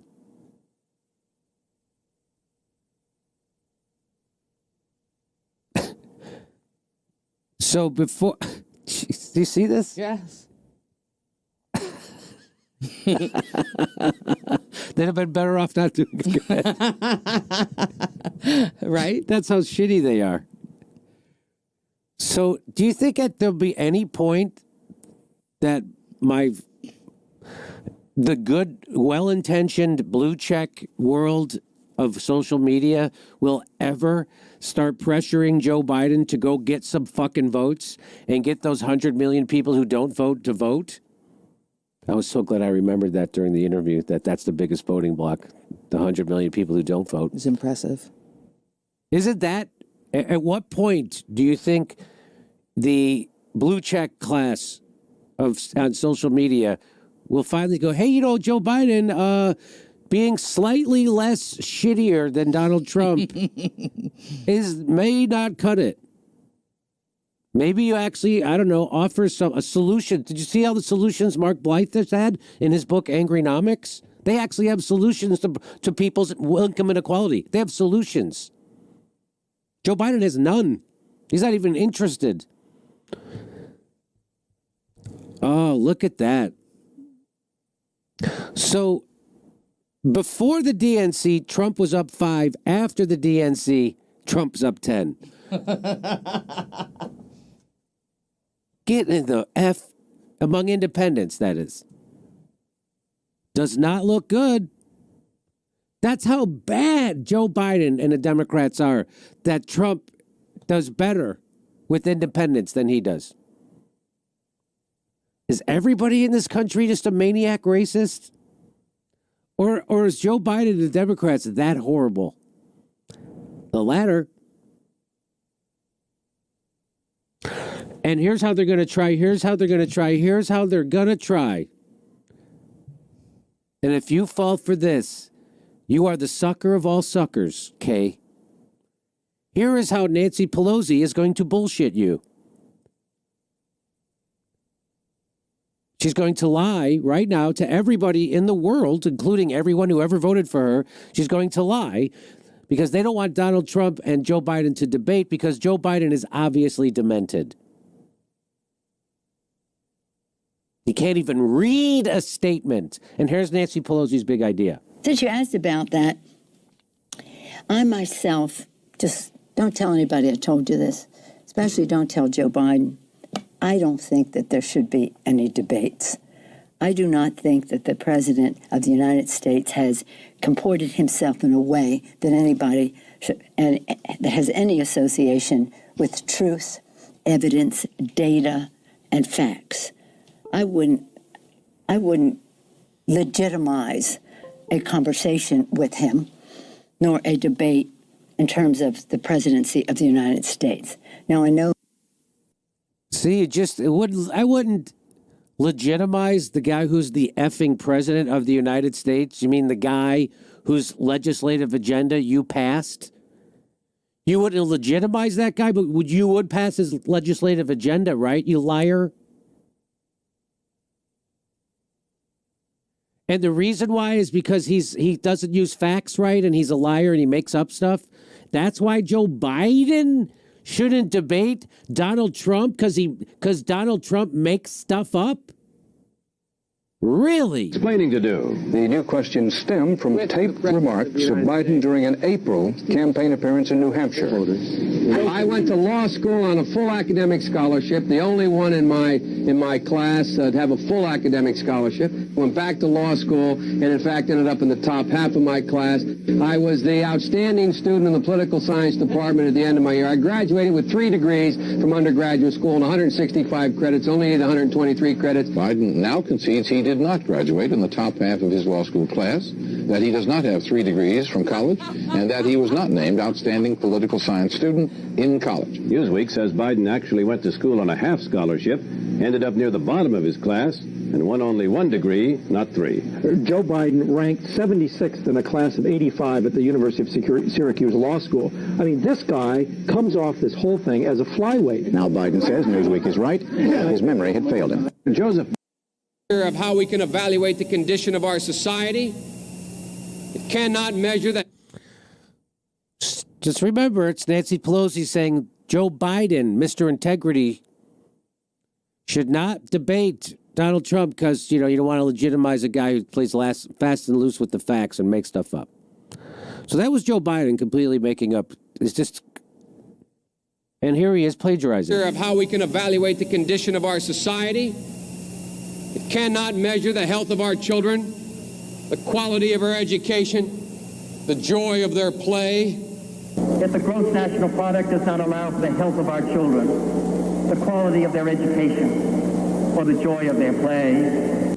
And I started thinking as I was coming over here, why is it that Joe Biden is the first in his family ever to go to a university? Why am I the first Kinnock in 1,000 generations to be able to get to university? Why is it that my wife, who's sitting out there in the audience, is the first in her family to ever go to college? Why is Glenys the first woman in her family in 1,000 generations to be able to get to university? No, it's not because they weren't as smart. It's not because they didn't work as hard. It's because they didn't have a platform upon which to stand. Does anybody really think that they didn't get what we had because they didn't have the talent or the strength or the endurance or the commitment? Of course not. It was because there was no platform upon which they could stand. So let me hear why Nancy Pelosi says she shouldn't be a debate. Since you asked about that, I myself, just don't tell anybody I told you this, especially don't tell Joe Biden. I don't think that there should be any debates. I do not think that the President of the United States has comported himself in a way that anybody should, and that has any association with truth, evidence, data, and facts. I wouldn't legitimize a conversation with him, nor a debate in terms of the presidency of the United States. Now, I know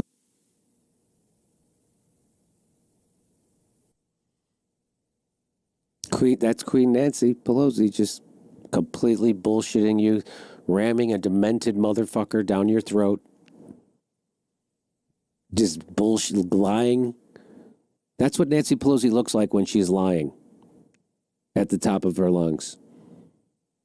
That's what she looks like. When she's bullshitting you, that's what she looks like. She tries to be extra folksy. Don't tell anybody I'm saying this. Don't tell anybody I'm saying this at a press conference. Please don't do that. It's such. She's trying to be clever, right? That's her being clever. This is just between us. Don't tell anybody. Especially don't tell Joe Biden. That's how they figured out. Hey, whatever you think about anything, the fact that the establishment in the press, our political establishment, our elected leaders are all conspiring to bullshit you and ram a demented, warmongering tool of Wall Street as your leader. And you know who's next in line? Someone who didn't get a delegate. Someone who couldn't get a vote. That's your next leader. But we all know who our real leader is, don't we? It's her donors. That's why she's the leader.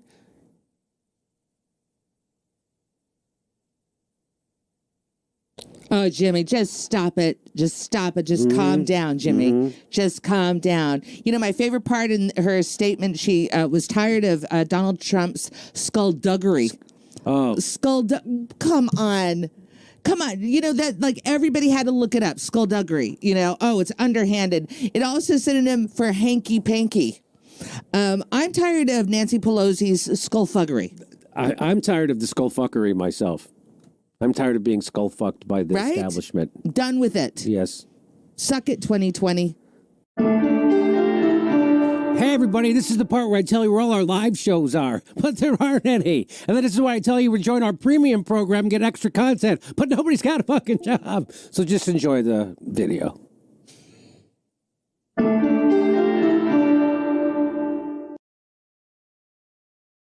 All right. Sorry about that, guys. I had to get something to eat. Hope Baby Yoda didn't flash you his nipples or anything crazy like that. Are you a good boy, Baby Yoda? I don't know if you know, so...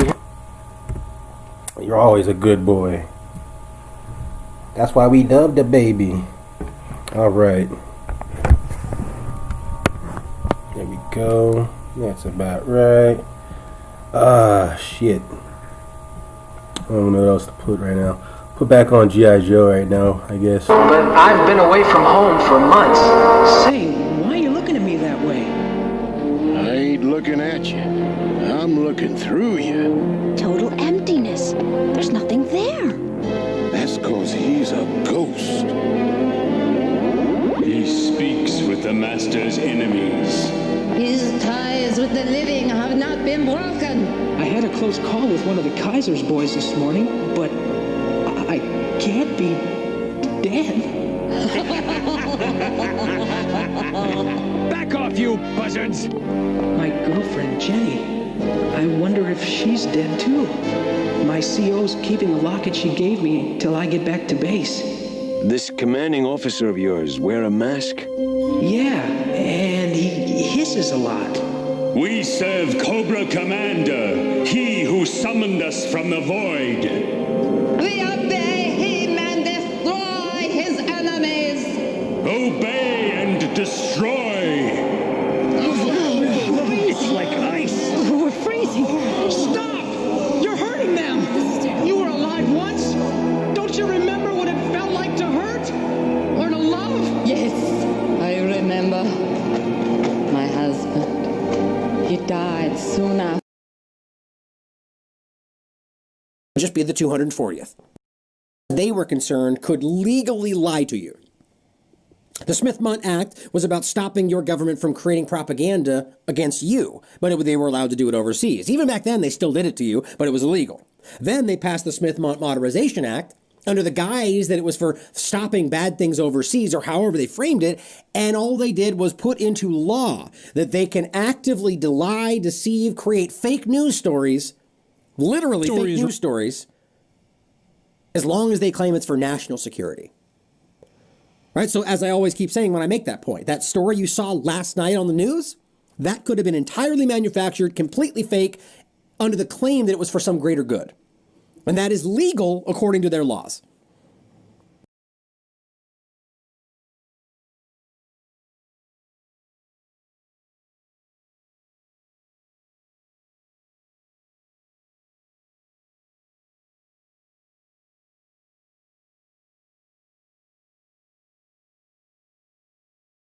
This story is really something.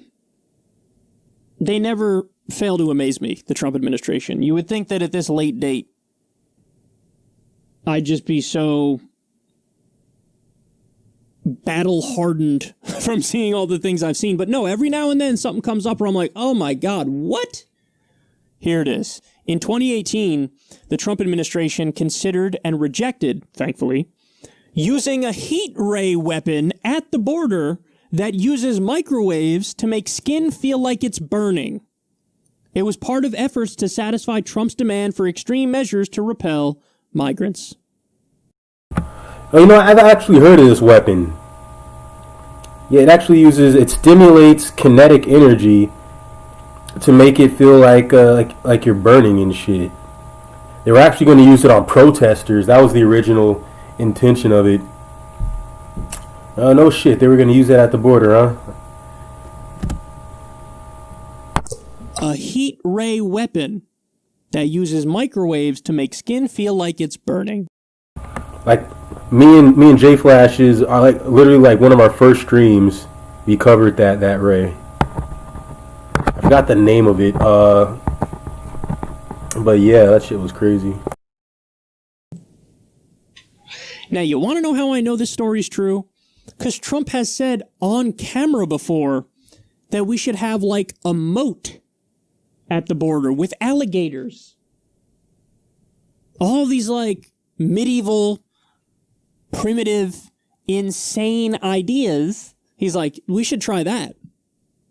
And then he always said about the border wall too, we need a border wall that's see-through so I could see what's happening on the other side. That would be very nice. Thank you very much. He actually did kind of, wherever they have built border wall, it actually is see-through. It's, you know, it's kind of like you can see in between it. But anyway, and so I read this, I'm like, oh my God, that sounds exactly like something Trump would be in favor of.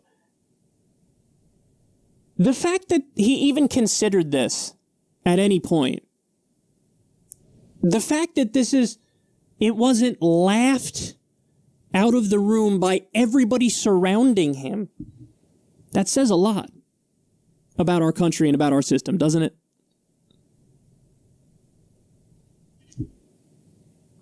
You would think that when the topic is immigration, that like the root of the problem would be where all the focus is. Because the root of the problem is what? Is the drug war and extreme poverty south of the border. And so if you wanted to address the root causes, you would aid in helping these respective countries create more stable, peaceful environments. If you were to legalize, tax, and regulate drugs, you'd put the cartels out of business, which means you would no longer have narco states in control of things south of the border. That alone would be a massive help to stop increasing numbers of immigration that they say they're against. So why would that not be the path for Republicans? Instead, what they want to do is keep doing the drug war, keep destroying these countries. By the way, how many times have we done regime change in South America in various countries? But do it all the time. We're trying to do it in Venezuela now. So, you know, you would think that you stop overthrowing their governments, you stop doing terrible trade deals, which creates a race to the bottom, which increases poverty. You stop the drug war.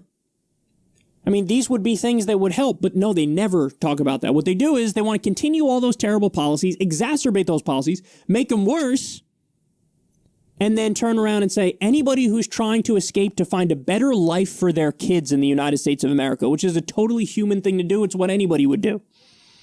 Anybody who's doing that, they're the enemy. Build a wall, have a moat, maybe some alligators. And if you want us to use our laser gun, our heat ray weapon that makes it feel like your skin is burning off, that's what we're going to do.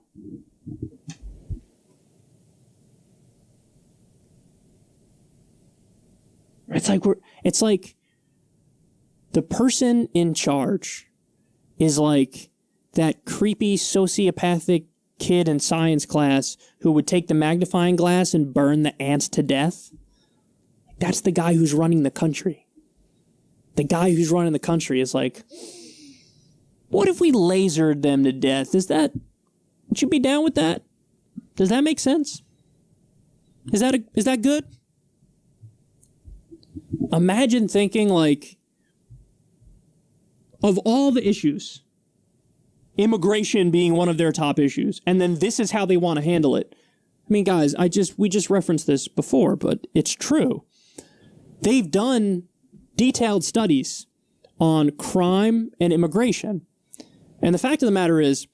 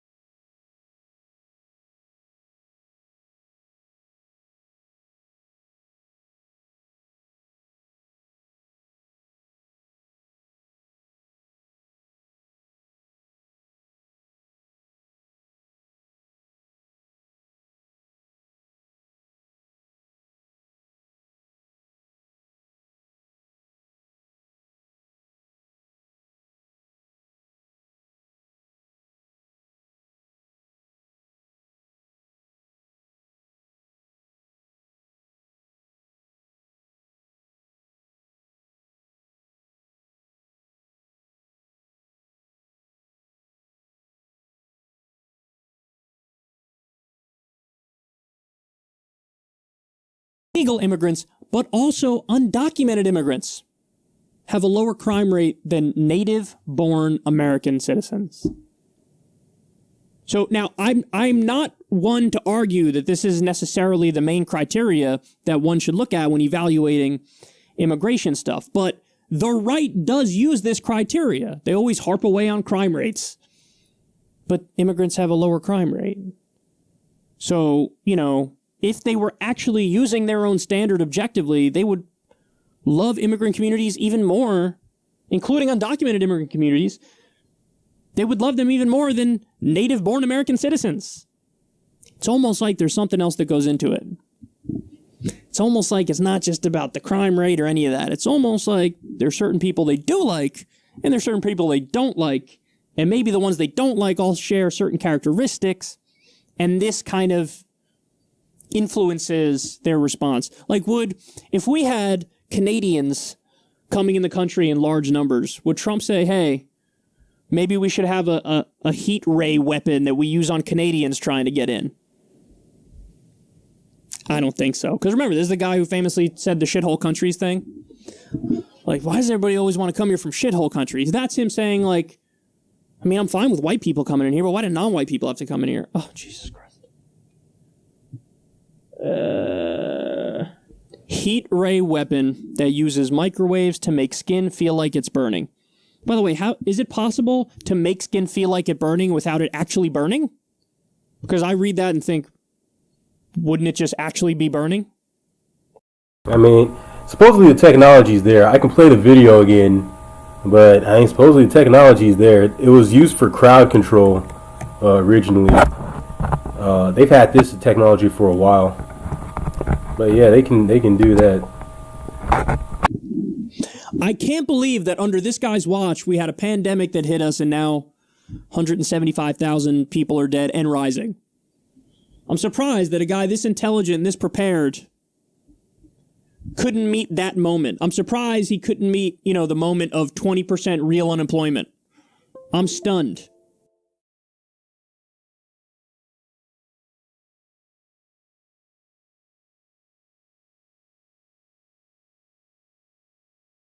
This is Richard Wolff from Democracy at Work, responding to another Ask Prof. Wolf question that comes in from our Patreon community.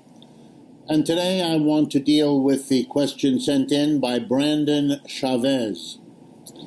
Brandon asks about Venezuela and the relationship of Venezuela to the issue of socialism and its consequences.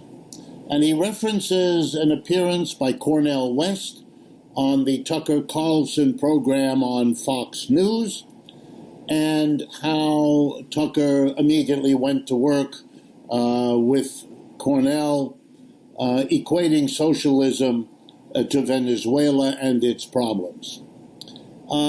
This is a cheap shot. This is the kind of thing for which Fox News is famous. Their job is to diminish and demean socialism, so they associate it with everything negative they can think of. It's got all the subtlety of a 10-ton truck. And Cornell was very wise in skirting around it and getting to other issues. Brandon, however, wants us to focus in on this notion that socialism is somehow equatable with or defined by or exemplified by Venezuela. Okay, so let me deal with that. First, there are many countries in the world that refer to themselves, or at least have large numbers of people referring to them as socialist. And unless we all have some definition of socialism that rules all those folks out, then we would have to take them at their own estimation, that they live in socialist societies, rather than deal honestly with what they think.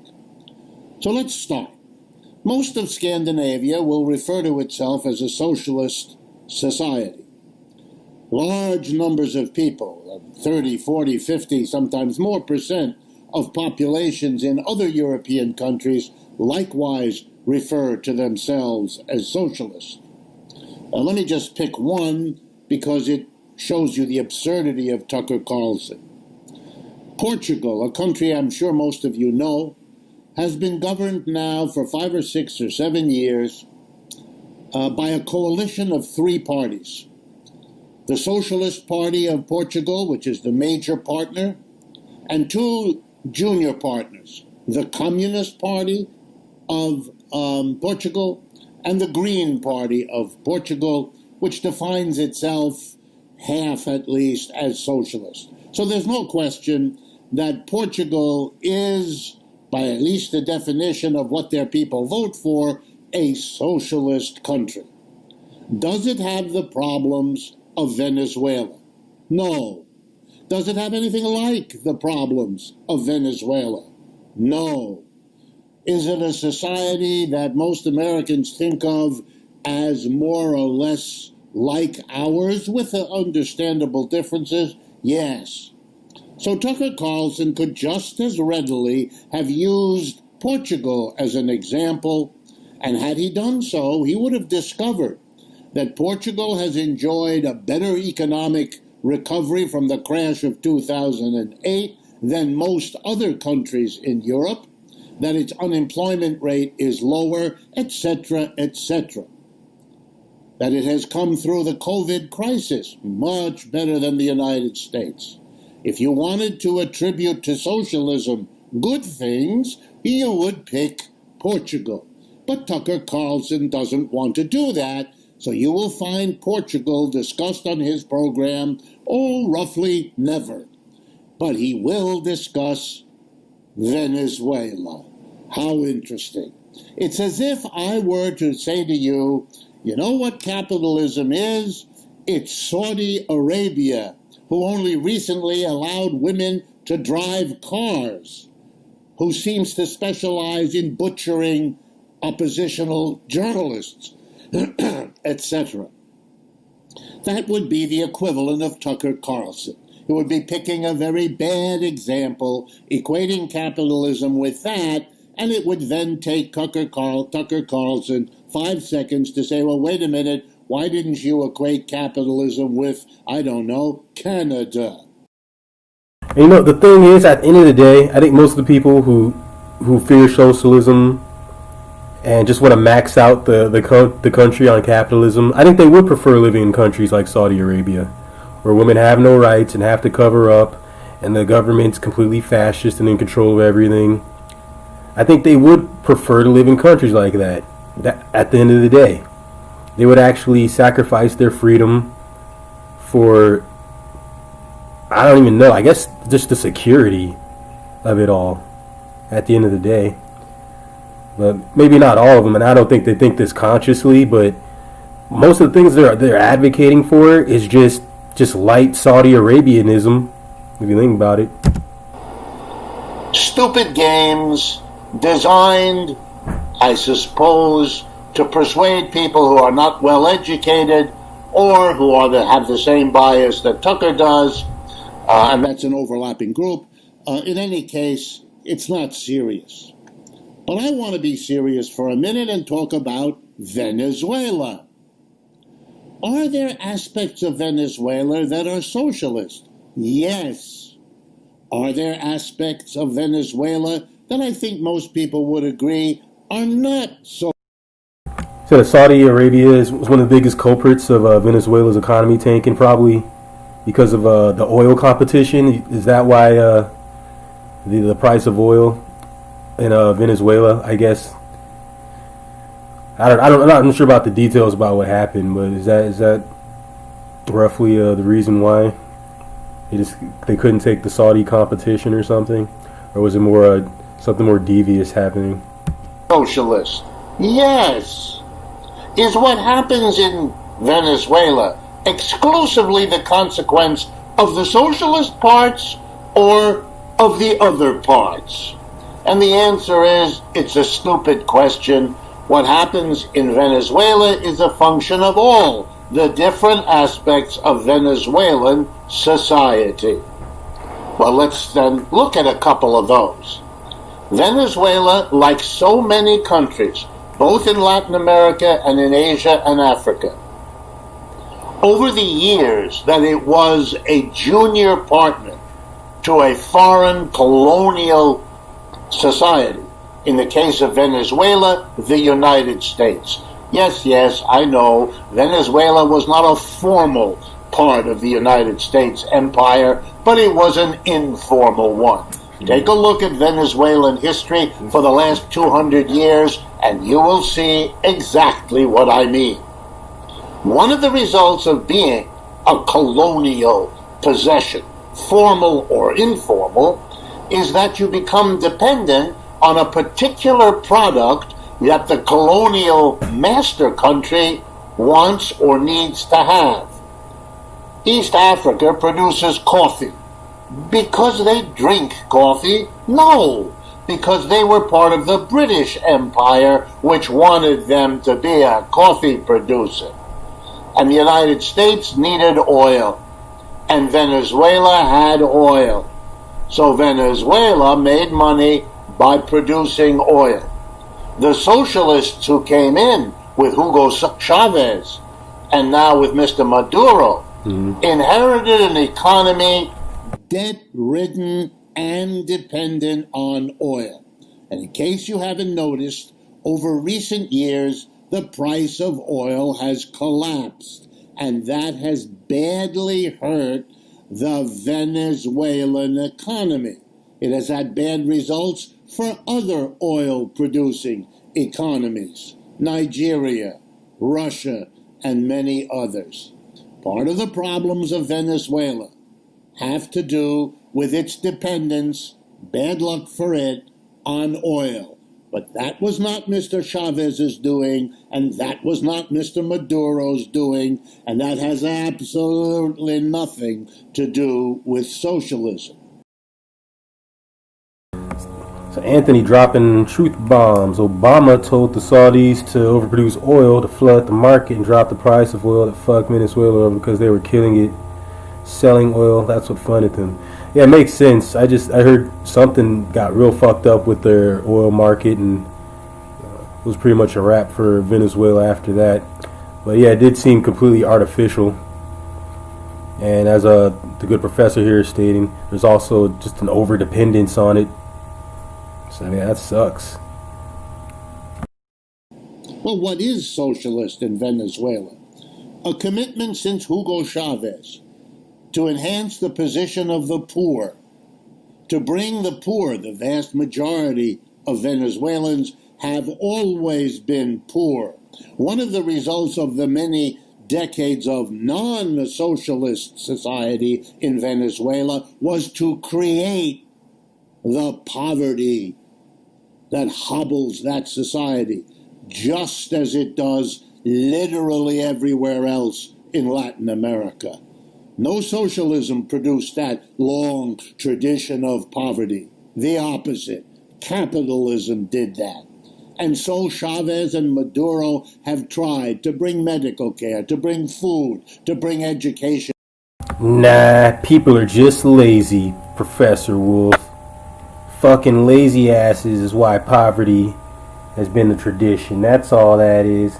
People just pick themselves up by their bootstraps and pray to Jesus. We'd be okay. But they took God out of schools, and that's why we're all going to hell. To the mass of people. Have they done that in a perfect way? Of course not.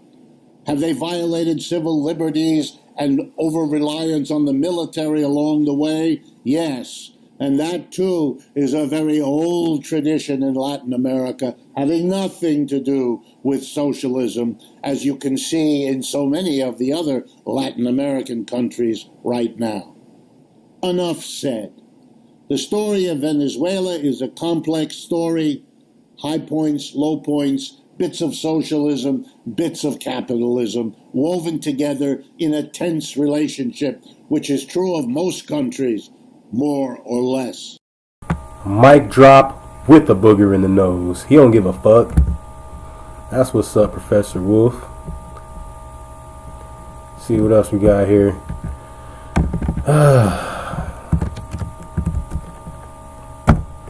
Running out of videos here. What's a good one?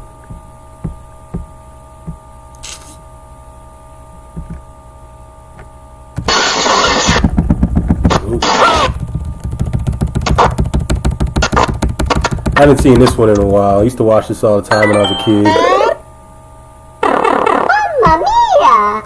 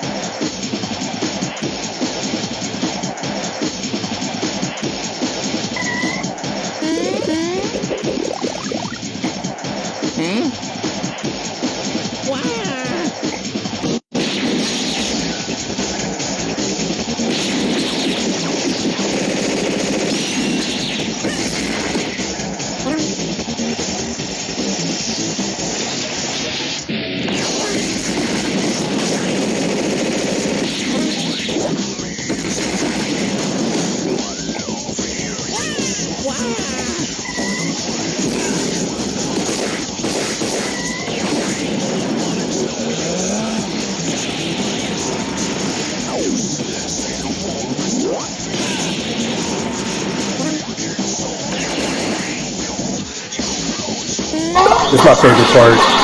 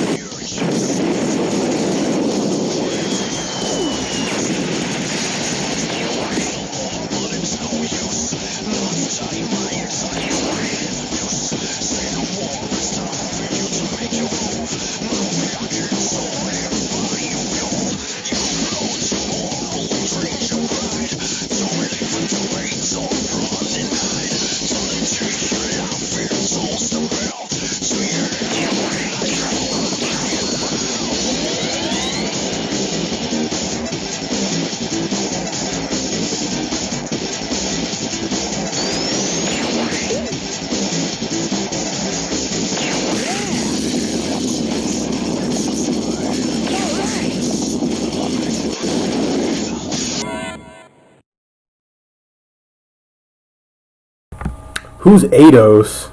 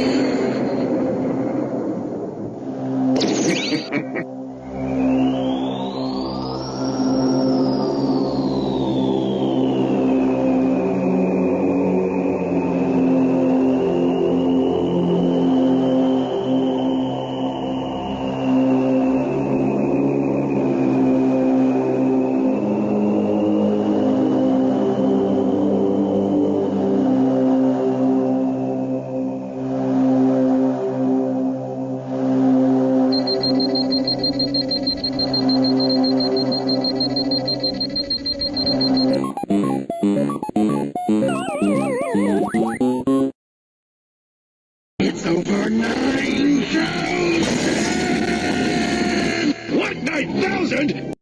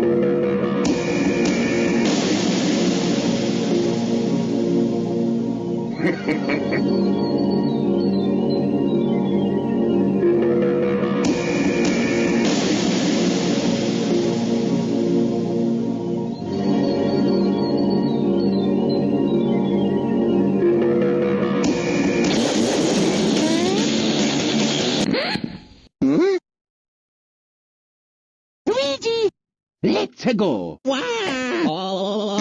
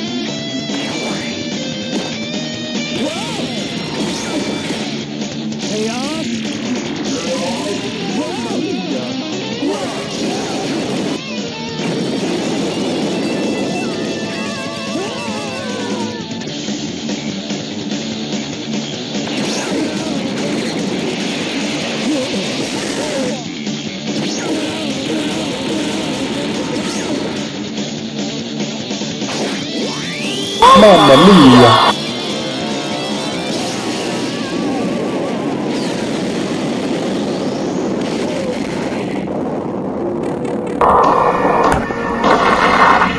Forgot to cut record Yoda's eyes. That was too violent for him. Let me see. Eidos. People who family date back to slaves. So like the descendants of slaves, basically. Okay.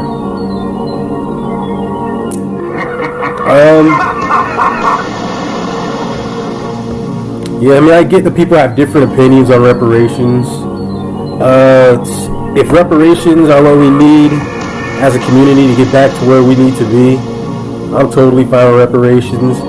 If there are other solutions, you know, so be it. Those are swell too. But I mean, at this point, I don't really see anything wrong with reparations being given the blacks, Native Americans, maybe even the Japanese to an extent for putting them in internment camps. You know,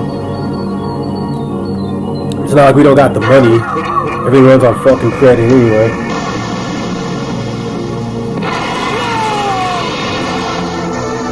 Let me see. What's Yvette Carnell or Tone Talk? Nah, what's is On Contact? Is that a talk show or something?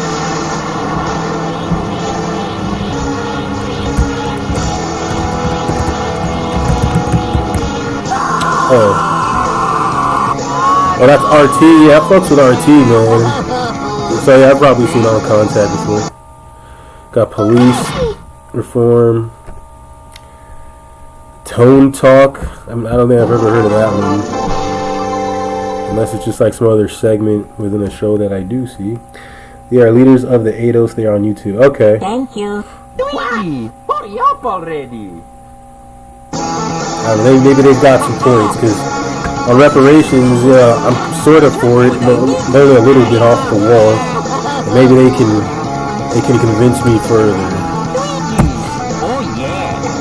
Fuck that car now.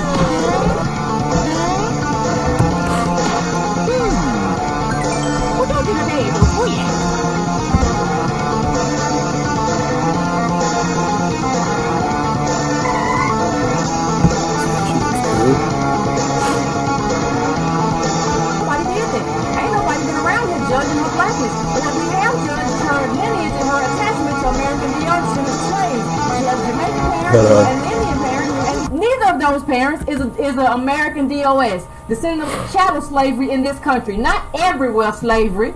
We know that was slavery in other parts of the world. But if you're in the Caribbean or one of those places, if you're in Haiti, then your issue, as we've said here many a times, is with the French. And if you ever get reparations from the French, I will clap, I will be happy, I will throw you a party, I will buy you a drink, baby. But I will not try to take your money. I will not try to eat that fruit, because I don't have no bones buried in Haiti. My bones is buried in here. I celebrate you, I will help you, but I understand that that is yours. And I think you understand that too. So the real issue is, just like I'm not Jamaican, just like I'm not Haitian, just like I'm not Eritrean, you are not American DOS. You are not, you do not have parents and grandparents who grew up on sharecropper farms who can trace their stuff back to slavery. You do not have that. So what that means is that you are not a part of this tribe. That don't mean you are not black. It means you are not a part of this tribe. Okay. Interesting. I have to watch a few more of her videos to kind of fully gather what she's all about. Oprah as the Rhodes. You bitch got some long ass videos. Ooh Lord. Yeah, let's check out the Oprah one.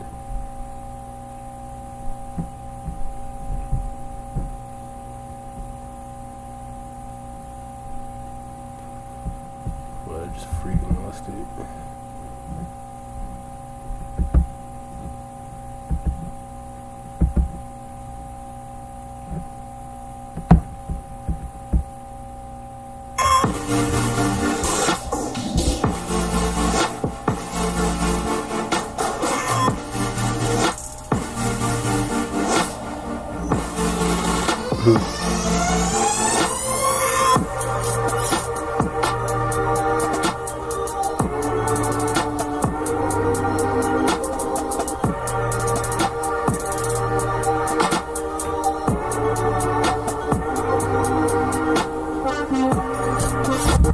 That was going to be a long thing, so we're going to just speed up the playback speed and skip to here. I'm at this while we're in the intense part of the here.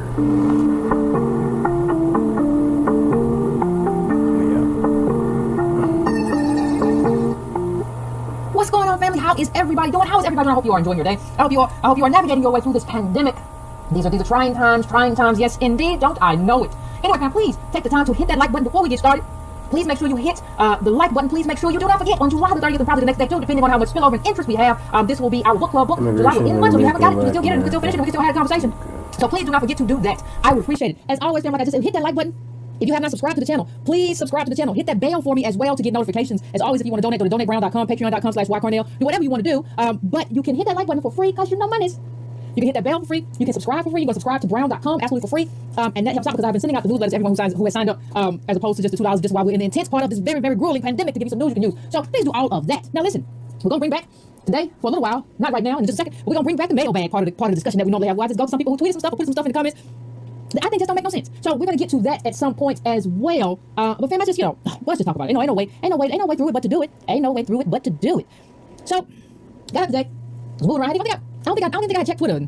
When I checked Twitter, this is what I found, ladies and gentlemen. This is what I found. That there has been somewhat of a deal.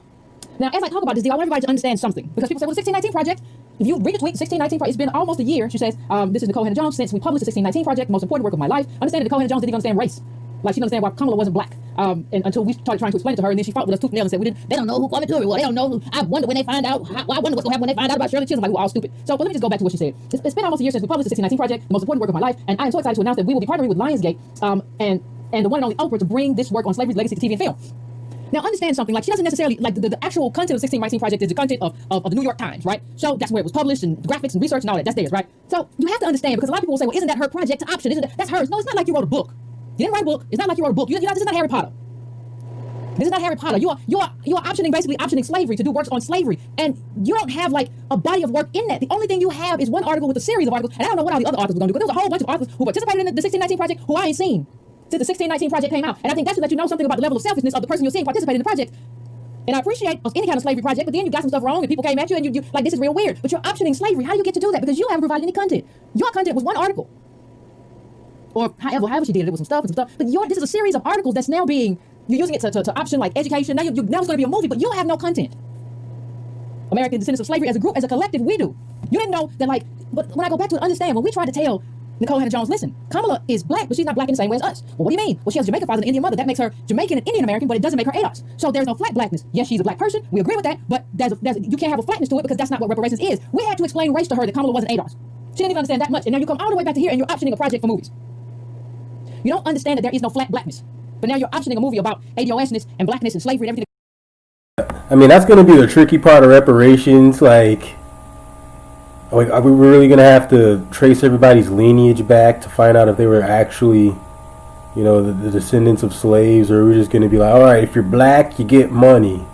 Like, not really, how's that supposed to work? Which is why I'm more open is just, can't we just improve the systems that we have, get rid of the drug war, provide more financial opportunities, and if that involves like a stimulus to poor income communities, that's awesome too. But yeah, I don't know, just identifying, if you're black, you get some money, or if you're Native American and all that shit. Like, how about we just focus on lower income neighborhoods, regardless of their race, and just work on getting everybody off their feet and shit. Just give them, maybe some extra cash, a stimulus package to get the economy flowing. But, she probably knows more on the subject than me, maybe. So let's see what she has to say. It goes back to when you have no real work, right? So, and let me just say this, because I want to get to this. I want to get to some of the criticisms and what people said too. And this is what, let me just put up what Oprah put up as well. Just to provide some context.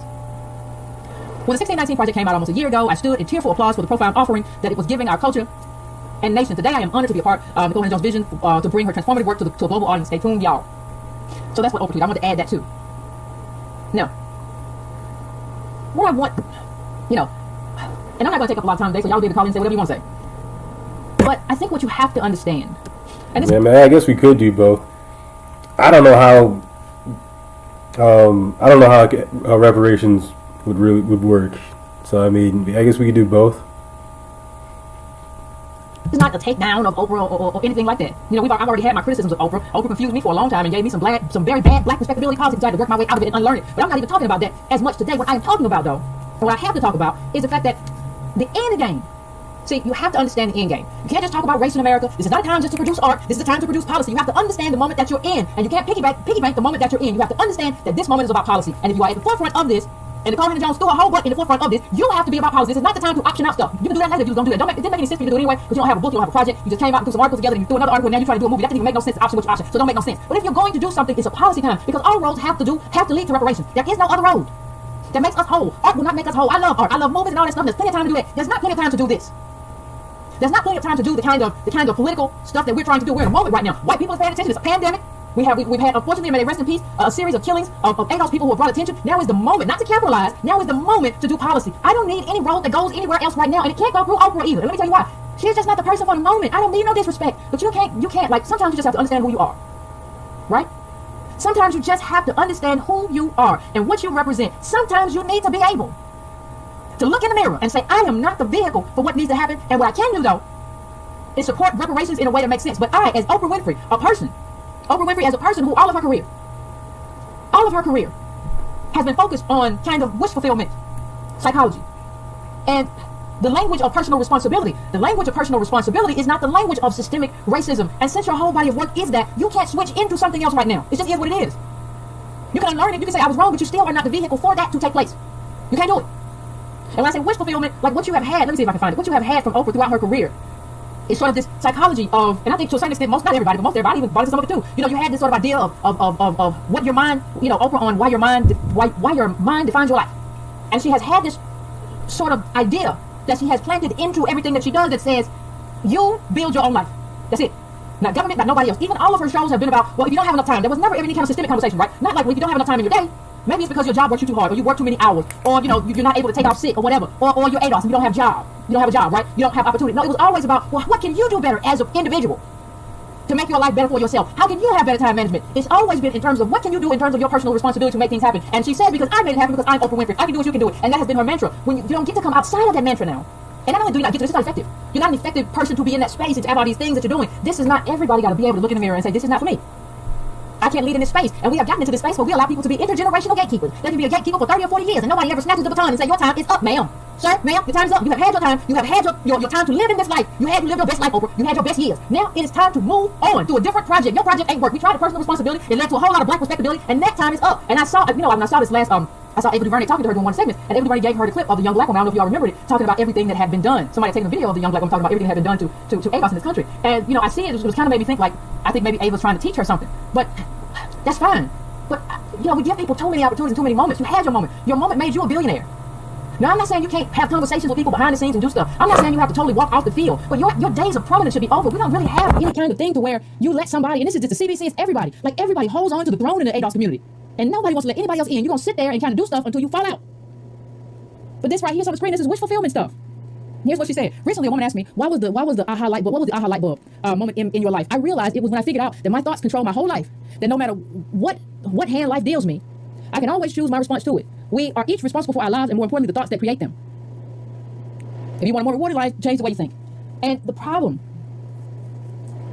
becomes when the person who has made that their career, this isn't just something that she said every once in a while. When I was in high school and after I graduated and college, I watched Oprah.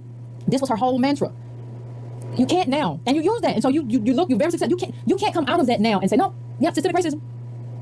No, it's not your moment. You had your moment. You used it, and you came into the living rooms of a bunch of white women, and you told them, you know what, I don't know. You wanted what I tweeted today when you were talking to some Negroes who was on welfare, and you couldn't understand why they was on welfare. And there was a whole bunch of Karens in the audience like me either, Oprah. See, Oprah don't understand why these black women on welfare and they keep having these babies. I don't understand who I'm supposed to be. I can't figure it out either, Oprah. You fastened. What Oprah did was fasten. She tightened. She strengthened a lot of anti-ADOS stereotypes. That's what she did. Every day at 4 o'clock, you came in there, and you came into their living rooms of all these white women, and you told them, like, yeah, there's a problem. There's a problem with the Negroes, and I'm not one of those Negroes, though, because I don't understand why she don't go to work either. And you know, you've been laying up and having these babies. The person who does that show, though, and I can get them. So I guess Oprah's whole thing is, well, you just get out of any situation with the power of your mind and shit, right? You can just overcome whatever situation you're in with hard work. Well, you know, that sounds good and everything, but it's not really reality. But I mean, I understand why she says it, though. It's kind of the mantra of the country. Kind of a religion, really. But yeah, man, I think reparations or UBI, I think all that would be lovely. Like, even, you know, I'd settle for UBI, but, you know, getting it both, that'd be just dandy. But just really whatever helps out the community, you know. I'm no expert in this shit, and even though I don't trust all the experts, because a lot of these guys are just working backwards from their conclusions, and their studies are funded by people who want a certain outcome. So it'd be good if we could just have an honest discussion about this shit and see what the optimal solution is. Maybe you was making money, or maybe you didn't know. I don't know. I'm not here to say. I'm just here to say the person who did that can't do this. That's what I'm here to say. That's it. You can't do both. And let me tell you something else. We have to talk about, like, if she does this, right? Where does this lead? Oh, the cult of hope propaganda. If you can work your way out of all these situations with the power of your mind. Yeah. Or the mantra of happiness. Yeah, that sounds about right. It's just it's all delusional thinking. Even though, and I don't blame people. It's what they want to believe. You want to think you can do anything. You don't want to think that you're limited in all these different capacities, or even in any one specific capacity. That can be, it can be disturbing to the mind or a bummer. So yeah. So if Oprah, we start doing stuff, Lionsgate, Oprah, the 1619 Project, and she's involved. Well, I have an idea. I have an idea of how this will end up.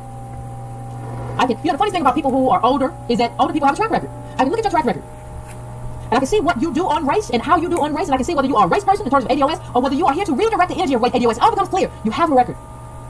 It's not up to me to figure out whether you got fooled or whether you did earnestly. But here's what Oprah said at the Golden Globes. And I remember this. I did a whole show about it. Look it up if you don't remember. And there's someone else. She says, Reese Taylor, a name I know and think you should know too. In 1944, Reese Taylor was a young wife and mother. She was just walking home from church service she'd attended in Abbeville, Alabama, when she was abducted by 6 armed white men, raped, and left blindfolded by the side of the road. Coming home from church, they were ready to kill her if she ever told anyone. But her story was reported to the NAACP, where a young worker by the name of Rosa Parks became the lead investigator on her case, and together they sought justice. Right? Sounds good so far, right?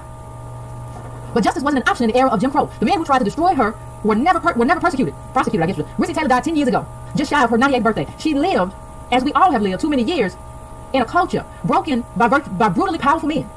And for too long, women have not been heard or believed if they dare to speak their truth to the power of those men. But their time is up. Their time is up. Their time is up. All this repetition makes me dizzy. And I hope that Reese Taylor died knowing that her truth, like the truth of so many other women who were tormented in those years, and even now tormented, goes marching on. It was somewhere in Rosa Parks' heart almost 11 years later when she made the decision to stay seated on that bus in Montgomery. And it's here with every woman who chooses to say me too. And every man who chooses to listen. In my career, what I've always tried my best to do, whether on television or through film, is to say something about how men and women really behave. To say how we experience shame, how we love and how we rage, how we fail, how we retreat, persevere, and how we overcome. So I want all the girls watching here and now to know that a new day is on the horizon. And when that new day finally dawns, it will be because of a lot of magnificent women, many of whom are right here in this room, and some are some pretty phenomenal men fighting hard to make sure that they become the leaders who take us to the time when nobody has to say me too again. Whew. That was her speech. Now understand what she did. In case you didn't understand what she did, she took a story of racism, a story of a black woman raped by a group of white men. That is a story of race and racism in America. That is not a story of Me Too. That is not a story of just men being brutal. That is a story of racism and how black women could not protect our own bodies and how a lot of us got light skin. It's a whole bunch into that. You took that and you gave this story. You gave this political capital. You gave it to women. And in that context of where you're standing up, you gave it to white women. You gave our story away. So how am I to trust you? Somebody said on the thing, well, what about Color Purple? That wasn't her story. That was Steven Spielberg's story. Y'all remember, this is Oprah's language, not mine. Oprah said she was at some kind of little fat forum. Her language, not mine. I don't fat shame. She said that. Yeah, that's a good point. Like, and I doubt those guys would have, kidnapped and raped a prestigious white woman and done that. Probably only a woman of color. They could have gotten away with that shit. So for Oprah to kind of twist it into a feminist thing, that's pretty fucked up. She said that. She said when Steven Spielberg called me, I found out I got the role, and he told me to leave that little place while I was trying to lose weight. That's him. That ain't her. Like, she's the one who wasn't vilified the Black Panthers in what was the movie, The Butler. Please understand, I do not trust people who take our stories and give them away. Reese's story needs to be used for us. That needs to be political capital. Her story needs to be a story that we can use to paint a picture of how we have been treated in this country. Our oppression in this country. It's not a Me Too story, and it's not your story to give away Oprah just because you're black. You think you can get in front of these people and tell the story and use this story to benefit yourself because you was in the picture with Harvey Weinstein, not me. You got your own little cross the band. It's got nothing to do with me. I don't trust you. You're going to Me Too your way. Reparations will become part of the Me Too movement. But we've all just got to work together and do stuff. And that's how I do reparations. It's just us getting together and doing stuff. It'll become part of something else. Just because she was raped doesn't make it a story just about brutality and men. This is a racist story. Why do you think they picked Reese? Because they knew there would never be any justice for her because she was black. Why did they pick a little white girl? They knew. Listen, we can get her and tie her up or whatever. She's a Negro. They don't have no rights. You cannot trust this. That's why I don't. And I'll say it and people be mad. I don't really care. Speaking of people being mad, let me just say this. That's called the cult of the self. Let's just do a little mailbag. Really quick. I guess that works too. Let's just have all of them seem pretty apt to me. Well, say some of the things. So let me just bring this up because a couple people cared a couple things. Let me just bring them up. People say a lot of things. Let me make sure I hide that. Somebody said, who would you rather her to do a project with that would achieve visibility on the subject? Don't you want visibility, Yvette? Don't you want attention? I just think some people miss the mark. You don't want visibility if it's just going to usurp the energy of the project. The ADOS project is a grassroots project, first of all, and it can't be led, everybody can be involved, but it cannot be led by intellectuals. The engine is always in the grassroots. That's where it is. That's where we are. And the people who are living ADOS life are the people who have to lead the ADOS movement. So no, I'm not just interested in attention. Some of y'all just want attention, like you just want to be on TV. I want something that works. I want to win. I don't want just attention. I don't want just a movie, because let me tell you, white America don't want nothing more than attention. They would love to have attention, to have another movie, and they're gonna all go to the movie together. They might even go to the movie with some of us and come back and have a discussion. I'm not just interested in attention for attention's sake, and we've been here for 40 years. How much more white people y'all gotta learn to talk about us? There's no books out there. What movie you gotta see? What? I'm just trying to figure it out. What else you need to see?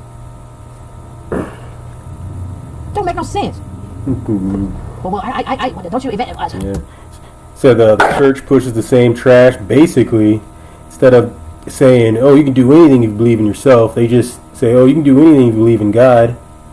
You know, they just shift the magic source from, you know, from yourself to this higher being or this other being and shit. So yeah, basically, play Hedges with Greg Palast next. Sure, we can watch a little more of her, listen to a little bit more, and then move on. You know, she seems okay. Like, she knows what she's talking about.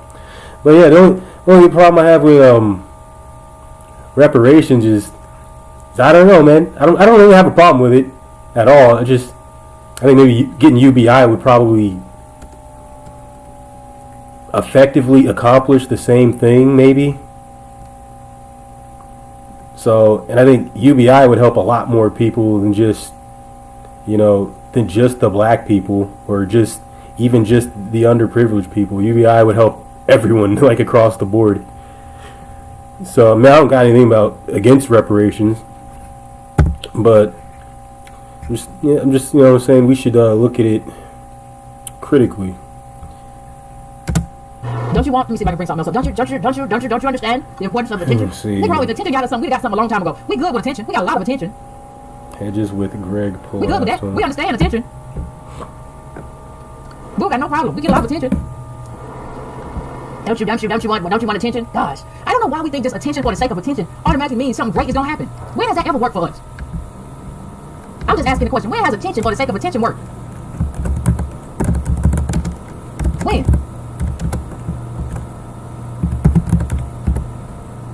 I'm just trying to figure it out. Let me go to something else really quick. I don't know.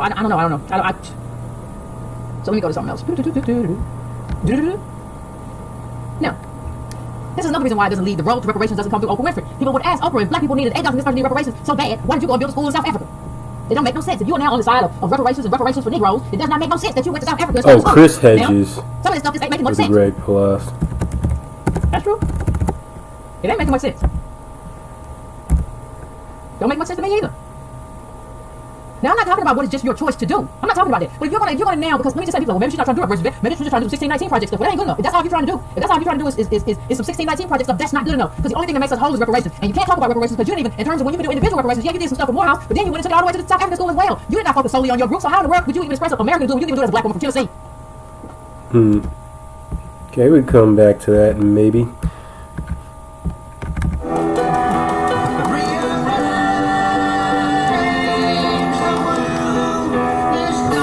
Video. Is this not the correct one?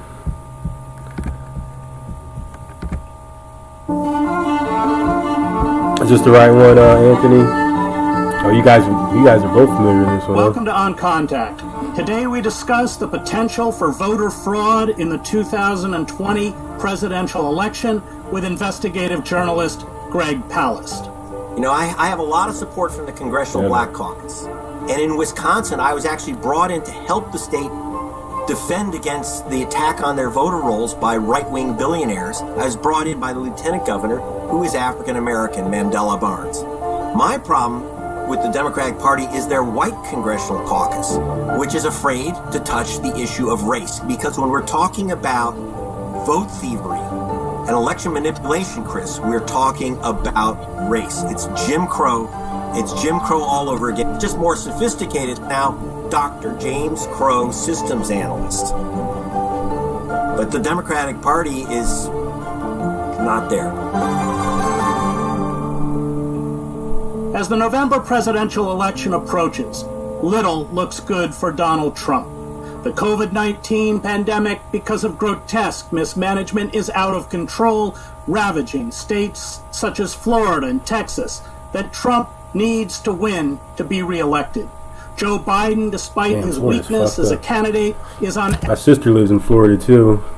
So do 3 of my nieces and nephews. So, and my mom and dad are trying to move down there for some crazy reason. So average, it's 8 scary. percentage points ahead of Trump in national polling, and in some polls that figure is as high as 14%. The unemployment rate, officially, is over 11% and could double by the end of the summer. The economy is in a tailspin. And as bad as this unemployment rate is, many economists say official figures because they do not count those who stop looking for work and count many who are furloughed as still employed is actually between 16 and 20%. But Trump and the Republican Party are masters at voter suppression. They employed a variety of schemes, from refusing to send out mail-in ballots to massive purges of voters from the rolls in 2016 to block votes, especially of the young and people of color who most probably would have voted for the Democratic Party nominee. In 2016, an estimated 5,872,857 ballots were cast and never counted. In addition, an estimated 1,982,071 voters in 2016 were blocked from casting their ballots. That is a total of 7,854,928 votes and voters who were left uncounted. There is little doubt that the Republican Party, under tremendous pressure, will employ and expand these and other nefarious tactics in a desperate bid to retain power. Joining me to discuss the danger of massive fraud in the upcoming presidential election is investigative journalist Greg Palast, author of How Trump Stole 2020. So the gist of it is he's predicting that Trump's going to steal the next election, which it isn't that outrageous. He's already fucking with the postal service, more or less. I hear different things that he's not really fucking with the postal service. He only wants you to think that, shit like that. But I mean, there's enough shenanigans and tomfoolery going on with the primary, man, with none of the exit polls lining up with Biden winning at all. So I don't know about any of these fucking elections, man. So, Greg, you've investigated various schemes that the Republican Party establishment has used throughout the country to cancel out votes. Just enumerate what they are. Wow. You got some time, Chris? That's why I wrote a whole book about it. Number one, we start out with the wipeout of voters off the voter rolls. And this number is so shocking that I got to tell you to get ready for it. 16.7 million Americans were erased off the voter rolls in the last 2 years. 16.7 million. Overwhelmingly young voters, voters of color. And I got to tell you, most of them don't know it. They're going to be surprised when they don't get their mail-in ballots or are thrown out of the polling stations. That's the number one purge. The second thing is, I got to tell you, the nasty little secret of American democracy, Chris, is that we don't count all the ballots. So you mentioned the 5.9 million ballots that were not counted in 2016. That's from the Elections Assistance Commission. These are U.S. government figures, which are kind of hidden in plain sight. So we disqualify ballots. We use fancy words like undervote, overvote, spoil. However you want to break it down, we literally take 1.9 million ballots that were cast in precinct and throw them in the garbage. Now, they're never counted, disqualified. That's the official number. But here's the other official number that will explain why they're throwing out these votes. According to the U.S. Civil Rights Commission, the chance of your vote being disqualified, spoiled, not counted after you cast it is 900% higher if you're black than if you're white. 900% higher. 500% higher if you're Hispanic. God, man, that's insane, man. Even for like just standard American racism, 900%. Come on, guys, we can do better. And it's literally, as a statistician, it's almost beyond calculation how bad it is for American natives when they try to cast a vote. And these are all voters of color, and the color is blue. And let's talk about the ways they do it, because it's really dirty. I mean, for instance, one of the things that you found, and I saw this in your great film on voter suppression, is that they'll take a name and claim that it's double voting. But these names are almost always names that would, come from the African American community or the Latino community. So talk about that tactic and the other tactics that they use to erase voters from the roll and declaring them ineligible. I mean, for instance, that they haven't voted in the last two elections, which doesn't have any legal basis. You can't remove somebody's capacity to vote legally. So just talk about the ways that they have done this. Okay, so starting. Yeah, agreed. Propaganda, agreed.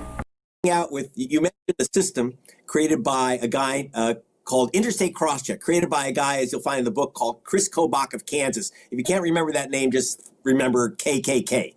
Mr. KKK, who was Secretary of State of Kansas, created a hit list of people to remove, which he called Interstate Crosscheck.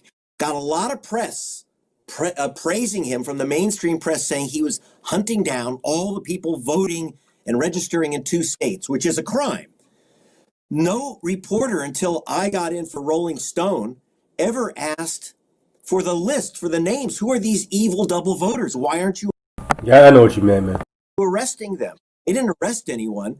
7.2 million suspects. And you'll see in the book, there's a chapter called 358 James Browns. So 358 James Browns were removed from the voter rolls of Georgia based on this hit list from Mr. KKK, because they found, believe it or not, a James Brown in Detroit and a James Brown in Baltimore and a James Brown in Phoenix. Of course, they're matching, and they're saying it's all the same voter, so they're removing them. Even though it's James Edward Brown. Let me interrupt, because this is from the book. They often have different middle names.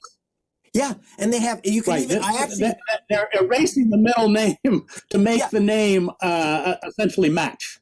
Yeah, so you go James Thomas Brown, and this is a real example. James Thomas Brown and James Edward Brown are supposed to be the same voter. But here's the trick. How do they know it's black? Well, it's simple.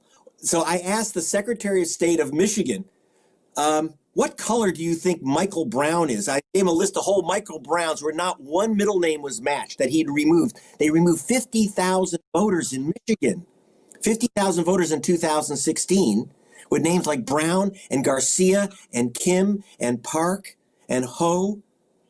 So what's happening is they take the common names, 85, the 100 most common names in America, according to the census, are minority names like Garcia and Rodriguez. There are 832,000 Garcias in America, Chris. And so if you're, like our expert said, if your name is Jose Garcia, you're being accused of voting in 29 states. I'm kidding you. This is stuff that they're doing.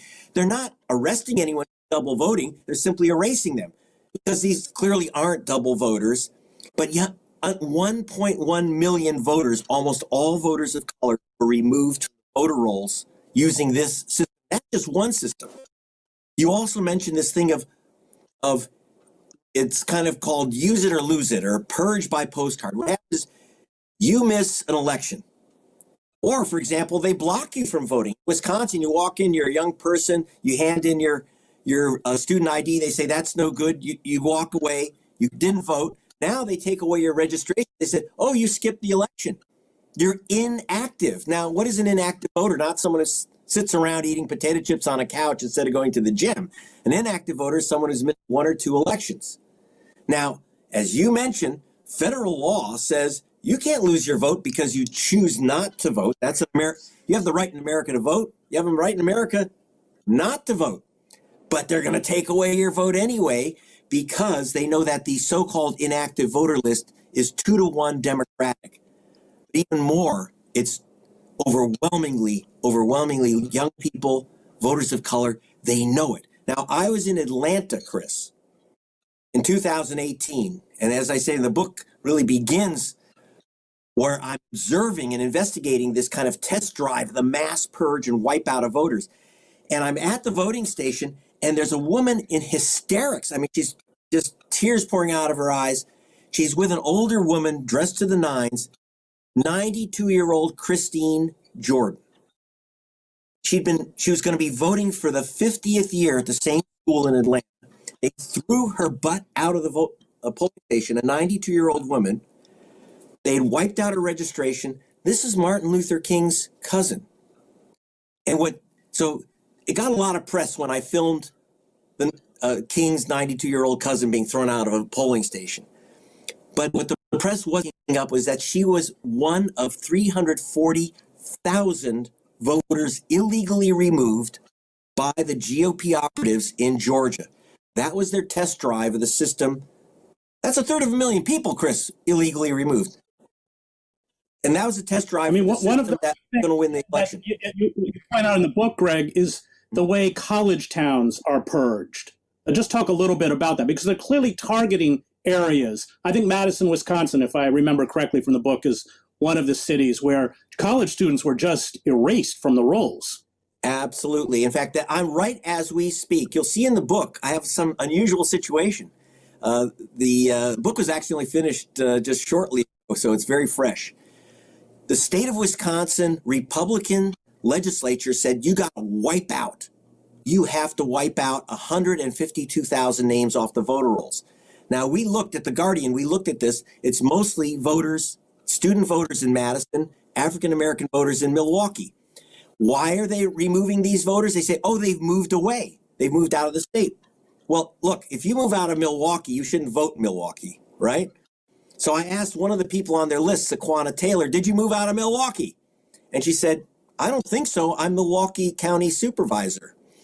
So but she was guilty of voting while black. Understand, it's an African-American woman who's the county supervisor in Milwaukee.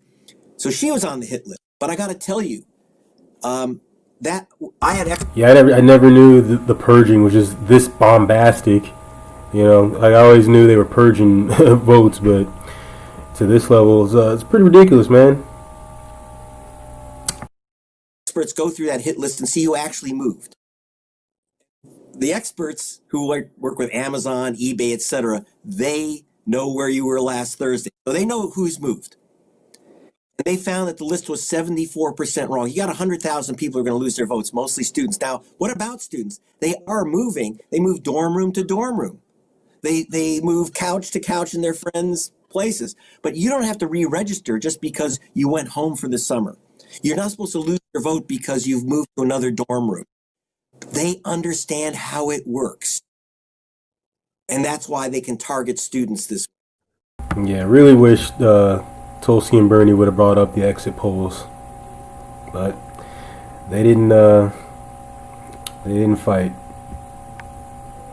Oh no, I didn't think Condom Couch was bullshit, and I knew the exit polls were way off. But you know, talking about how black people have a 900% chance of not having their vote counted and shit. It's just like in your face, just spitting loogies, you know, just no respect for the process, for the people, for their wishes. I thought, you know, that they were a little more subtle about it. That's all. When we come back, we'll continue our conversation about voter fraud with investigative journalist Greg Palast. Welcome back. We continue our conversation about voter fraud and the consequences for the 2020 presidential election with Greg Palast. So also, there are other mechanisms which you highlight in the book. Early voting. Talk about that as a tactic to erase voters from the rolls. Well, what's happened is they were stopping black people from voting all over the nation by having these massive long lines. So the federal government said, well, now you have to create systems for early voting so people can go ahead. But you have states like Ohio, which, remember, Obama won twice, and suddenly, weirdly, it swung over to Trump. Part of that was 800,000 voters were wiped out by the GOP off the voter rolls. And then what happened is they took early voting and they said, oh, let's make early voting fair. You'll love this, Chris. Let's make it fair. We're going to have one polling station for every county, so it's fair. That meant they literally have a county in Ohio with 6,000 residents, including the cows, okay? And they gave one polling station for Cleveland, creating 7-hour lines for black people voting early. And when I say this, 70% of African Americans vote early in Ohio. I was with a church group, 5 hours waiting in line in Dayton. And then when we got to the end of the line, they didn't give them regular ballots as they'd done when Obama was running. They started handing out absentee ballots. And absentee ballots, as we're going to find out when you're mailing in your ballot, absentee ballots gets thrown out all the time very easily. So it was deliberately giving people ballots that they knew they could disqualify later. You wait 5 hours in line to get a ballot that's not going to get counted. It's ugly, and that's how Trump won Ohio. Yeah, well, they were giving out provisional ballots and shit too, and I heard they just throw those out too, like they're worthless. So it's all part of the master scheme. Let's talk, before we talk about, I want to talk about Georgia, but let's talk about also the issue of paperless ballots. Yeah, well, one of the problems, of course, is paperless ballots. If you want to turn back and say, well, what was on that sheet? It's electronic. I had the weird situation in Ohio. I was with attorney Robert Fitrakis and went into a courtroom 2 days before the 12 election. And he was asked, the new voting machines, electronic voting machines, actually take a snapshot of your ballot, number it in order, timestamp it, and also seal it with special software where it can't be tampered with. Well, believe it or not, there's a little switch in the mechanism by the company that makes the machines in Ohio that you just turn it on. Believe it or not, Republican-controlled counties in Ohio literally turned off the anti-hacking software. They turned off the ballot copying security measure so you can't recount the ballots. They deliberately turned off those switches. And we went into a courtroom. I was observing in a courtroom when a judge said, well, it's going to be too difficult or expensive for them to actually protect the ballots. And all it is a little switch on the machine, on the software. Do you want to, it literally when you turn it on, it says, do you want to have ballot protection? Do you want to have anti-hacking security? So they turn this off. So I don't know what happened in Ohio, but I can tell you this. If you're not committing a crime, why are you covering it up? That's the problem. I call those amnesia machines. You vote? Let's talk about it. You bring it up in the book about the disparity between exit polling and results. And you say that's really another piece of evidence that exposes fraud. Oh, yeah. Okay. I have in How Trump Stole 2020, I actually have a picture of the United States State Department guidelines to determine whether an election is fair and honest. And the number one thing that the U.S. State Department looks at is exit polling. And if exit polling doesn't match the official count, you know there was thievery.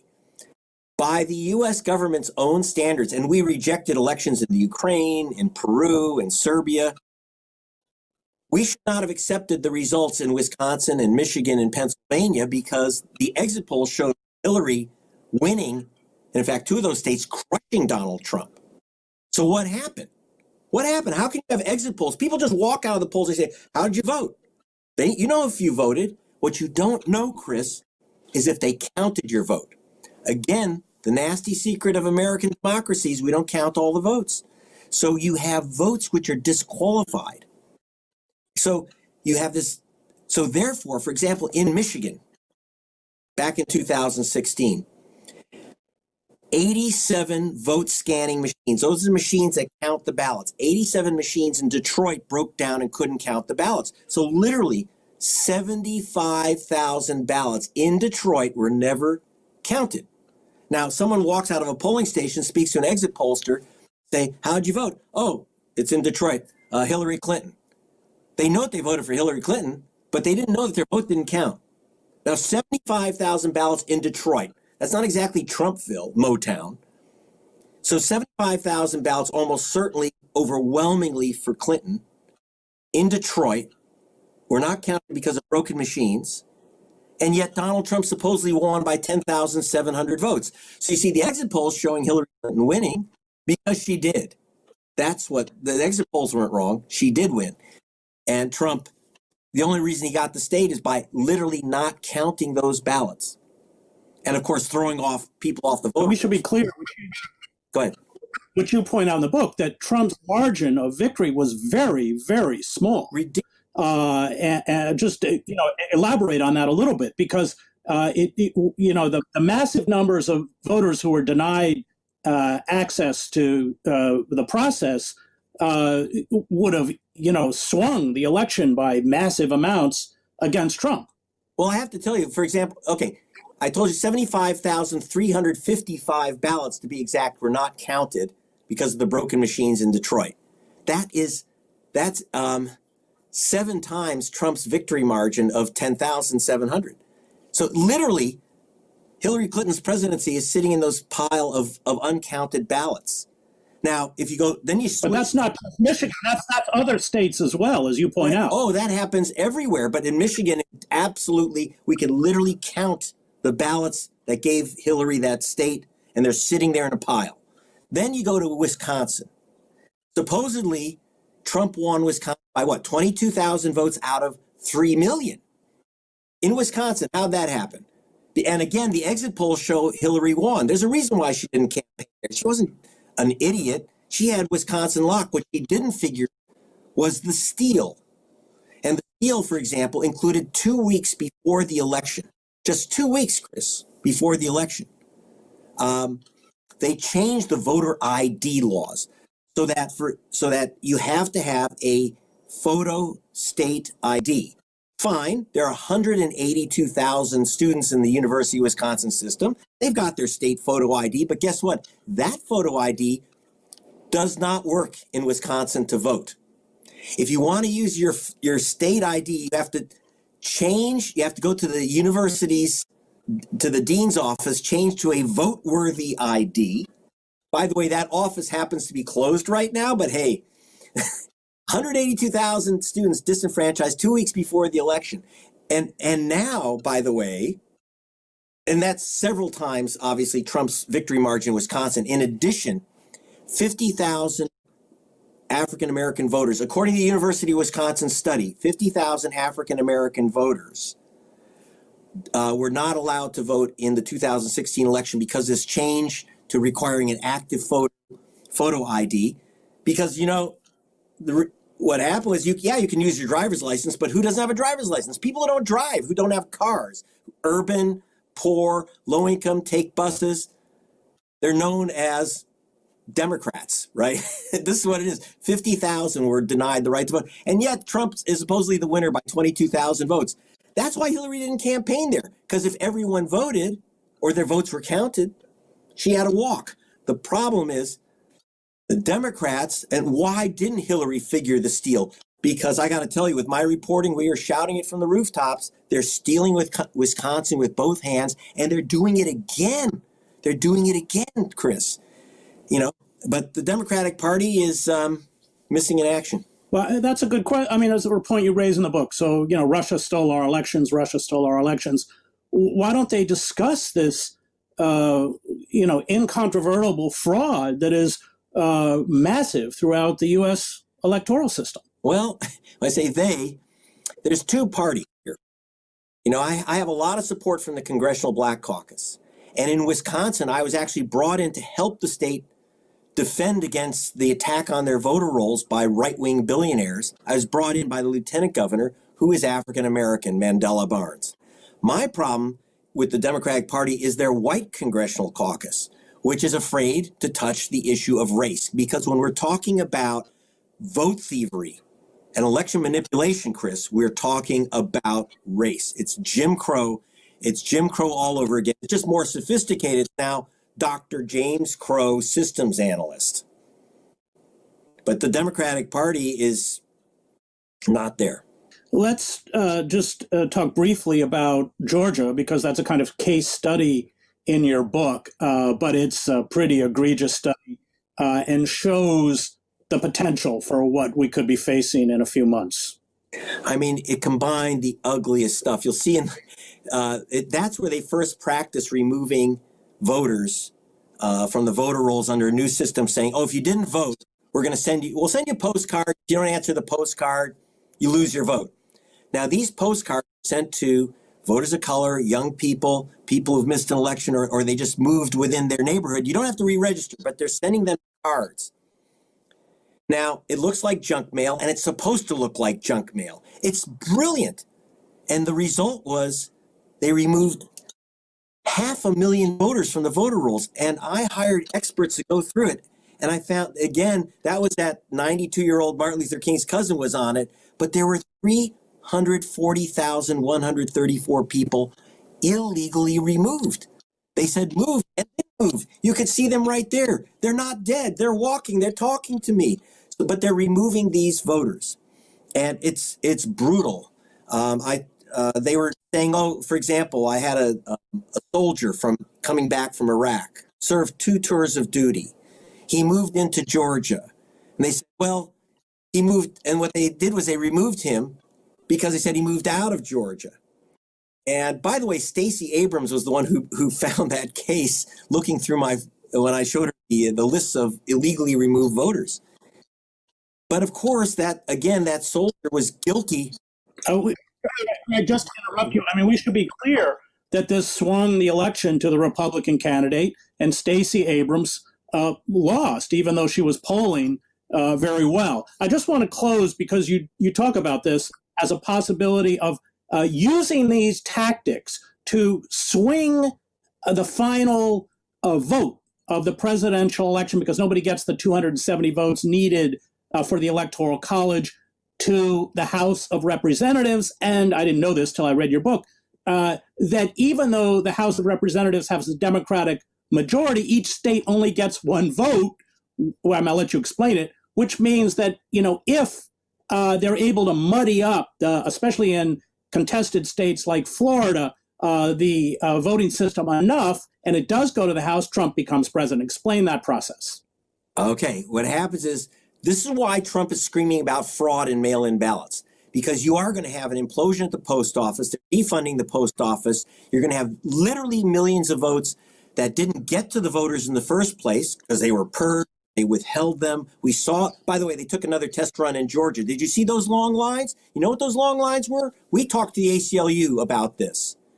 It's most of those voters in line asked for an absentee ballot and never got it. 1 in 10 people who asked for that ballot never get it. So then you're going to have people who don't get the ballots, people who are mail in the ballots, they're late, they're not postmarked, they're messed up. There's going to be disputes over literally millions of ballots. 1 in 10 absentee ballots is never counted, disqualified. So you're going to have fights over literally millions of ballots. And you're going to have Republican legislatures like Florida or Michigan or Wisconsin, where Biden is expected to win now. But they'll say, oh, all these fraudulent votes from Bolivia, so we can't certify the election. That way, Biden does not get those electoral votes. The Electoral College can't put together 270 votes for a presidential candidate. It goes to the House under Article 12 of the Constitution, the Bill of Rights. Article 12 says it goes to the House. Every state gets a single vote. Donald Trump reelected constitutionally. Look out. I'm going to stop there. Thanks. That was Greg Palast, investigative journalist, on potential voter fraud in the 2020 presidential election. Yeah, I like that one, man. Fantastic, Chris. Thank you. Gentlemen, that was a good video. Thank you. It kind of just builds on what Nico House and Fiorella and Pasta have been saying about the exit polls. But yeah, man, they painted way clearer. It was way more fucked up than I thought it'd be, or it was. Very interesting. Alright, let's see what we got here on the notes. Ooh, some SCPs. I don't know how much you guys know about SCPs. Just imagine like the Men in Black, but for anomalous items and people and events and shit. So let's see what this one is.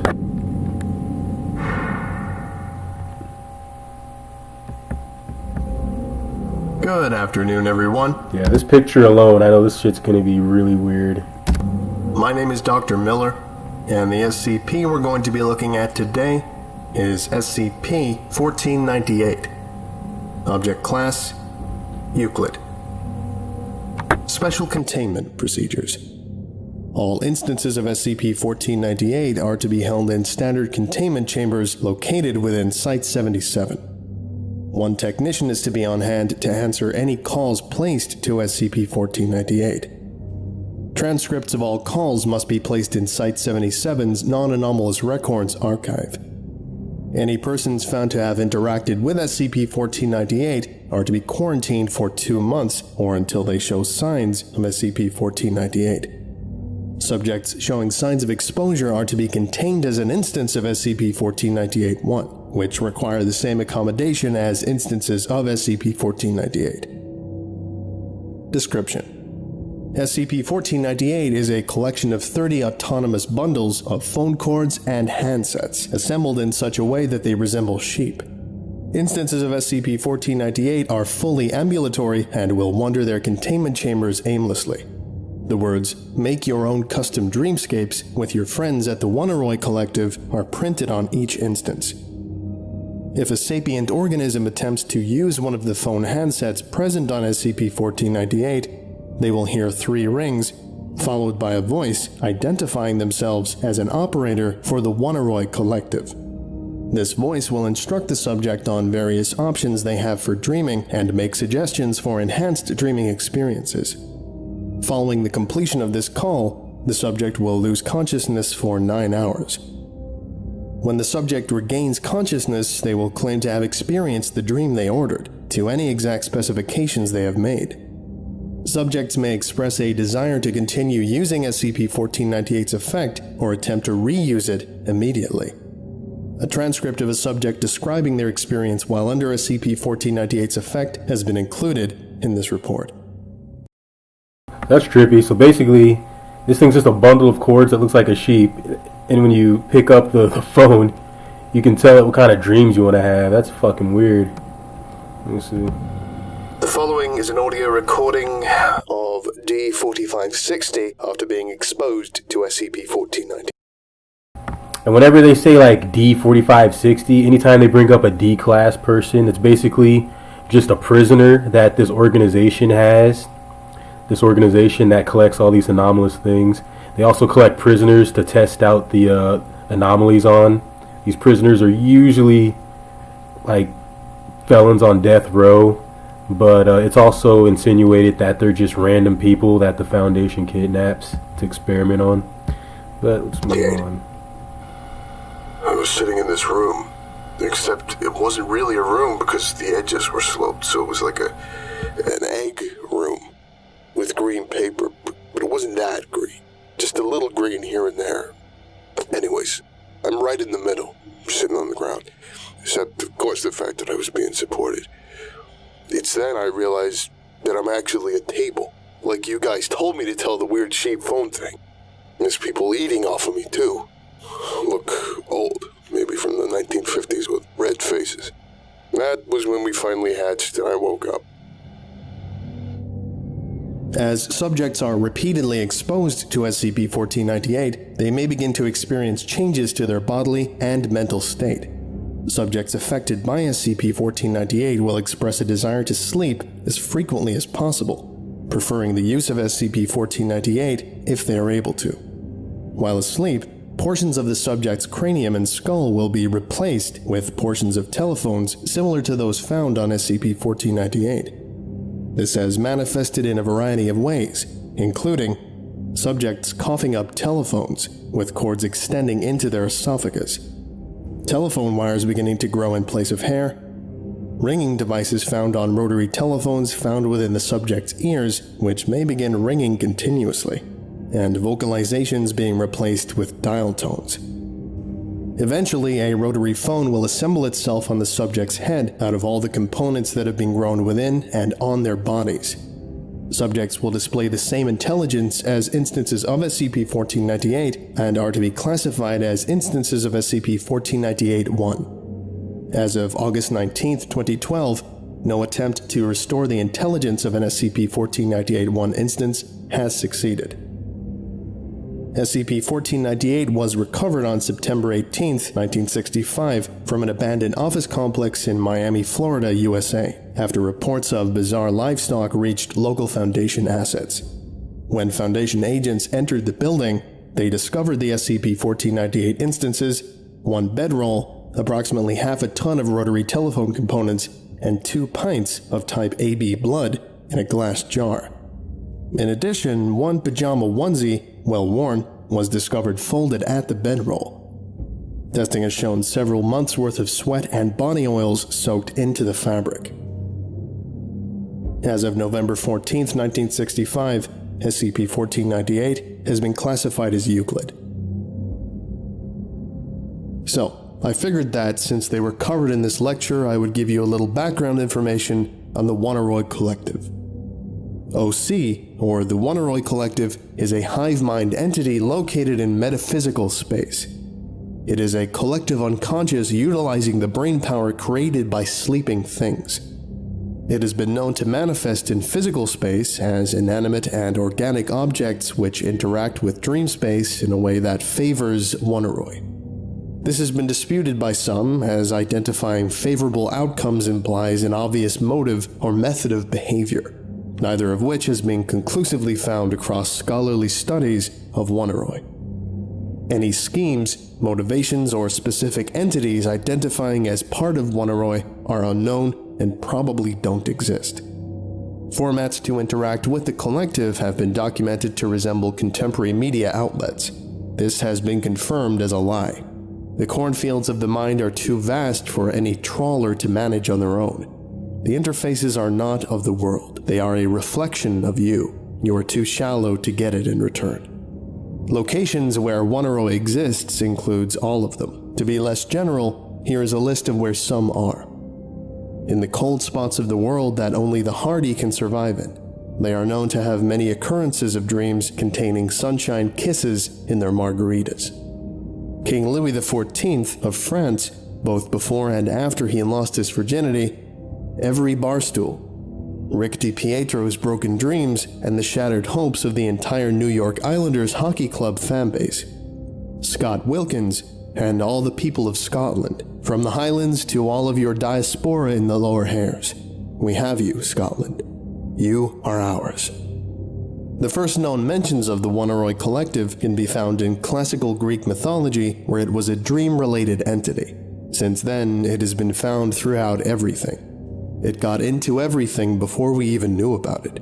There are many contemporary organizations with members participating in Wanneroi, and few of them are even aware of it. There are many negative consequences to these and your actions with the collective. If you suffer from its grasp, that sounds bad. In 2014, the Wanneroi Collective was nominated for the 121st Annual GCCX Award for Absolute Fucking Pointlessness. Wanneroi West is the largest, most coherent collective of Wanneroi in existence. It consists of visiting dreaming humans and pure Wanneroi who have abandoned their bodies completely. Members of Wanneroi West have autonomy and sense of self. Existence in Wanneroi West is generally considered favorable to other large collectives. However, the great consciousness that their minds form, an entity in itself, something like an avatar, does not allow them to die. This is a serious problem as many Wanneroi have grown bored with immortality.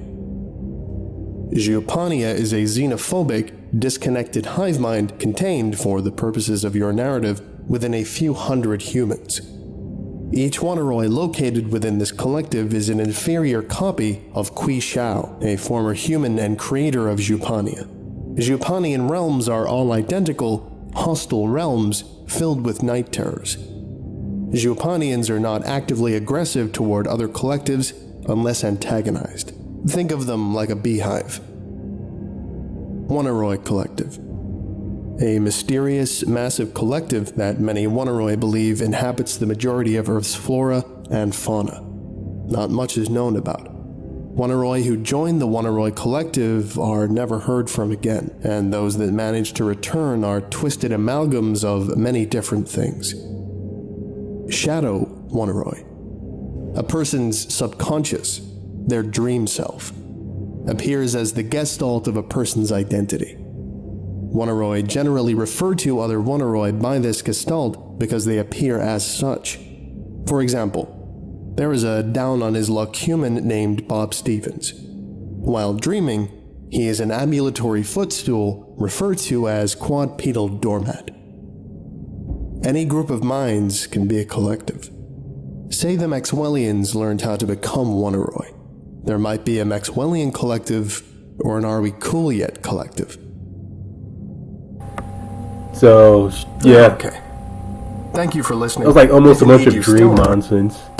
And you are all dismissed. Yeah, so SCPs are, it's actually a website, which is a collection of a lot of short stories, but it's all the stories exist and reside within the same universe, the SCP universe. And the rules of the SCP universe are always the same.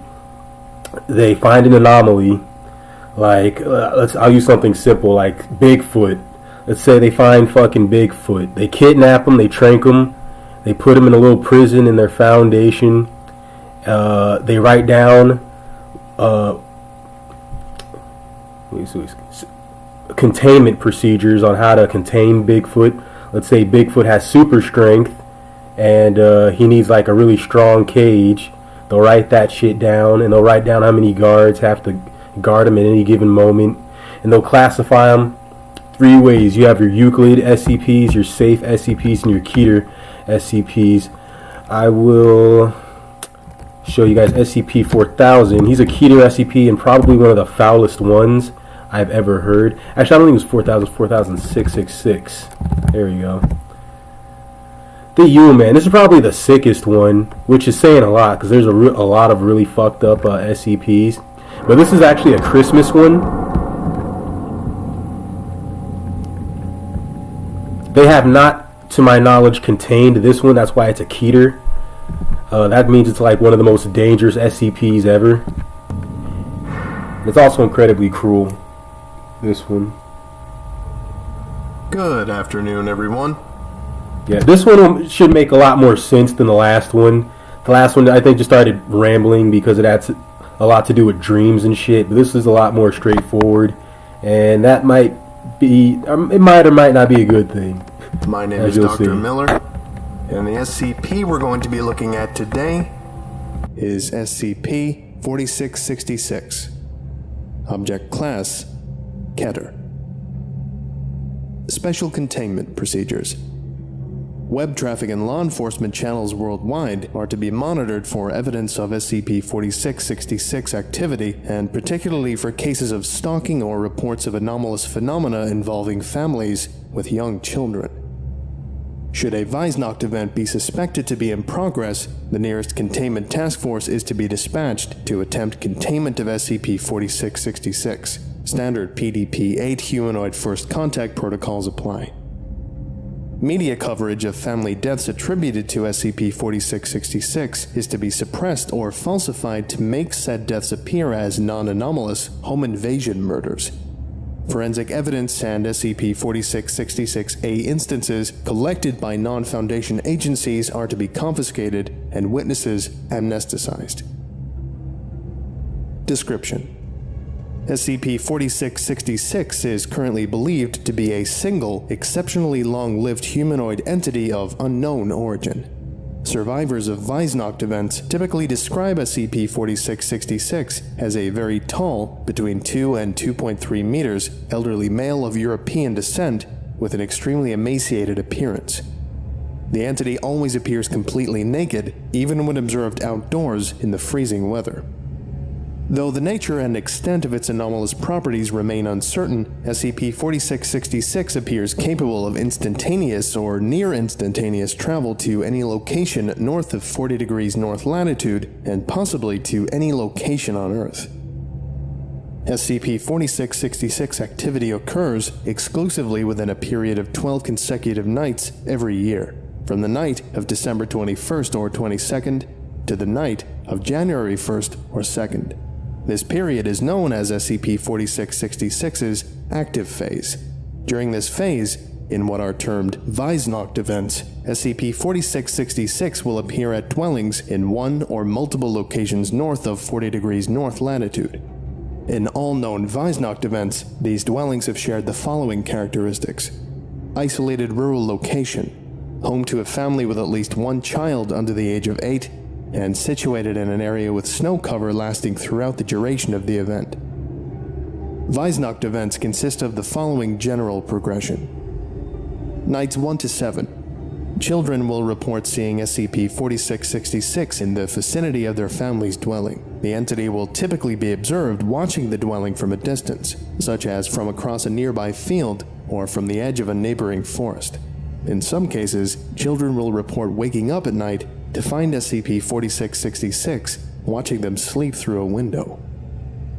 Nights 8 to 11. Family members, including the parents, will report sounds of footsteps coming from the roof or the attic. An extremely unpleasant odor will also frequently be noticed inside the dwelling. No cause for these phenomena will be found. As a result, parents will often begin to suspect their family is being stalked, or even that their dwelling might be haunted. Night 12. Over the course of the night, one of two scenarios will occur. The first, and most common, is that SCP-4666 will kill all members of the family save for one child under the age of 8 whom it will abduct. SCP-4666 will inflict incapacitating injuries to family members while they are sleeping, then herd them into a single room of the dwelling where it will proceed to kill them in view of each other. The method of killing varies with the event and will typically be preceded by some form of torture, which appears to serve as a ritualistic purpose. See Weisnacht events log below. In the second scenario, which has occurred in roughly 15% of known Weisnacht events, SCP-4666 will not harm the family. Family members will report hearing footsteps inside their dwelling at night, though no signs of forced entry will be found. In the morning, children will discover presents at the foot of their beds. These will consist of toys crudely crafted from the remains of human children. See SCP-4666-A instances log below. The criteria, if any, by which SCP-4666 determines the outcome of a Weisnacht event are unknown. So you catch that? He's basically a lunatic thing that is kind of pretend playing to be Santa. Sometimes he'll stalk these families, sometimes he'll kill them all, and sometimes he'll leave them alone and just give them presents made of the remains of children that he's killed before. Yeah, it gets better. Document 4666-5-30091, Weisnacht events log. Location: unknown village, Croatia, 1498. Description of Weisnacht event: unconfirmed. An entire family was killed with the exception of one of the children, age unknown, who was abducted. Though specific details about the event are not available in recovered documents, it was noted that the killings presented strong paganistic elements and that the family members had been made to suffer greatly prior to death. The Archbishop who oversaw the investigation wrote that he believed the family had been killed as part of a demonic ritual. Location: unknown village, Rupert's Land, present-day Ontario, Canada, 1689. Description of Weisnacht event: unconfirmed. An entire family was killed with the exception of two of the children, one of whom was abducted, and one of whom, female age unknown, escaped during the killings and was able to reach a nearby village. She told authorities that a naked man had broken into her family's dwelling during the night and proceeded to torture them. Exact method not specified in recovered documents. Upon investigation, the bodies of the family members were found inside their dwelling, hanging upside down from the ceiling. All had been exsanguinated. Location: Eichstätt, Germany, 1913. Description of Weisnacht event: an entire family was killed with the exception of the youngest child, male, age 3, who was abducted. The bodies of the parents and 5 other children were found inside a stable adjoining their dwelling. They had been restrained by having knives, pitchforks, and other sharp implements forced through the palms of their hands and into the walls of the stable before having their tongues removed, leading to hemorrhaging and death. Blood from the family members had then been used to paint elaborate patterns of unknown meaning on the hides of the mule, goat, and 2 cows present in the stable. The animals themselves were not harmed. Neighbors told the authorities that in the week preceding the killings, the father of the family had mentioned finding tracks in the snow around the family's dwelling, which appeared to have been made by bare human feet. Location: Plios, Soviet Union, 1956. Description of Weihnacht event: an entire family was killed with the exception of the youngest child, male age 4, who was abducted. The bodies of the parents and 1 other child were found in the living room of their house. They had been restrained, and their feet had been held over flames in the fireplace for an extended period of time, calcining the tissues of the feet and exposing the bones. They had then their heads crushed with an unknown heavy implement. Hundreds of bite marks believed to have been inflicted post-mortem were found on each of the bodies. Branches cut from a fir tree outside the house had also been placed over the bodies to unknown purpose. Location: Skudeneshavn, Norway, 1971. Description of Weihnacht event: an entire family was killed with the exception of the second youngest child, female age 5, who was abducted. The bodies of the parents and 2 other children were found in the basement of their house. Each had at least 1 limb pulled off by brute force before being stabbed precisely 39 times with an unknown sharp implement, possibly a piece of bone from one of the removed limbs, resulting in massive blood loss and death. The family members had been eviscerated and their small and large intestines removed and cut into 30 to 50 centimeter long pieces. These had been arranged in radiating lines around the bodies. Feces from the intestines had been used to trace symbols of unknown meaning on the walls of the basement. Location: Egilsstadir, Iceland, 1996. Description of Weihnacht event: an entire family was killed with the exception of the youngest child, female age 4, who was abducted. The bodies of the parents and 7 other children were found inside their house. All had large pieces of skin removed from their backs, necks, and groins prior to death. Removed skin was found to have been partially consumed.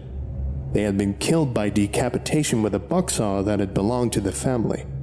Following death, the family members' headless bodies had been carried into their respective rooms and placed on their beds. Each of the removed heads had also been placed upright on a step of the staircase leading from the 1st to the 2nd floor. Yeah, I hope I didn't ruin your appetite with this, man. Enjoy your scone. With the parents' heads on the top 2 steps and the children's heads on the lower steps, in decreasing order of age. Document 4666-530985, SCP-4666-A, Instances Log. Location: Nurmes, Finland, 1811. Description of SCP-4666-A instance: a small wooden drum with 2 wooden drumsticks of uneven length. Drum skin consists of a 390 centimeter cubed piece of skin belonging to a human child stretched with a thread made from human tendons. Location: Gallagher, Wales, 1857. Description of SCP-4666-A instance: a small knife, 15 centimeters in length, the blade was 6 centimeters in length, sculpted from a single piece of bone belonging to a human child. Symbols of unknown meaning had been carved into the handle. Location: Makat, Kazakhstan, 1903. Description of SCP-4666-A instance: a flute made from the hollowed-out femur of a human child. Holes have been bored at uneven intervals along its length. The femur appears to have been dyed in human blood. Location: Bangor, Michigan, 1960. Description of SCP-4666-A instance: a wooden box containing 13 miniature human-like figurines, each 4 to 6 centimeters in height, made from the phalangeal bones of human children, tied together with strips of human tendon. The figurines had been decorated with human hair and small pieces of torn clothing. DNA testing revealed that the remains belonged to 18 separate children. Location: Everybody just bailed on the video, dude. Whoever's in the chat, you're like the only one. So enjoy. Cape Broyle, Canada. It gets better. 1976. Description of SCP-4666-A instance. A ball, 23 centimeters in diameter, made from 19 layers of human skin, wrapped tightly around the desiccated head of an unidentified human child. Male, age 2 or 3. Layers of skin are held in place with pine resin. Location: Bard, Netherlands, 2006. Description of SCP-4666-A instance. A hairbrush. The handle is made out of wood and poorly carved. In place of bristles, 43 deciduous human teeth have been set at irregular intervals into the handle. DNA testing revealed that each tooth belongs to a different child. Only 2 of the teeth could be matched to known abduction victims of SCP-4666. Teeth vary in age from a few days to over 400 years. Discovery: SCP-4666's existence and ongoing activity were first detected in 1974 through the Foundation's newly implemented Anomalous Signature Recognition Program, when several highly similar home invasion incidents resulting in family deaths were found to have occurred throughout the Northern Hemisphere during the night of January 1st or 2nd. Extensive research into law enforcement archives worldwide eventually uncovered evidence of probable Weisnacht events for nearly every preceding year, going back to the late 18th century, average of 3.1 known events per year. Numerous historical documents were also found which appear to describe SCP-4666 activity occurring prior to this period, in some cases as early as the 2nd century AD in Europe and Russia, and as early as the 1st century BC in Scandinavia. Fingerprints belonging to the same humanoid entity have been discovered at the locations of all Foundation investigated Weisnacht events. These have been matched to a partial fingerprint found preserved in dried blood on a recovered SCP-4666-A instance dating from 1873. The fingerprints present characteristics not known to occur in human beings. See image. Human-like white hairs were also recovered from the locations of several Weisnacht events, though no DNA, human or otherwise, could be extracted from them. Addendum 4666-01. On January 2nd, 2018, several SCP-4666-A instances were discovered at a family's residence in Hoonah, Alaska, following the conclusion of Weisnacht event number 060198. Among these instances was SCP-4666-A-0960, which consisted of a crude life-size doll made from the emaciated body of a female child, to which the following modifications had been made. So basically, this part right here, this is probably the only victim to ever escape 4066, because he'll always kidnap the youngest child of the family he terrorizes. But this instance right here, this is like the only time a child came back, so to speak. And it's not as hopeful as it sounds. A dress made from various pieces of dirty, discolored clothing had been sewn around the body, and in several places into the body's skin. The mouth had been sewn shut with thread made from human tendons, and the lips painted red with a solution consisting primarily of human blood. The fingernails of another child had been glued over the body's fingernails with pine resin. These had been painted red with the same human blood-based solution. 3 of the body's fingers were missing. The entire scalp had been removed from the head, and the scalp of another child with long blonde hair sewn onto the head in its place. The hair had been tied into 2 braids. Both eyes had been removed, and 2 large round pebbles on which eyes had been crudely painted placed into the empty orbits. Upon examination by the family, the child from whom the doll had been made was found to be still alive, albeit unconscious. Authorities were notified, and the child was airlifted to Bartlett Regional Hospital in Juneau, Alaska, where she survived for 18 hours. 2 Foundation agents were dispatched and were able to interview the subject. See interview log below. Following the subject's death, her body was confiscated by the agents and all witnesses amnesticized as per standard procedure. DNA testing revealed that the subject had been Ekaterina Morozova, age 7. a known abduction victim of SCP-4666, taken from her family's residence in Dubovka, Russia on January 2nd, 2016. Autopsy of the subject's body showed she had been severely malnourished during the 2 years following her abduction. Very crazy, Anthony. Which had resulted in considerable stunting. Weight was only 15 kilograms, height was only 90 centimeters.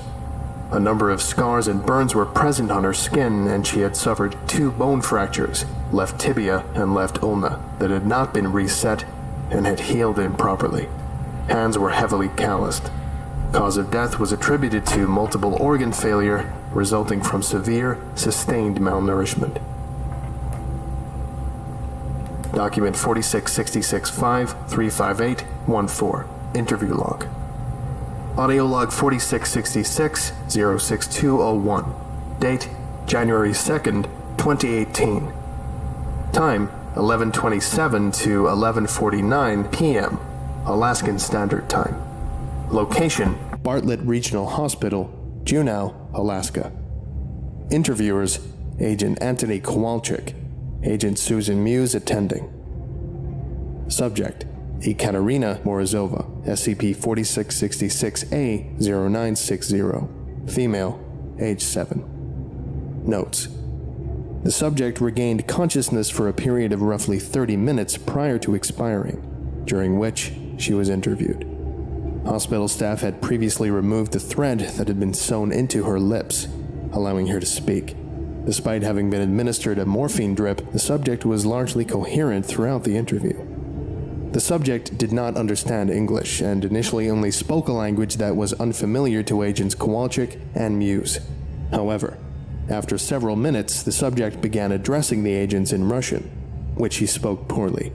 Agent Kowalczyk, who spoke rudimentary Russian, was able to conduct the interview without the need for an interpreter. This interview has been translated by my on-site AI, Acid. Playing log, now. Hello, I am Anthony. What's your name? Are you going to take me back to him? No, I promise. I'm just here to talk to you. I don't want to go back. You don't have to. You're safe now, Mishka. Can you tell me what happened to you? Do you remember the night he came to your house? I remember. He hurt Mama and Papa, and Katya, and Juliana for a long time, and they were bleeding. After they stopped screaming, he put me in his bag. His bag? He had a big bag. Other children went in bag too. I think we go to other houses. I hear people screaming outside the bag all during the night. Each house, he put another child in the bag. Then after the night, he take us away. Where did he take you? Underground. Nothing. Deep. Underground? You mean near a basement? Deep. Everything earth and mud and ice. Bones everywhere. Everything cold. I can't sleep because it's too cold. Were there lots of children there with you? Lots of children. Lots of tunnels. Lots of holes. But I can't see a hole. I can't see the other island. Too dark. My hole is with Renee, Hecla, Sasha, and Paul. We make toys. Together. The toys? If you don't make the toys, you don't eat. Don't stop making toys. Don't fall asleep or he hurt you. He hurts you? How? He hit you. He hit you. Or he burn you. Or he bite off your fingers. Or he cook you on the fire in his room and eat you. He eat Phil and Sally. What about you? How did this happen to you? Did he do this? Renee, Hecla, and Sasha, and Paul do this. They have to. Why? I get sick. When you can't make the toys, you become the toys.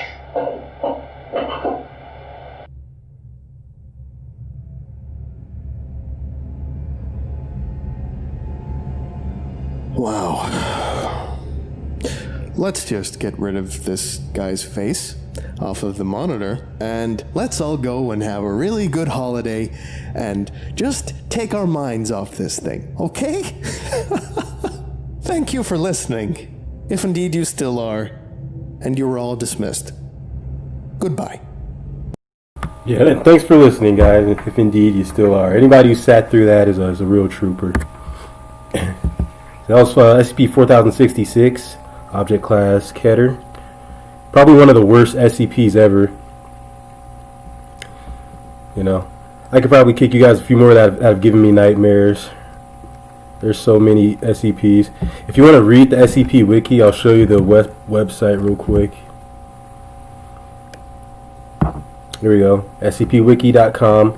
This is what the website looks like. It has all the SCPs. I think there's about 6, so there's 7,000. Have we gotten that far already? Okay, so we're up to the 5,000 series. So there's a lot of these things. Looks like a ridiculous number of SCPs. You just click on a random one. There's one called Simon Says. I don't even know what the fuck this is. You can read it together. SCP-5978, Object Class Keter. Doesn't look too long, so I'll read it. Special Containment Procedures. SCP-5978 is contained in an air-sealed insectoid containment cell. The exterior of the containment cell has been outfitted with an electric grid, and the electric fence has been constructed in a 6 square meter area around SCP-5978's cell. SCP-5978's containment cell must remain at 60 degrees Celsius to facilitate the destruction of its spores. Any drop in temperature more than 5 degrees Celsius should be considered a breach of containment. Any SCP-5978-A entities are to be removed, dissected, and then terminated if it is safe to do so until their scheduled termination. SCP-5978-A entities removed by the Foundation must be kept in separate containment chambers appropriate to their size, type, and quantity of current existing instances. Personnel assigned to SCP-5978 must have a cognitive resistance value, CRV, of 15 or greater, and must wear hazmat suits when physically interacting with the entity. Any personnel with respiratory issues or allergies to pollen are strictly prohibited from interacting with SCP-5978. In the event of a containment breach, electrical weaponry should be used to incapacitate SCP-5978-A instances. However, termination is permitted if instances would otherwise pose a danger to staff. Description: SCP-5978 is a spheroid mass composed of numerous insects, including ladybugs, monarch butterflies, centipedes, cockroaches, and 3 currently unidentified variants of arachnids. Despite having several points of contact with the ground and control over its limbs, SCP-5978 is either unwilling or incapable of locomotion. Through the inhalation of spores, which are constantly being emitted, SCP-5978 has the ability to place organisms under its mental control. These are henceforth referred to SCP-5978-A, taking anywhere from 6 minutes to 6 hours for full control, depending on the size of the entity. At the time, it is unknown if there is a limit to how many entities SCP-5978 is able to manipulate. SCP-5978-A entities lose any self-preservation instincts, willingly placing themselves in harm's way to preserve SCP-5978, regardless of the range between the anomalies. SCP-5978-A are hostile towards unaffected entities. If an uninfected entity is observed, SCP-5978-A instances will attempt to convert them by physically overpowering them en masse if needed, and then orally expelling a large number of spores into their nostrils and throat. All SCP-5978-A instances have a viscous green substance leaking out of their orifices, which evaporates when exposed to air. Analysis of this chemical composition of the substance is currently ongoing. So, yeah, there you go. That's a little bug creature that controls your movements and shit. That's just like a random one I picked. Never read that one before. What else? There's one called Smith Gym. I don't know what that one is. It's safe. Shit, dude, I think there's a fucking riot going on outside, to be honest.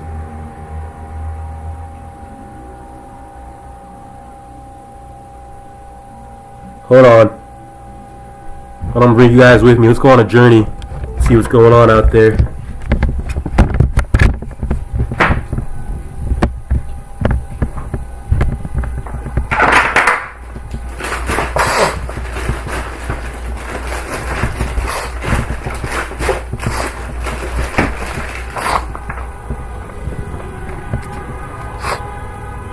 You hear that shit?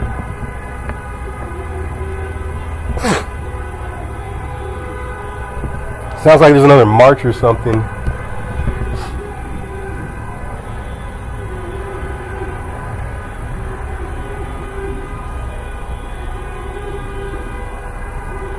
Shit. If I have time, I'll dress up and I'll take my phone out and see what the fuck's going on.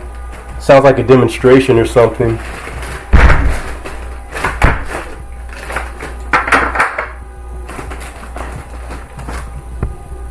That shit's loud as fuck, dude. Yeah, my cousin said there was some riots here before I got here. Looks like they're starting up again.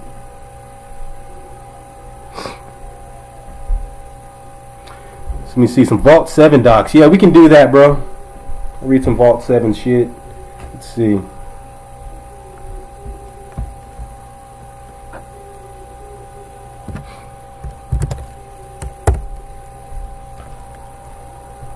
Oh, I went to Wikipedia. I meant WikiLeaks.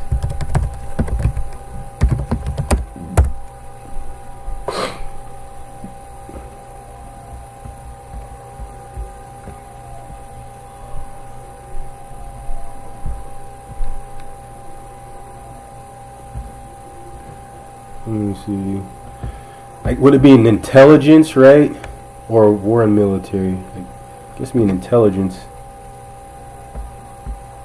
Got Vault 8. Vault 7, there we go.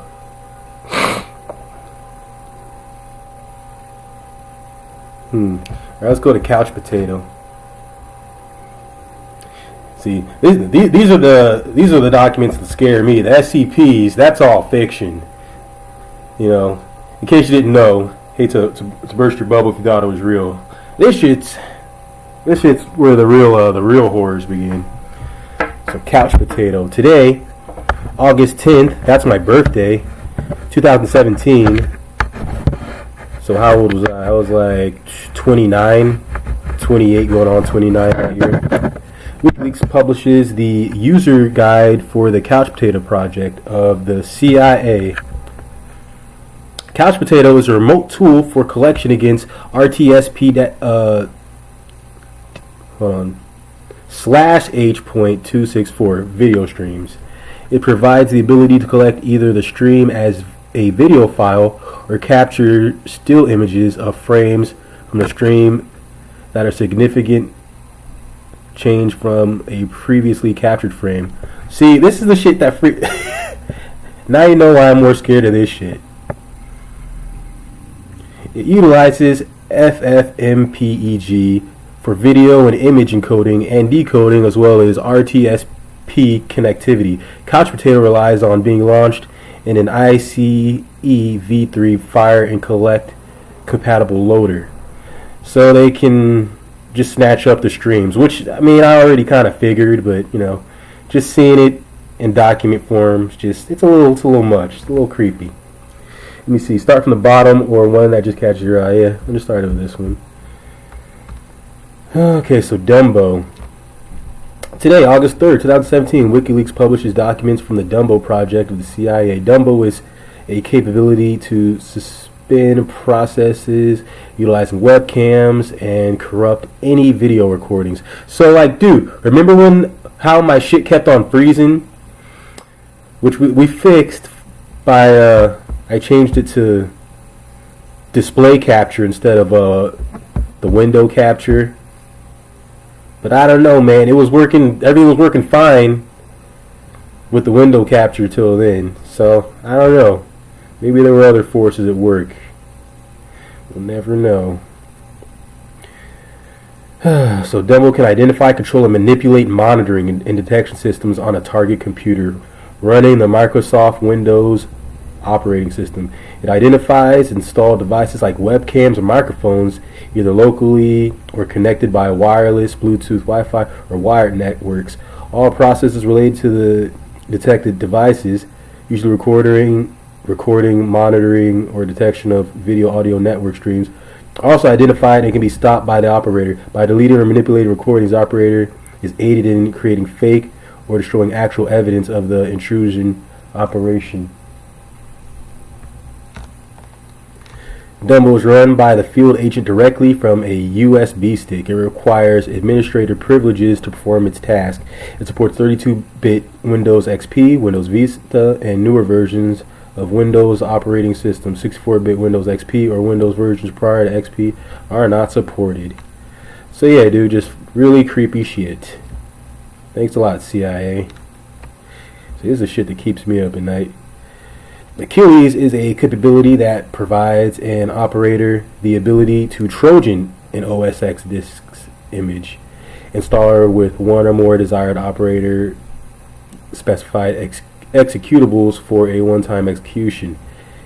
Ares is an automated implant written in C that supports a number of POSIX-based systems: Debian, RHEL, Solaris, FreeBSD, CentOS. It supports automated file exfiltration, configurable beacon interval and jitter, standalone and collide-based HTTPS LP support, and SMTP protocol support, all with TLS encrypted communications with mutual authentication. It is compatible with the NOD cryptographic specification and provides structured command and control that is similar to that used by several Windows implants. CP is an OS X rootkit that provides stealth and tool launching capabilities. It hides files, directories, socket connections, and or processes. It runs on Mac OS X 10.6 and 10.7. So I didn't really get that last bit. It's a little too sophisticated for me. But I know Raytheon. Definitely recognize that name. It's a weapons manufacturer. So today, July 19th, 2017, WikiLeaks publishes documents from the CIA contractor Raytheon Blackbird technology from the Umbrage Component Library UCL project. The documents were submitted to the CIA between November 21st, 2014, just 2 weeks after Raytheon acquired Blackbird Technologies to build a cyber powerhouse, and September 11th, 2015. They mostly contain proof of concept ideas and assessments for malware attack vectors, partly based on public documents from security researchers and private enterprises in the computer security field. Raytheon Blackbird Technologies acted as a kind of technology scout for the Remote Development Branch, RDB, of the CIA by analyzing malware attacks in the wild and giving recommendations to the CIA development teams for further investigation and POC development for their own malware projects. And I don't think POC development stands for people of color in this case. So, so I'm just hooking the power back up to the computer. Come back here, Baby Yoda. The people need to see Baby Yoda. The people love Baby Yoda. Alright. So yeah, this shit's just all a bummer. High rise. Today, excuse me, I gotta get a tissue. My nose is doing stuff. But while you guys are, I'll be right back. You guys can watch G.I. Joe until I get back. I'm sorry. Gotta blow my nose.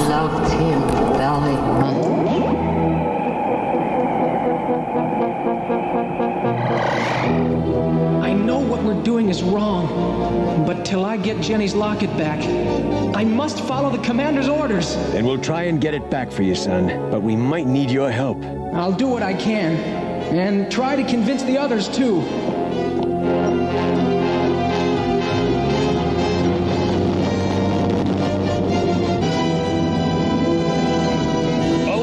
Alert!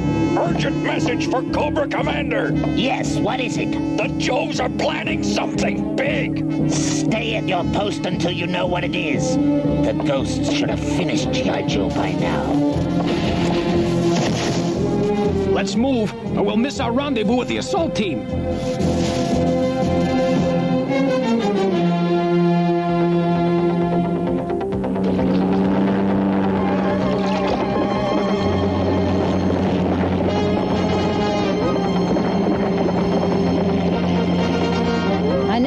We'd be getting tactical support from the spirit world. I wonder what it feels like, you know, after.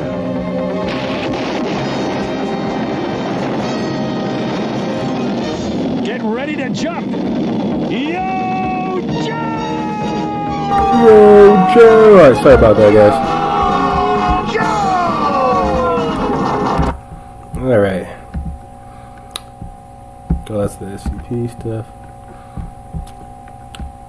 Okay. High Rise. Today, July 13th, 2017, WikiLeaks publishes documents from the High Rise project of the CIA. High Rise is an Android application designed for mobile devices running Android 4.0 to 4.3. It provides a redirector function for SMS messaging that could be used by a number of IOC tools that use SMS messages for communication between implants and listening posts. High-Rise acts as a SMS proxy that provides greater separation between devices in the fields, targets, and the listening post LP by proxying incoming and outgoing SMS messages to the internet LP. High-Rise provides a communications channel between the High-Rise field operator and the LP with the ATLS SSL secured internet communication. Let me see. So I guess that has something to do with just Android phones and just hacking into that. Bothan Spy. You see. Botham Soy is from Star Wars. Is that right? That sounds like a bounty hunter's name or something. That sounds like, I guess, a Star Wars name. Alright. Today, July 6, 2017, WikiLeaks publishes documents from the Bothan Spy and, Jesus Christ, Falcon projects of the CIA. The implants described in both projects are designed to intercept and exfiltrate SSH credentials but work on different operating systems with different attack vectors. Bothan Spy is an implant that targets the SSH client program Xshell on the Microsoft Windows platform and steals user credentials for all active SSH sessions. These credentials are either username and password in case of password authenticated SSH sessions, or username, file name of private SSH key and key passwords if public key authentication is used. Bothan Spy can exfiltrate the stolen credentials to a CIA-controlled server so the implant never touches the disk on the target system, or save it to an encrypted file for later exfiltration by other means. Bothan Spy is installed as a shell term 3.x extension on the target machine. So they can just jack your fucking password and your username. That's bullshit. Oh man. Falcon is an implant that targets the Open SSH client on Linux platforms. CentOS, Debian, RHEL, SUSE, Ubuntu. Like, that just sounded like some sort of witch's charm, dude. Like we're about to, like, they do it, Dembula. Give me the power, I beg of you. CentOS, Debian, RHEL, SUSE, Ubuntu. Give me the power, Dembula, I beg of you. Alright. Let me see. The implant can not only steal user credentials of active SSH sessions, but is also capable of collecting full or partial open SSH sessions traffic. All collected information is stored in an encrypted file for later exfiltration. It is installed and configured by using a CIA-developed rootkit JQC Kit V on the target machine. Outlaw country. You know where you are, partner? You're in outlaw country. We don't take kindly to strangers around here. Alright. Today, June 30th, 2017, WikiLeaks publishes documents from the Outlaw Country project of the CIA that targets computers running the Linux operating system. Outlaw Country allows for the redirection of all outbound network traffic on the target computer to CIA-controlled machines for X and infiltration purposes. The malware consists of a kernel module that creates a hidden net filter table on a Linux target. With knowledge of the table name, an operator can create rules that take precedence over existing net filter IP tables rules and are concealed from a user or even system administrator. The installation and persistence method of the malware is not described in detail in the document. An operator will have to rely on the available CIA exploits and backdoors to inject the kernel module into a target operating system. Outlaw Country version 1.0 contains one kernel module for 64-bit CentOS RHEL 6.x. This module will only work with default kernels. Also, Outlaw Country version 1.0 only supports adding covert DNAT rules to the pre-routing chain. So, yeah, I gotta be honest, this is all just, a lot of this is just computer gibberish and jargon to me. But it's all, you know, the implications seem really frightening. Elsa. So let it go, let it go. Let me see. Today, June 28th, 2017, WikiLeaks publishes documents from the ELSA project of the CIA. ELSA is a geolocation malware for Wi-Fi enabled devices like laptops running the Microsoft Windows operating systems. Once persistently installed on a target machine using separate CIA exploits, the malware scans visible Wi-Fi access points and records the ESS identifier, MAC address, and signal strength at regular intervals. To perform the data collection, the target machine does not have to be online or connected to an access point. It will only need to be running with an enabled Wi-Fi device. So let me see, geolocation malware. So it looks like they use like your Wi-Fi to pretty much figure out where you are and shit, is what I'm getting from this.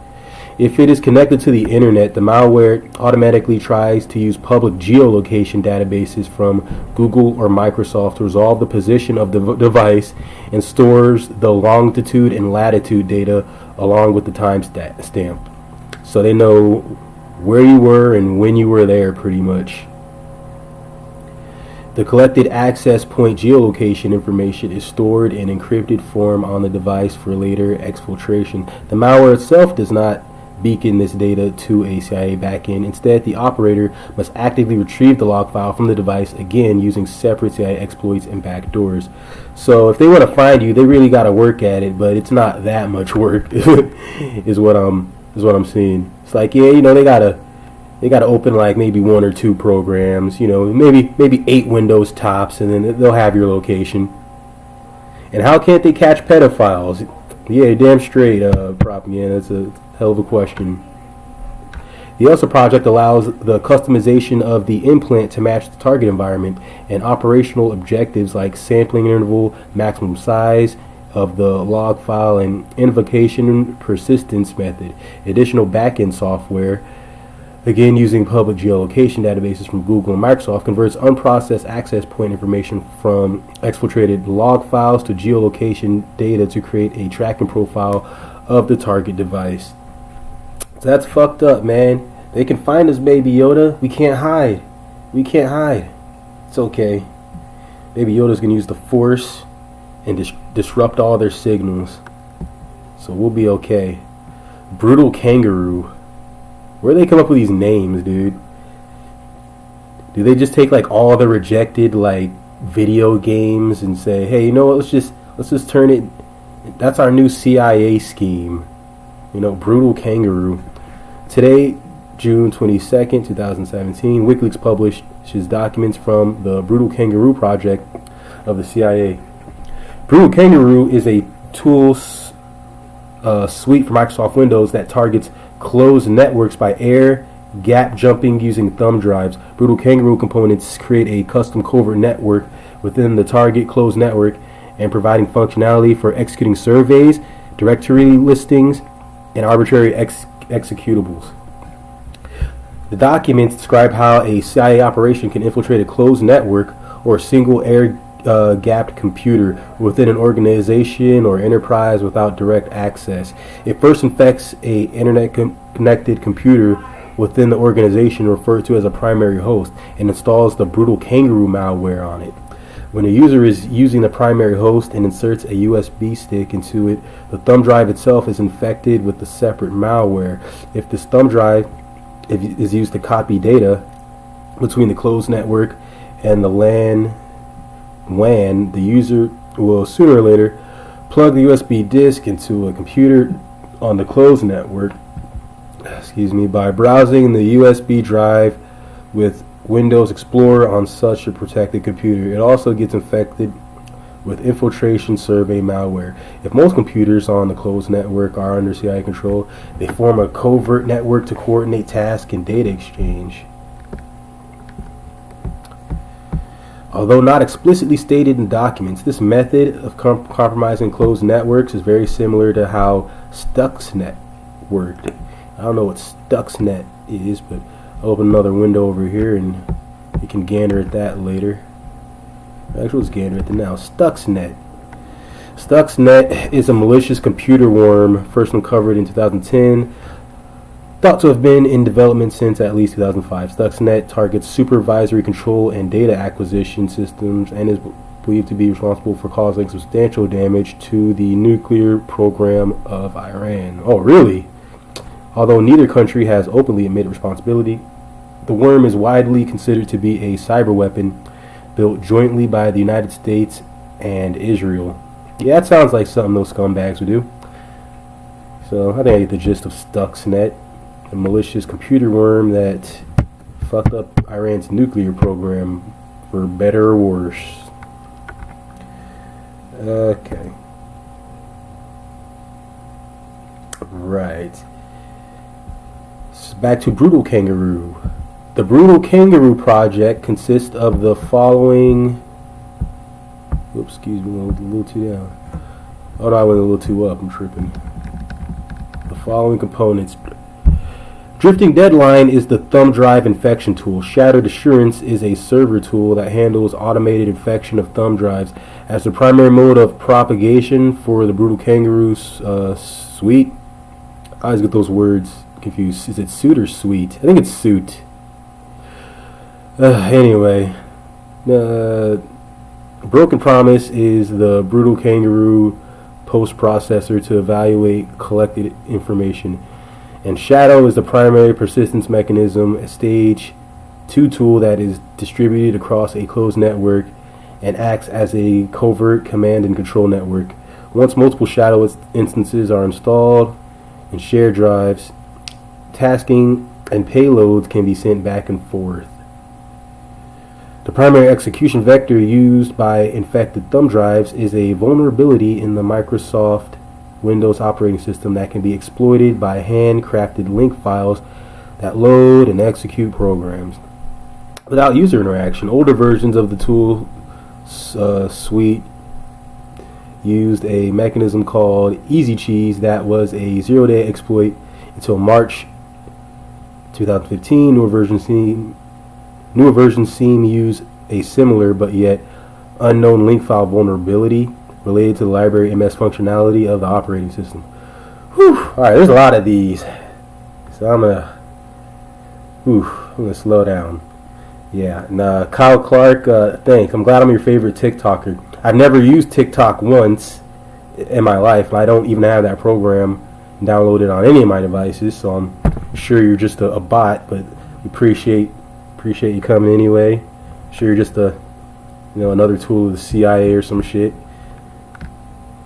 But we appreciate you being here, Kyle Clark.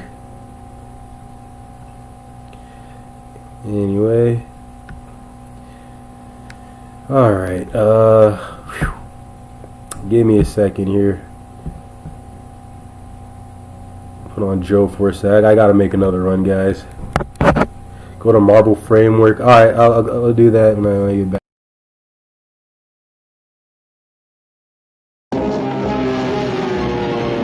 Blast from the past is back, just in time to get us inside.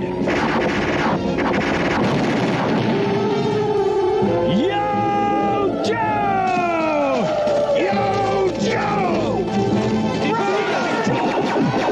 Airborne, ripcord, hold the courtyard. Gung-ho, we're going snake hunting. Right behind you. Cobra Commander's around here somewhere. If he gives you guys a slip, don't worry. He won't get past us.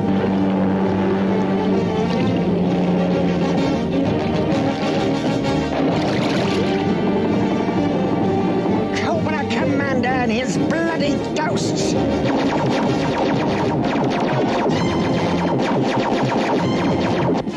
Black Stinger Squadron, prepare to launch. I need help with this Joe hovercraft.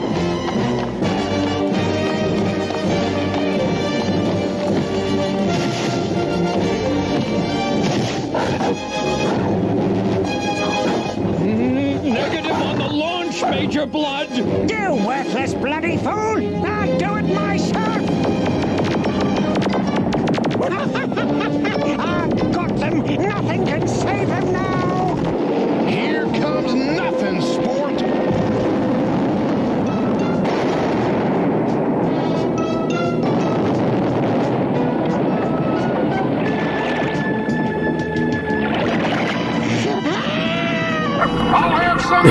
You still like a little bitch. Ah, I'm drowning.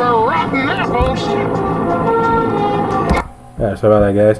So what was that prop? The hell? Yeah, it was Marble Framework. Okay.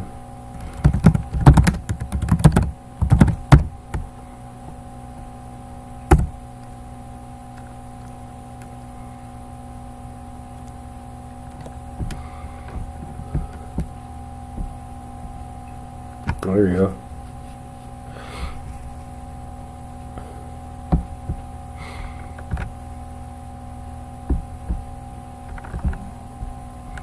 Yeah, I mean, it's giving me a zip. Do I have to download the zip to read the documents, or?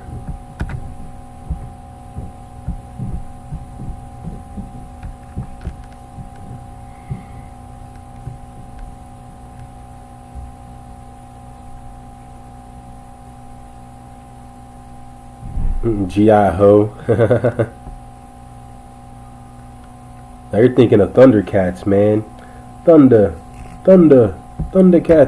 Ho. Got the control. Oh, you know, my cousin just texted me that he got a PS3 controller. So we might start streaming games if I can figure out how to do that. Like, it shouldn't be hard, but honestly, I'm on the older side of the millennial aisle, so a lot of this newfangled technology is it's kind of elusive to me. But usually when I try it a few times, I get a decent handle on it. But yeah, I mean, the only games I know how to stream now are just the 8-bit emulators I have on my computer right now. So do I have to download the Marble zip? Is this shit gonna crash my computer? Propaganda? Huh? Is this your master plan? Are you CIA propaganda? You trying to get me to? You trying to get me to download a Trojan virus? And then once I do, and I'm crashed, you cackle off into the night. I never see you guys again.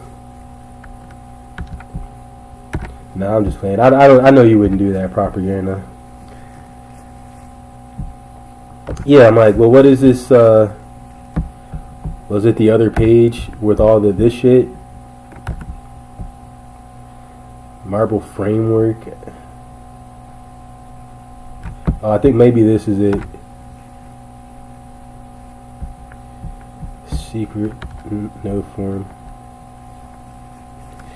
The Marble framework is designed to allow for flexible and easy to use obfuscation. I hate that word. Obfuscation. Oh Lord, I suck with that one. Whatever. When developing tools, when signaturing tools, string God damn it. Hold on. We're gonna handle this right now. The learning never stops. Obfuscation. Fuck. There you go. Baby steps. Okay. Obfuscation.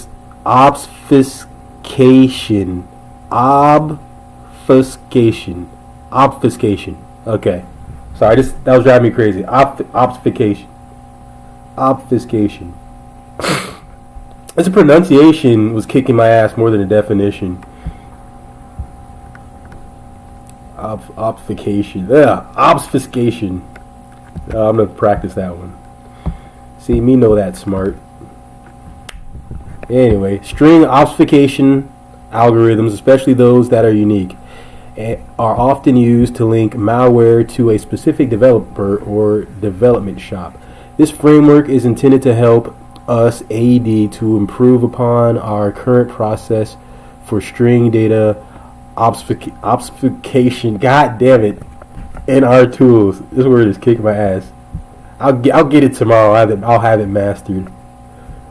But today, oh man, the framework utilizes pre and post build execution steps to apply. God damn it! We're moving on to the next one. Okay.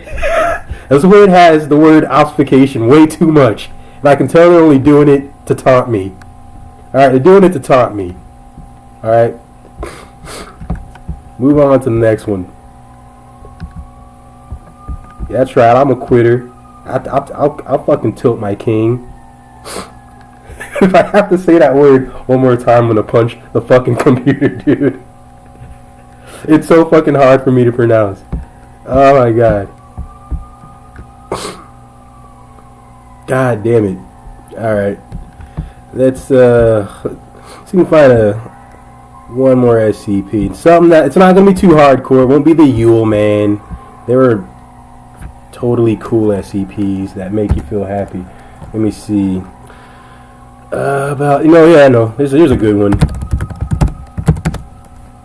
You guys will like this one.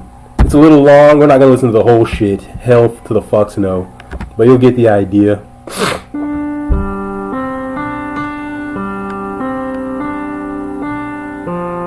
There's like 5 minutes of this, and we'll find another WikiLeaks thing. Item number SCP-261. Object class safe. Special containment procedures. Any access to SCP-261 will be approved by staff with level 2 security clearance or higher. Any and all items dispensed by SCP-261. Okay, so that article basically makes it look like Russia. Wait, so that one is to make it look like Russia or another language hacked you when it was really the CIA. Man, that's scary, dude. Because you know what? My cousin just recently got hacked from someone from Moscow, supposedly. Supposedly someone from Moscow tried to get into his email account, and he's still locked out, like, to this day, because Google doesn't want to let him back in. And supposedly they're going to let him back in tomorrow, but I mean, they've been kind of playing games with him. But yeah, he's been real pissed off about that. Supposedly the guy, when he logs in, it says that someone tried to log in from Moscow, Russia. So now that's really weird that you bring that up, because we were tripping out about that. What must be recorded, along with the amount of money entered and the amount of time elapsed between uses. Currently, SCP-261 may only be used 10 times in a 24-hour period, with no transaction exceeding the equivalent of 500 Japanese yen. Testing approved by Site Command is not under these restrictions. So they obfuscate, I think I said that right, from the fact that they hacked you by making it look like the Russians. Alright, and if you write obfuscate one more time, propaganda, you're getting kicked out the chat, and you're losing your mod privileges. motherfucker. Items dispensed by SCP-261 should be reviewed by site health and safety officials before consumption. Failure to do so releases the Foundation from any obligation regarding negative effects. Items deemed dangerous or useful to research will be confiscated by site security, with financial compensation provided in proportion to money spent. Description: SCP-261 appears to be a large black vending machine with no front glass panel and a small keypad on the right side. SCP-261 was recovered in Yokohama, Japan. SCP-261 was brought to the Foundation's attention after an investigation of urban legend about a magic vending machine that was circulating on the internet. SCP-261 was found in a back alley behind a large shopping center with a handwritten sign saying "out of order" in Japanese taped to it. SCP-261 had no marks or identification of any kind, and no locals remember when or how it came to be in its current location. Internally, SCP-261 appears to be a basic vending machine equipped to vend food and beverage items. After a key was made and the front door opened, no abnormal materials were found, and it was determined that SCP-261 had never actually contained any food or beverage items. The keypad, while connected and operating correctly, does not activate any of the dispensing mechanisms. When money is placed into SCP-261 and a 3-digit number is entered on the keypad, SCP-261 will vend a random item. SCP-261 has not accepted any currency other than yen, with rejected currency being deposited in a coin return slot. It is unknown how these items appear, however SCP-261 will not operate when the doors open or when recording devices are placed inside. The number entered on the keypad has no effect on the item vended, nor has any pattern been detected. Items are always some sort of snack food and typically have bright, attention-grabbing packaging. SCP-261 is capable of operating with no external power supply, but operation in the state will cause unstable vending to occur much more quickly than normal. If SCP-261 is used several times in a short period of time, and or large amounts of money are entered before an item is vended, SCP-261 will start to dispense bizarre items. While still food, quote-unquote, their suitability for human consumption is often non-existent. Log of items vended during testing Phase 8. 800 yen entered for each item. Items being dispensed every 2 minutes. SCP-261 is attached to power. Coke Zero, a can of Diet Coke, packaging in English. Cheetos, a small bag of Cheetos snack food, packaging in English. Black, a single pack of caffeinated chewing gum, packaging in Japanese. Dude, I'm just joking, dude. I'm not gonna kick you for writing obfuscate. I think I got it now. Obfuscate. Yeah, I think I'm good. You are obfuscating from the fact that it is not my fault you didn't look up how to say it. Oh, Carl, that's a clever sentence use. Yan Yan, a single Yan Yan cone with peach dipping frosting, packaging in Japanese. The Meiji Seika company does not produce this flavor. Pepsi Dragon Twist, a can of Pepsi Cola with a trace of fruit flavor, packaging in English. Flavor identified as dragon fruit. PepsiCo does not produce this product. Dark Side Cola, a can, quote-unquote, with clear plastic sides, packaging in Japanese. Liquid inside is clear. When opened, liquid appears to react to the air and changes to a dark black over a period of several seconds. The black coloration looks like billowing smoke and cannot be reversed. Liquid's taste is described as cola with something spicy in it. The Little Bakery 7 grain. A small tube the size of a candy bar with a green button, made of aluminum, packaging in English. When the top is twisted off, a mass of dough is extruded. Dough contains several enzymes and bacteria. Yeah, like obfuscation, that's like gaslighting pretty much. Or, it's a little different from gaslighting. That's when you make someone think they're tripping or they're going crazy. When really they're right on the money. Even though, yeah, obfuscation, it's similar to like gaslighting in a way. But yeah, I guess obfuscation is, I guess they're more making you think like the Russians did it. They're giving you like false clues and all that, so you wouldn't even suspect the CIA. It'd be more gaslighting if like it said that the CIA hacked my cousin. And the CIA showed up and insisted the Russians did it. That'd be more like gaslighting. But yeah. I can see how they're similar. Bacteria that have not been identified. On contact with air, this causes the dough to rise and bake, killing the microbes in the process. Produces a small round loaf of bread weighing 250 grams. Taste described as good but chewy. Lemon clams. Thick plastic baggie with a plastic tube on the side containing water and 12 clams, packaging in Dutch. Following on-package instructions, the plastic tube was cracked like a glow stick. Liquid in the bag flashed to steam, venting from a hole that popped open in the top of the bag, slightly burning one researcher. Steaming finished at 38 seconds, after which clams were found to be fully cooked and infused with a mild lemon flavor. On investigation, clams matched no recorded species. Yeah, so I like this one. It's basically just a vending machine that when you put Japanese yen in it, which is the only currency that it accepts, it'll give you just random food from different dimensions, like all across the multiverse. And just like some of the food's just so outrageous and makes no sense. Some of it's just straight inedible. But if you put enough money in it, you'll actually get really good food from really good dimensions. Unknown. Small mesh bag filled with small multicolored pyramids, packaging in an unknown language. Pyramids found to be very hard and unpleasant tasting, compared to chalk in taste and consistency. When placed in hot water, pyramids open and produce strings that quickly dissolve, coloring the water the same shade as the pyramid. Water had no additional taste, but tested and revealed a sharp increase in mineral, carbohydrate, and protein content, with several minerals unidentified at the present time. This content was found to be consistent with the recommended daily intake of nutrients for adult humans. Researcher ingested the water with stomach cramps. You guys want to watch some Richard Medhurst? Unknown. Some Papi Chulo? Let me see. I think he's doing an interview with somebody right now. Mohammed Marandi. It's and they were on the same page in Syria. About both some were random working Syria. to destroy Syria. Sadly, because the Turkish people, and many people actually in the ruling party are very decent people, but this is a sad reality of Turkish policy there. So yes, these are excuses because this extremism that we see today was actually, as you know quite well, first developed in Afghanistan, and the American government and the Saudis started supporting them. Their school books and the books that they used to build up their ideology were actually first published in the United States.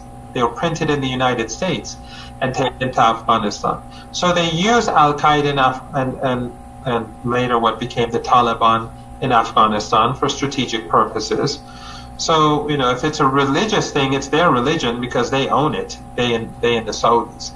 But this has nothing to do with religion. After all, the secular West, they are responsible for more death and destruction across the globe, and in Europe itself in the First and Second World War than any other country anywhere else in the world.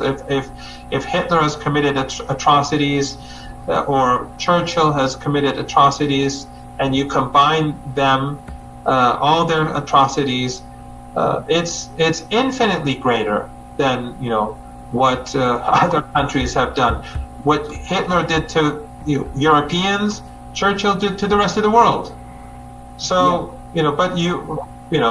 but again, the Europeans seem to think that, or ordinary Europeans are being told that the problem is elsewhere. No, and if one thing that I've said a couple of times to to Western reporters is that if you really don't like strange-looking people like me with strange-sounding names like mine in your country, the best thing to do is to stop bombing these countries, to stop imposing sanctions, and we'd all be sitting in our hometowns drinking coffee or having tea and living our own lives.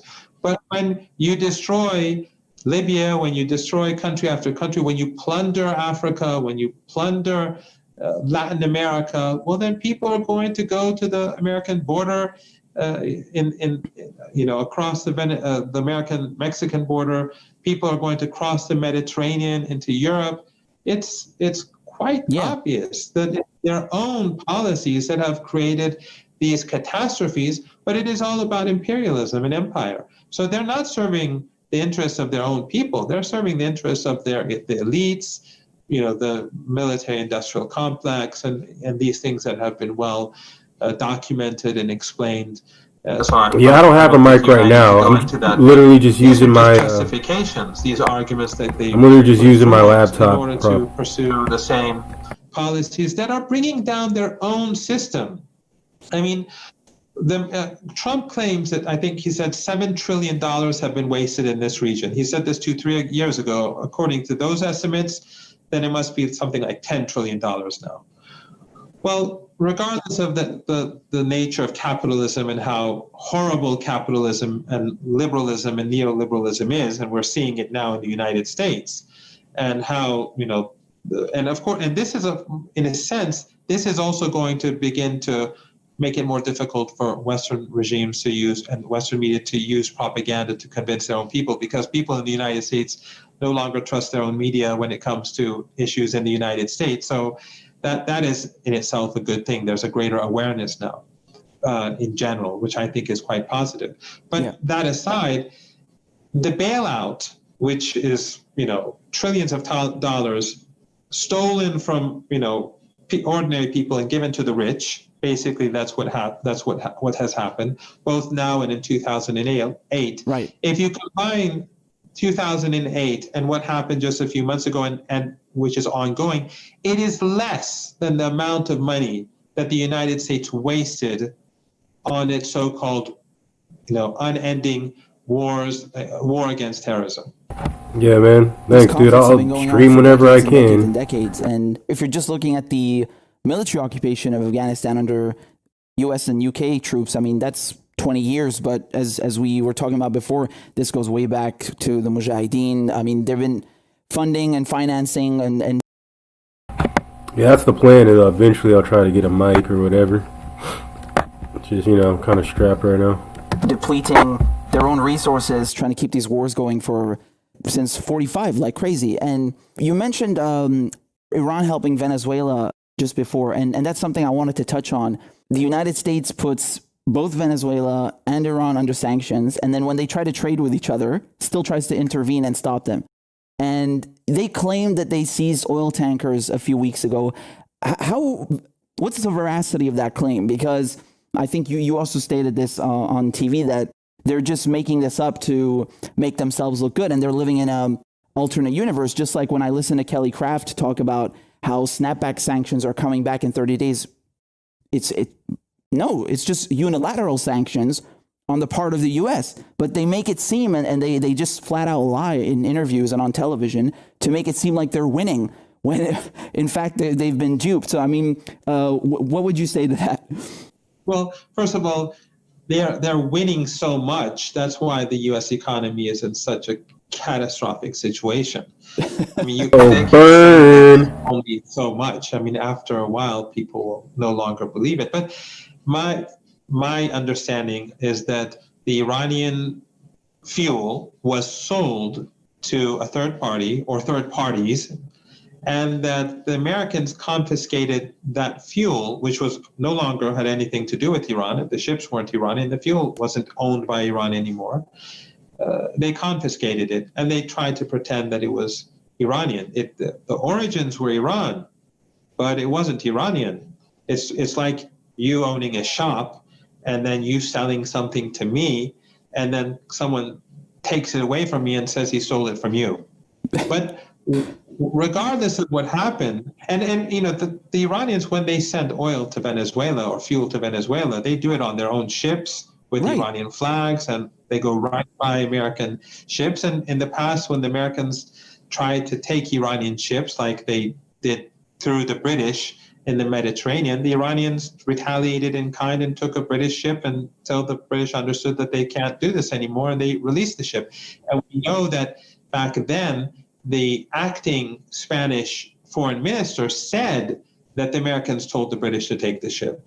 He said that Bolton, if I'm not mistaken, contacted the British and demanded that the Iranian ship be taken, and ultimately the British had to release it, and the Iranians were able to get the fuel or the oil to Syria, fortunately, back then. And this is another interesting thing about the Europeans, and their human rights. they are and the Americans, they are intentionally trying to starve the Syrian people.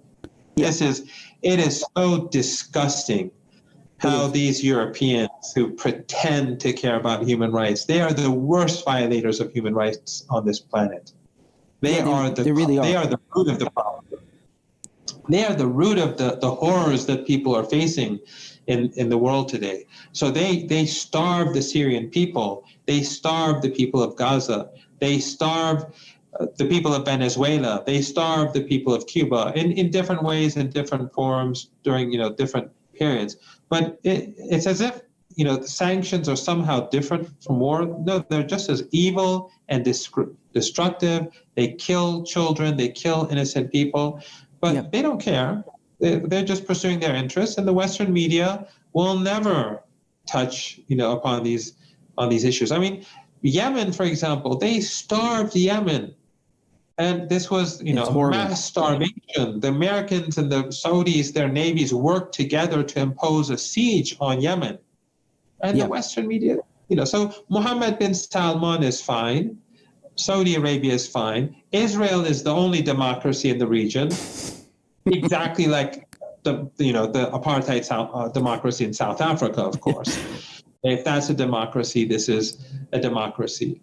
And if there's a coup in Latin America and it goes their way, it's a democracy. If there's a country that doesn't do the bidding of the United States. Yeah, that's what I think. It's probably all about capitalism, trying to stifle competition. Because they don't want competition, they don't want a free market. They just want there's a lack of trust in monopolies. Western narratives in the West now, and in particular in the United States. And I personally think that the United States is entering a very dark era, because it's moving towards a Great Depression, probably worse than 1929 in the 1930s. And they're only making things worse now because Trump is trying to, they're just printing money to delay the collapse until after the election. But, and I think that after this happens, many people in the United States are going to have very different attitudes about the U.S. government. And I think that the U.S. government is going to have a lot of problems at home, and that will make things different in our part of the world and in different parts of the world. I think it'll create new openings. And countries like Saudi Arabia, they're spending money like there's no tomorrow. This can't continue. It's not something, they don't have an infinite amount of money. Or Turkey, for example, the economy is very much dependent on tourism, and under Corona, and especially with the debt that the Turkish government has. But the irony is that Iran, which is sanctioned, it has been spared from much of the harm that has been brought about by the coronavirus. I mean, the coronavirus has hit Iran hard like everywhere else. But because of the sanctions, Iran wasn't able to export much oil, so it wasn't hurt. It's now used to being less dependent on oil.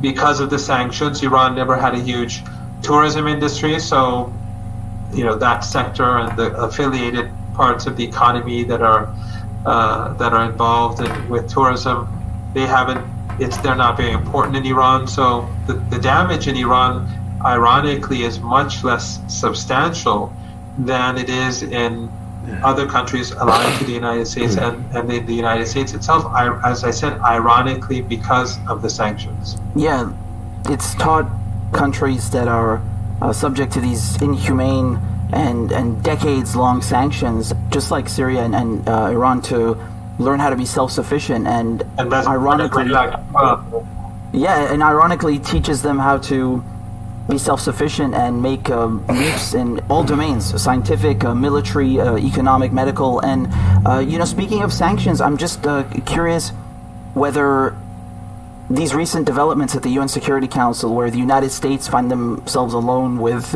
the Dominican Republic, do you think that this marks a significant break from U.S. hegemony, especially in regards to their allies? Because it seems as though the EU and the IAEA and the members of the UN Security Council are very much willing to keep the JCPOA in place and not go along with what the U.S. is trying to do. Do you think that's just going to be on this issue, or do you think that in the future, in a broader sense, that you're gonna have a shift, a rift between the U.S. and their allies in Europe and the international community?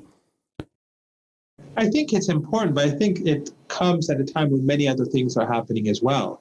And if Trump is reelected, some people in Iran actually would prefer Trump because they think that he is destroying the United States and its relationship with its allies and its relationship with other countries like China and Russia. Yeah, that's kind of funny in a way. Trump is isolating the United States and that the divisions they prefer Trump because he's such a fuck up. Make things much more difficult for the United States in the future. Of course, there are those who have who would rather he didn't remain president.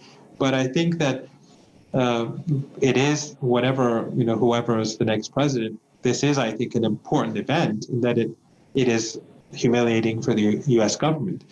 But I think it comes alongside many other things. The fact that the people of Venezuela have been able to resist is a sign of U.S. weakness. So the Venezuelans have played a role. The fact that the people of Syria have been able to resist this very evil war, this dirty war that Western and regional powers launched against it. All of these together, when you combine them, and the fact that capitalism is reaching the final stage, I think we're in the final stage before the fall of the U.S. economy. The corruption of capitalism and the corruption of liberal capitalism and the corrupt foreign policy that the United States and its European allies, and the Europeans in particular, one thing that was very interesting about the Europeans is that sometimes they try to behave as if they're different from the Americans and that they're more sophisticated and more humane, but they're always riding piggyback. Yeah. They always take advantage. They're always taking advantage of the empire. Yeah. And it's so they whether they support or criticize Washington, they're always on board, even if they're grumbling in public. They're taking all the advantages that they can. They're not really any different. Again, my experiences with chemical weapons is enough for me. The very people who gave Saddam Hussein those chemical weapons to use so extensively, they are alive. They are CEOs. They are still in parliament. This wasn't 60 years ago. This wasn't 100 years ago. Many of these people are still around. And, is anyone going to go to jail? Some of these activists or so-called pundits or academics who've been supporting Al-Qaeda and all these extremist groups in Syria who were outraged about the alleged chemical attacks. Well, if they're so outraged, they should be, going to the houses of these MPs or these CEOs who've created, the deaths. People in Iran are dying as we speak. It's a very slow death. Even I myself, because of my chemical injuries, I'm more susceptible to the coronavirus than ordinary people. And there are many people who are, who've been much more badly hurt than me. So why aren't they outraged about what their governments have and their businesses have done in Iran? And why don't, but instead they just, they attack the Syrians. Why? Because these people, I guess they get funding from the government, or they get funding from these foundations or independent foundations, or they want to be on TV, or but it's interesting when these alleged every time, and there were just a few in Syria. In Iraq, in Iraq, Saddam Hussein did it thousands of times, and many major attacks. But in Syria, those few alleged attacks, they always happened when the Syrian army was winning a battle. Exactly. And then on those occasions when the Americans did, and the British and the French struck the Syrians, they struck those places where the chemical weapons were being made. Well, if they were really chemical weapons there, and they had struck them with their missiles, then there should be a catastrophe. Right. You know, you should have people dying in those areas because of the chemical weapons that were hit by the American and British and the French missiles. They knew there were no chemical weapons in any of these it's ridiculous. I brought Aaron Matei on from the Gray Zone because they did extensive diving into the whistleblowers and leaks from the OPCW, and simultaneously I explained just from a geographical strategic point of view why this made absolutely no sense, because as you just pointed out, the Syrian army was winning. I'm referring specifically to the Duma attack, after which, alleged attack, after which the French and British and US bombed. Yeah, it just complete nonsense. And as you said, there should be a spill and just biohazard disaster throughout the whole city if that were the case. But it's just made up, and they have this double standard where they care about people dying from alleged chemical attacks, but then they're completely fine with imposing sanctions that kill people and depriving them of medical equipment and food, and doing this for years. I mean, and decades. It's not just like one time or something or 1 month. No, they are perfectly fine with slowly murdering people, and it's such a disgusting hypocrisy. It really is. On that note, where you said that the Europeans are perfectly fine piggybacking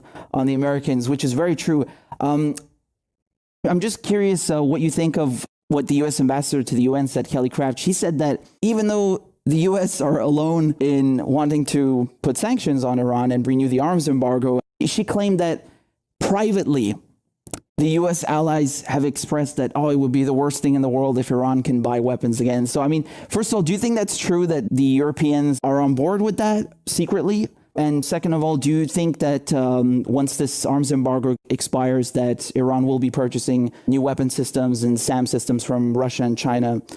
Well, as I said earlier, the Iranian weapons industry is very advanced. You remember then that when the Iranians brought down the American drone, it was done with an Iranian surface-to-air missile.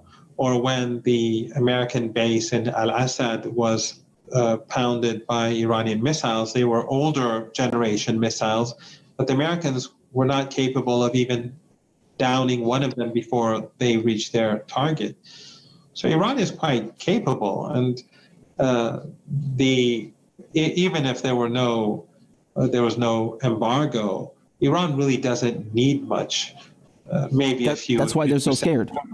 Yes, and the Iranian exports they are already happening. Iran obviously supports Hezbollah. Iran obviously supports Ansarullah, even though it's surrounded. But they find ways. It's very limited, their support, because Iran doesn't have the capabilities. I mean, the Americans and the British and the French and the Germans, and the Canadians are all supporting the Saudis and helping them destroy Yemen and create genocide. Yeah, that's fine.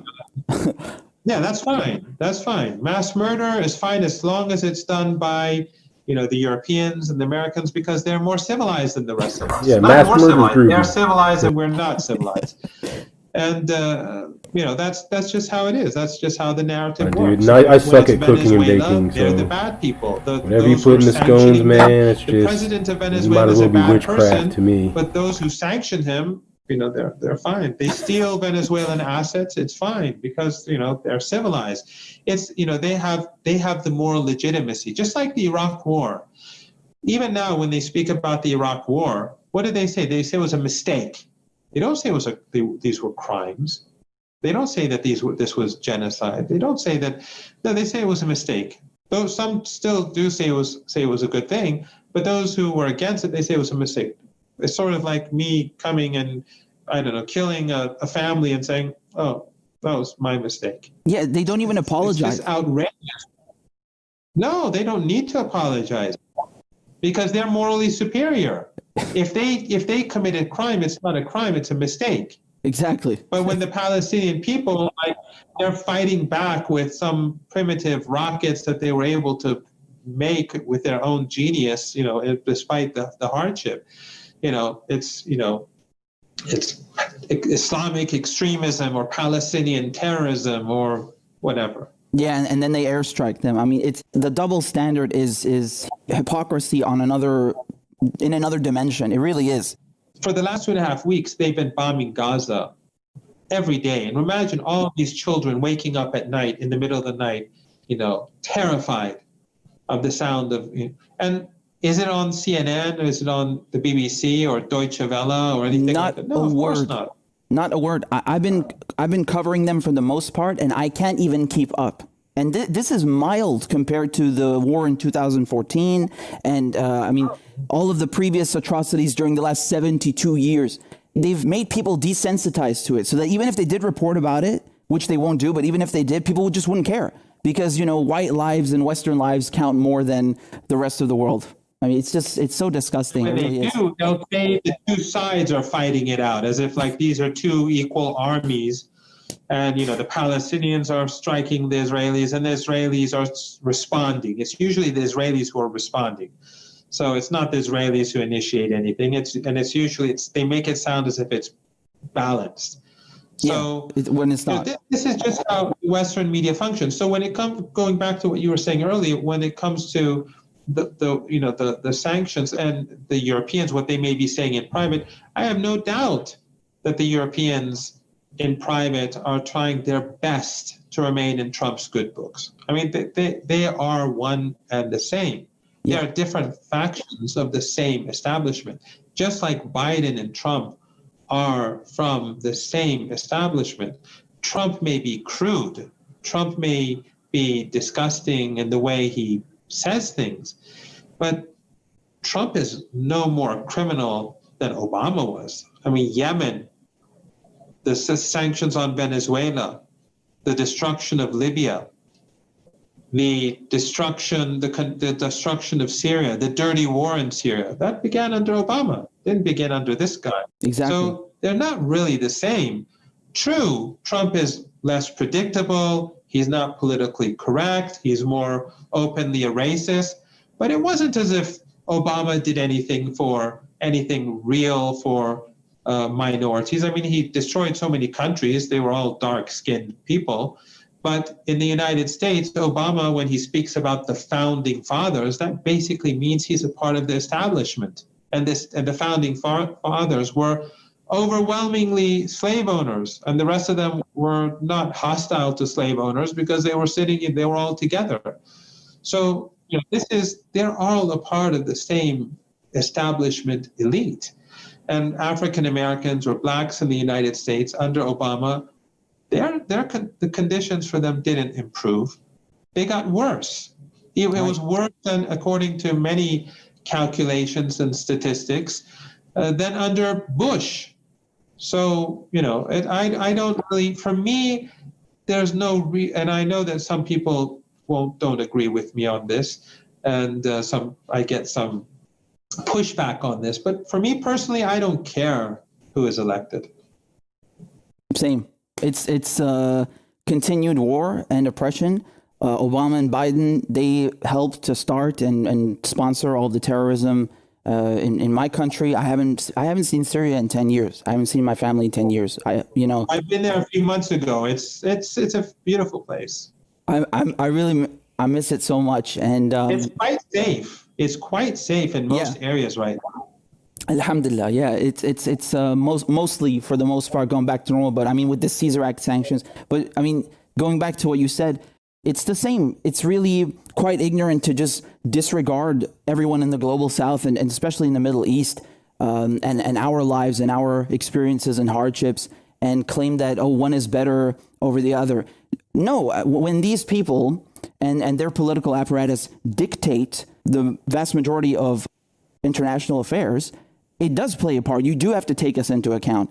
And they are equally responsible for these wars, for starting them, continuing them, for fueling them.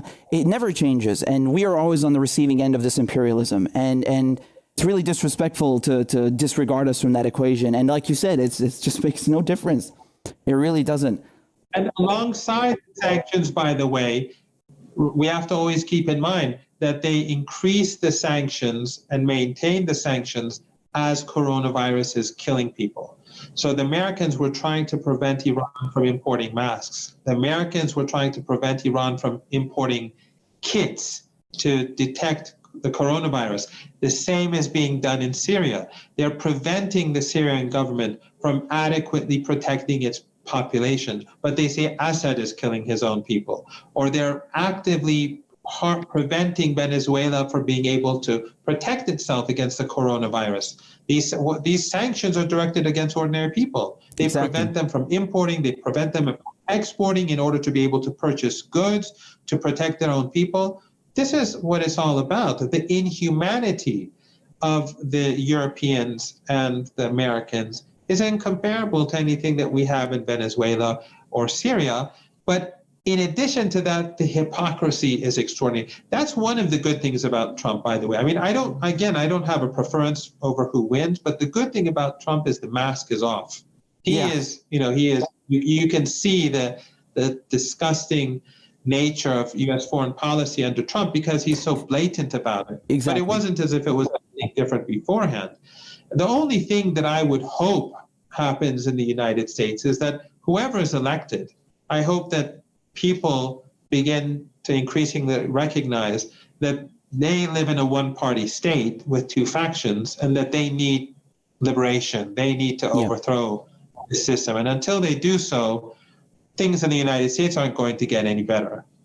Exactly. And by the way, you just reminded me once, I think Bashar al-Assad, he said something along the same lines that, quote, good thing about Trump is that he is a transparent enemy. And what more could you ask than for a transparent enemy who's clear with their intentions? And then it was so funny because the U.S. media started spinning it as, oh, Assad is friends with Donald Trump. And I was like, no. That was really a funny episode. I think it's last year. Western media, when they say that, they know they're lying. Yeah. They're using it for strategic purposes. They want to antagonize him further. They're always twisting what people in this region say or what leaders in this region say. They know when Ayatollah Khamenei says something, they twist his words. When President Rouhani says something, they twist his words. When President Assad says something, because it's all in order to, reach, it's within the context of the objectives of the foreign policy of their governments. Exactly. And so the media, there's no difference between the media and the regime in Washington. It's just that the regime itself is now divided, and the divisions in the United States are extraordinarily big now. But still, when it comes to foreign policy, if the Democrats start saying the Russians are evil, the Republicans will say they're really evil. If the Republicans say that China is evil, the Democrats will say no, they're more evil than what you say. So when it comes to foreign policy, they're all on the same page, but they're fighting it out at home over their own interests and their own influence and their own accumulation of wealth. The reason why President Assad would say something like that is that Clinton, when he was the president, he was sort of like Obama. He spoke as if he was very sympathetic. But the same Clinton bombed a pharmaceutical company, a factory in Sudan, destroying the country's ability to produce medicine because he wanted to distract attention away from his problems over the Lewinsky affair. Right. And no one apologized. God knows how many people. I mean, many people died in the strikes, and they said it was Al-Qaeda, which was nonsense. Many people died, but God knows how many people died as a result of a lack of medicine. But this man was able to speak, in such a, with such empathy. People thought, oh, what a decent person. The same is true with Obama. So they're no different from each other. But the problem with the people like Clinton, not the wife, the husband, and Obama is that they sound like decent people. I mean, Clinton, the wife, no, she doesn't. She's more like Trump. She doesn't sound decent whatsoever. But I mean, the husband and wife, they're not different. I mean, look at the scandal over and the Epstein affair. There should be universal outrage. So many people in the elites were affiliated to this person. Nothing. So you have Epstein, you have Assange, you have all of these things to be ashamed of, but no one talks about it. So there's no difference between Hillary Clinton, her husband and Trump when you look at the broader picture. Yeah. I can understand why some people in the United States will say, well, Clinton is better for minorities in the United States. But regardless if there's some minor difference between the two or between Biden and Trump, and let's forget Biden's own sex scandal or his own son and all that. But assuming there's a small difference between the two, for the rest of the world, there's no difference. In fact, maybe some could say that Biden would be worse because of the hypocrisy of the likes of Biden and Obama and Clinton, which sort of makes the more naive susceptible to believing what they say. Again, I have a preference in the U.S. election, but I don't see a moral difference between the two sides. Although, again, some people will not be happy with me saying this. No, I agree with you completely because it's the truth. And actually, even speaking of minorities, if you look at Biden's record with the 94 crime bill and Hillary Clinton openly calling African-American youths super predators, I mean, these people are not just complicit, but architects of mass incarceration. They are the enemies of not just the working class, but especially minorities domestically and abroad. So once you expose their records, I mean, there's no denying that whatsoever. But the mainstream media are very good at creating these false contrasts between the two, making people think that they have two parties when it's the same system. Professor, just one last thing before I let you go. I'd just like to ask your opinion on this recent normalization of relations between the Emirates and Israel. Does this have any impact on Iran? And if so, how does it impact Iran's role in the region and their relations with Arab countries? Well, first of all, it's very interesting to see, and again, I like Turkey. I have many friends in Turkey. I've been to many conferences in Turkey. I've been on Turkish television repeatedly. But it's very interesting to see how outraged the Turkish government is with the Emirates when they have formal relations with Israel, when they have tourists from Israel, when they have direct flights from Israel, when they have extensive trade with Israel. So I don't quite understand. I think Poppy's heroin, pretty sure. Poppy turns into heroin seeds. I was also confused. Yeah, in my opinion, though, it's a good thing. And I think that in Iran, many consider it to be a good thing because the Emirates and the Israelis have had very close relations for a very long time. And they've been trying to hide it. So the Israelis and the Emiratis go back and forth. They have extensive cooperation with each other, but it's always been under the table. The same is true with the Saudis and Bahrain and other countries. My opinion is that Trump forced this upon the Emirates. I don't think that the Emirates really wanted this to be announced. But Trump, because he has no successes in foreign policy, that he needs something. So he probably put a lot of pressure on the Emirates and told them, we need you to make this joint statement. And they did under duress. They probably got something in return, perhaps U.S. sort of tilting towards the Emirates in Libya or that sort of thing. But for Iran, it doesn't make a difference because that relationship was there. It's actually good for Iran because it humiliates the Emirates. And the Emirates, in the eyes of the Palestinians, in the eyes of the global South, progressives, Arabs, everyone is their position, their status is dented as a result of this. Mike Pompeo, I mean, he's been doing a tour in Europe as well because of trying to promote sanctions on Iran. But also, he visited Sudan, and he flew there directly from Jerusalem. And there were rumors and talks that he's trying to get them as well to normalize ties with Israel and also with Bahrain. So I do think that there is some kind of motive on the part of the U.S. to hurry this up before the elections and make it seem like they're getting some wins. And I just find the framing hilarious, but also extremely disgusting and offensive at the same time. Just like this Jared Kushner peace plan where they're just giving away even more Palestinian land and then calling this a Middle East peace deal. And then hours later, Israel is bombing Gaza again. I mean, right after the statement by the Emiratis, the Israelis began bombing Gaza ever since.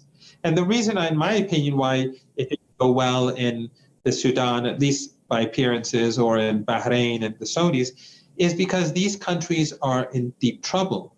And the Emirates, comparatively speaking, is in a stronger position. It's a police state and it has more money.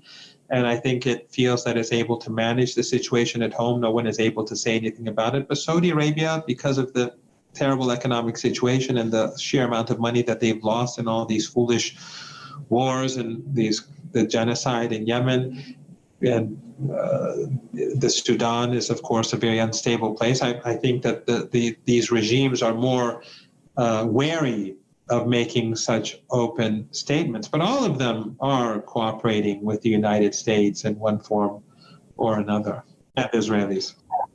Professor, I'm so grateful for having you on. Thank you so much for coming on the show. It's such a pleasure talking to you, and I think it was a really great, extensive discussion. Is there anywhere where people can follow your work and what you do? And so I just have a Twitter account, and other than that, some of my interviews, if they're online, I mean, I do on my Twitter account put links to some of the interviews that I find online, but I'm not all that active. I'm usually at home nowadays because ever since Corona, this is where I teach. This is where I teach my PhD and BA courses. I don't teach MA classes. I haven't for a few years. So I spend a lot of time at home. So it's either a Twitter account, or if someone is interested, they can just Google my name. I'm sure they'll find some pretty nasty things about me online, but you can find probably some quite a few interviews or things like that. Everything I've seen from you has been brilliant. I think the first clip that I ever covered was when you were schooling Mehdi Hassan on Iran and Syria. That was glorious. That's one of my favorite videos of all time. It really is. That was absolutely brilliant. Well, I've seen a number of your videos, and well done. You're very well spoken, and I wish you the best, and I admire your courage and your knowledge, and I hope that many more young people will begin to wake up to the reality, and I think that this is happening. I think that in the United States, we are seeing lots of people. I mean, sometimes I find it. Of course, I'm joking, but it could be irritating because everyone is saying once upon a time what I was saying was radical, and there are very few of us now. I find it difficult to say anything because everyone's doing a better job at it than me. So you say, "Oh, that was great." What she said was fantastic. What he said was great. So there's nothing left for me to say anymore. So. Oh no! I can assure you that this first time and not the last time that I will invite you on the show. The insight you provide, not just here, but all of the clips that I've seen, all the appearances you've done, it's gold. It's a treasure trove, and people need to hear it, especially at every opportunity possible to educate about what's happening in the Middle East. And there's not enough of that perspective. So I mean, I really can't thank you enough for all that you do, Professor. And it's been a real honor and a privilege to have you on the show. I can't overstate that enough. Honor and a privilege for me as well. Thank you very much, and I'll talk to you again soon. Be safe and take care. Ma salame. Okay, and with that, it's past Baby Yoda's bedtime. He's been a trooper so far, so we're gonna wrap it up. I also feel kind of like shit, so Anyway, Prop Again, if you want to go live later, I'll probably be around and check your shit out. Everywhere I look, Say goodnight, Baby Yoda. my plans are ruined. Say something, damn it. Why won't you talk to me? No, it's okay. Come, Cobra Commander. You talk when you're ready, Baby Yoda. What is ours? I think he's autistic. Stay back! I command you! Yeah, man. If you want to stream, I'll be there, dude. I'm not feeling so hot, so I'm going to wrap it up. So, let me see. Don't forget to like and thumbs up and all that good stuff. With that, hold on. Yeah, I'll be there. I'll be square. Alright, peace, homie.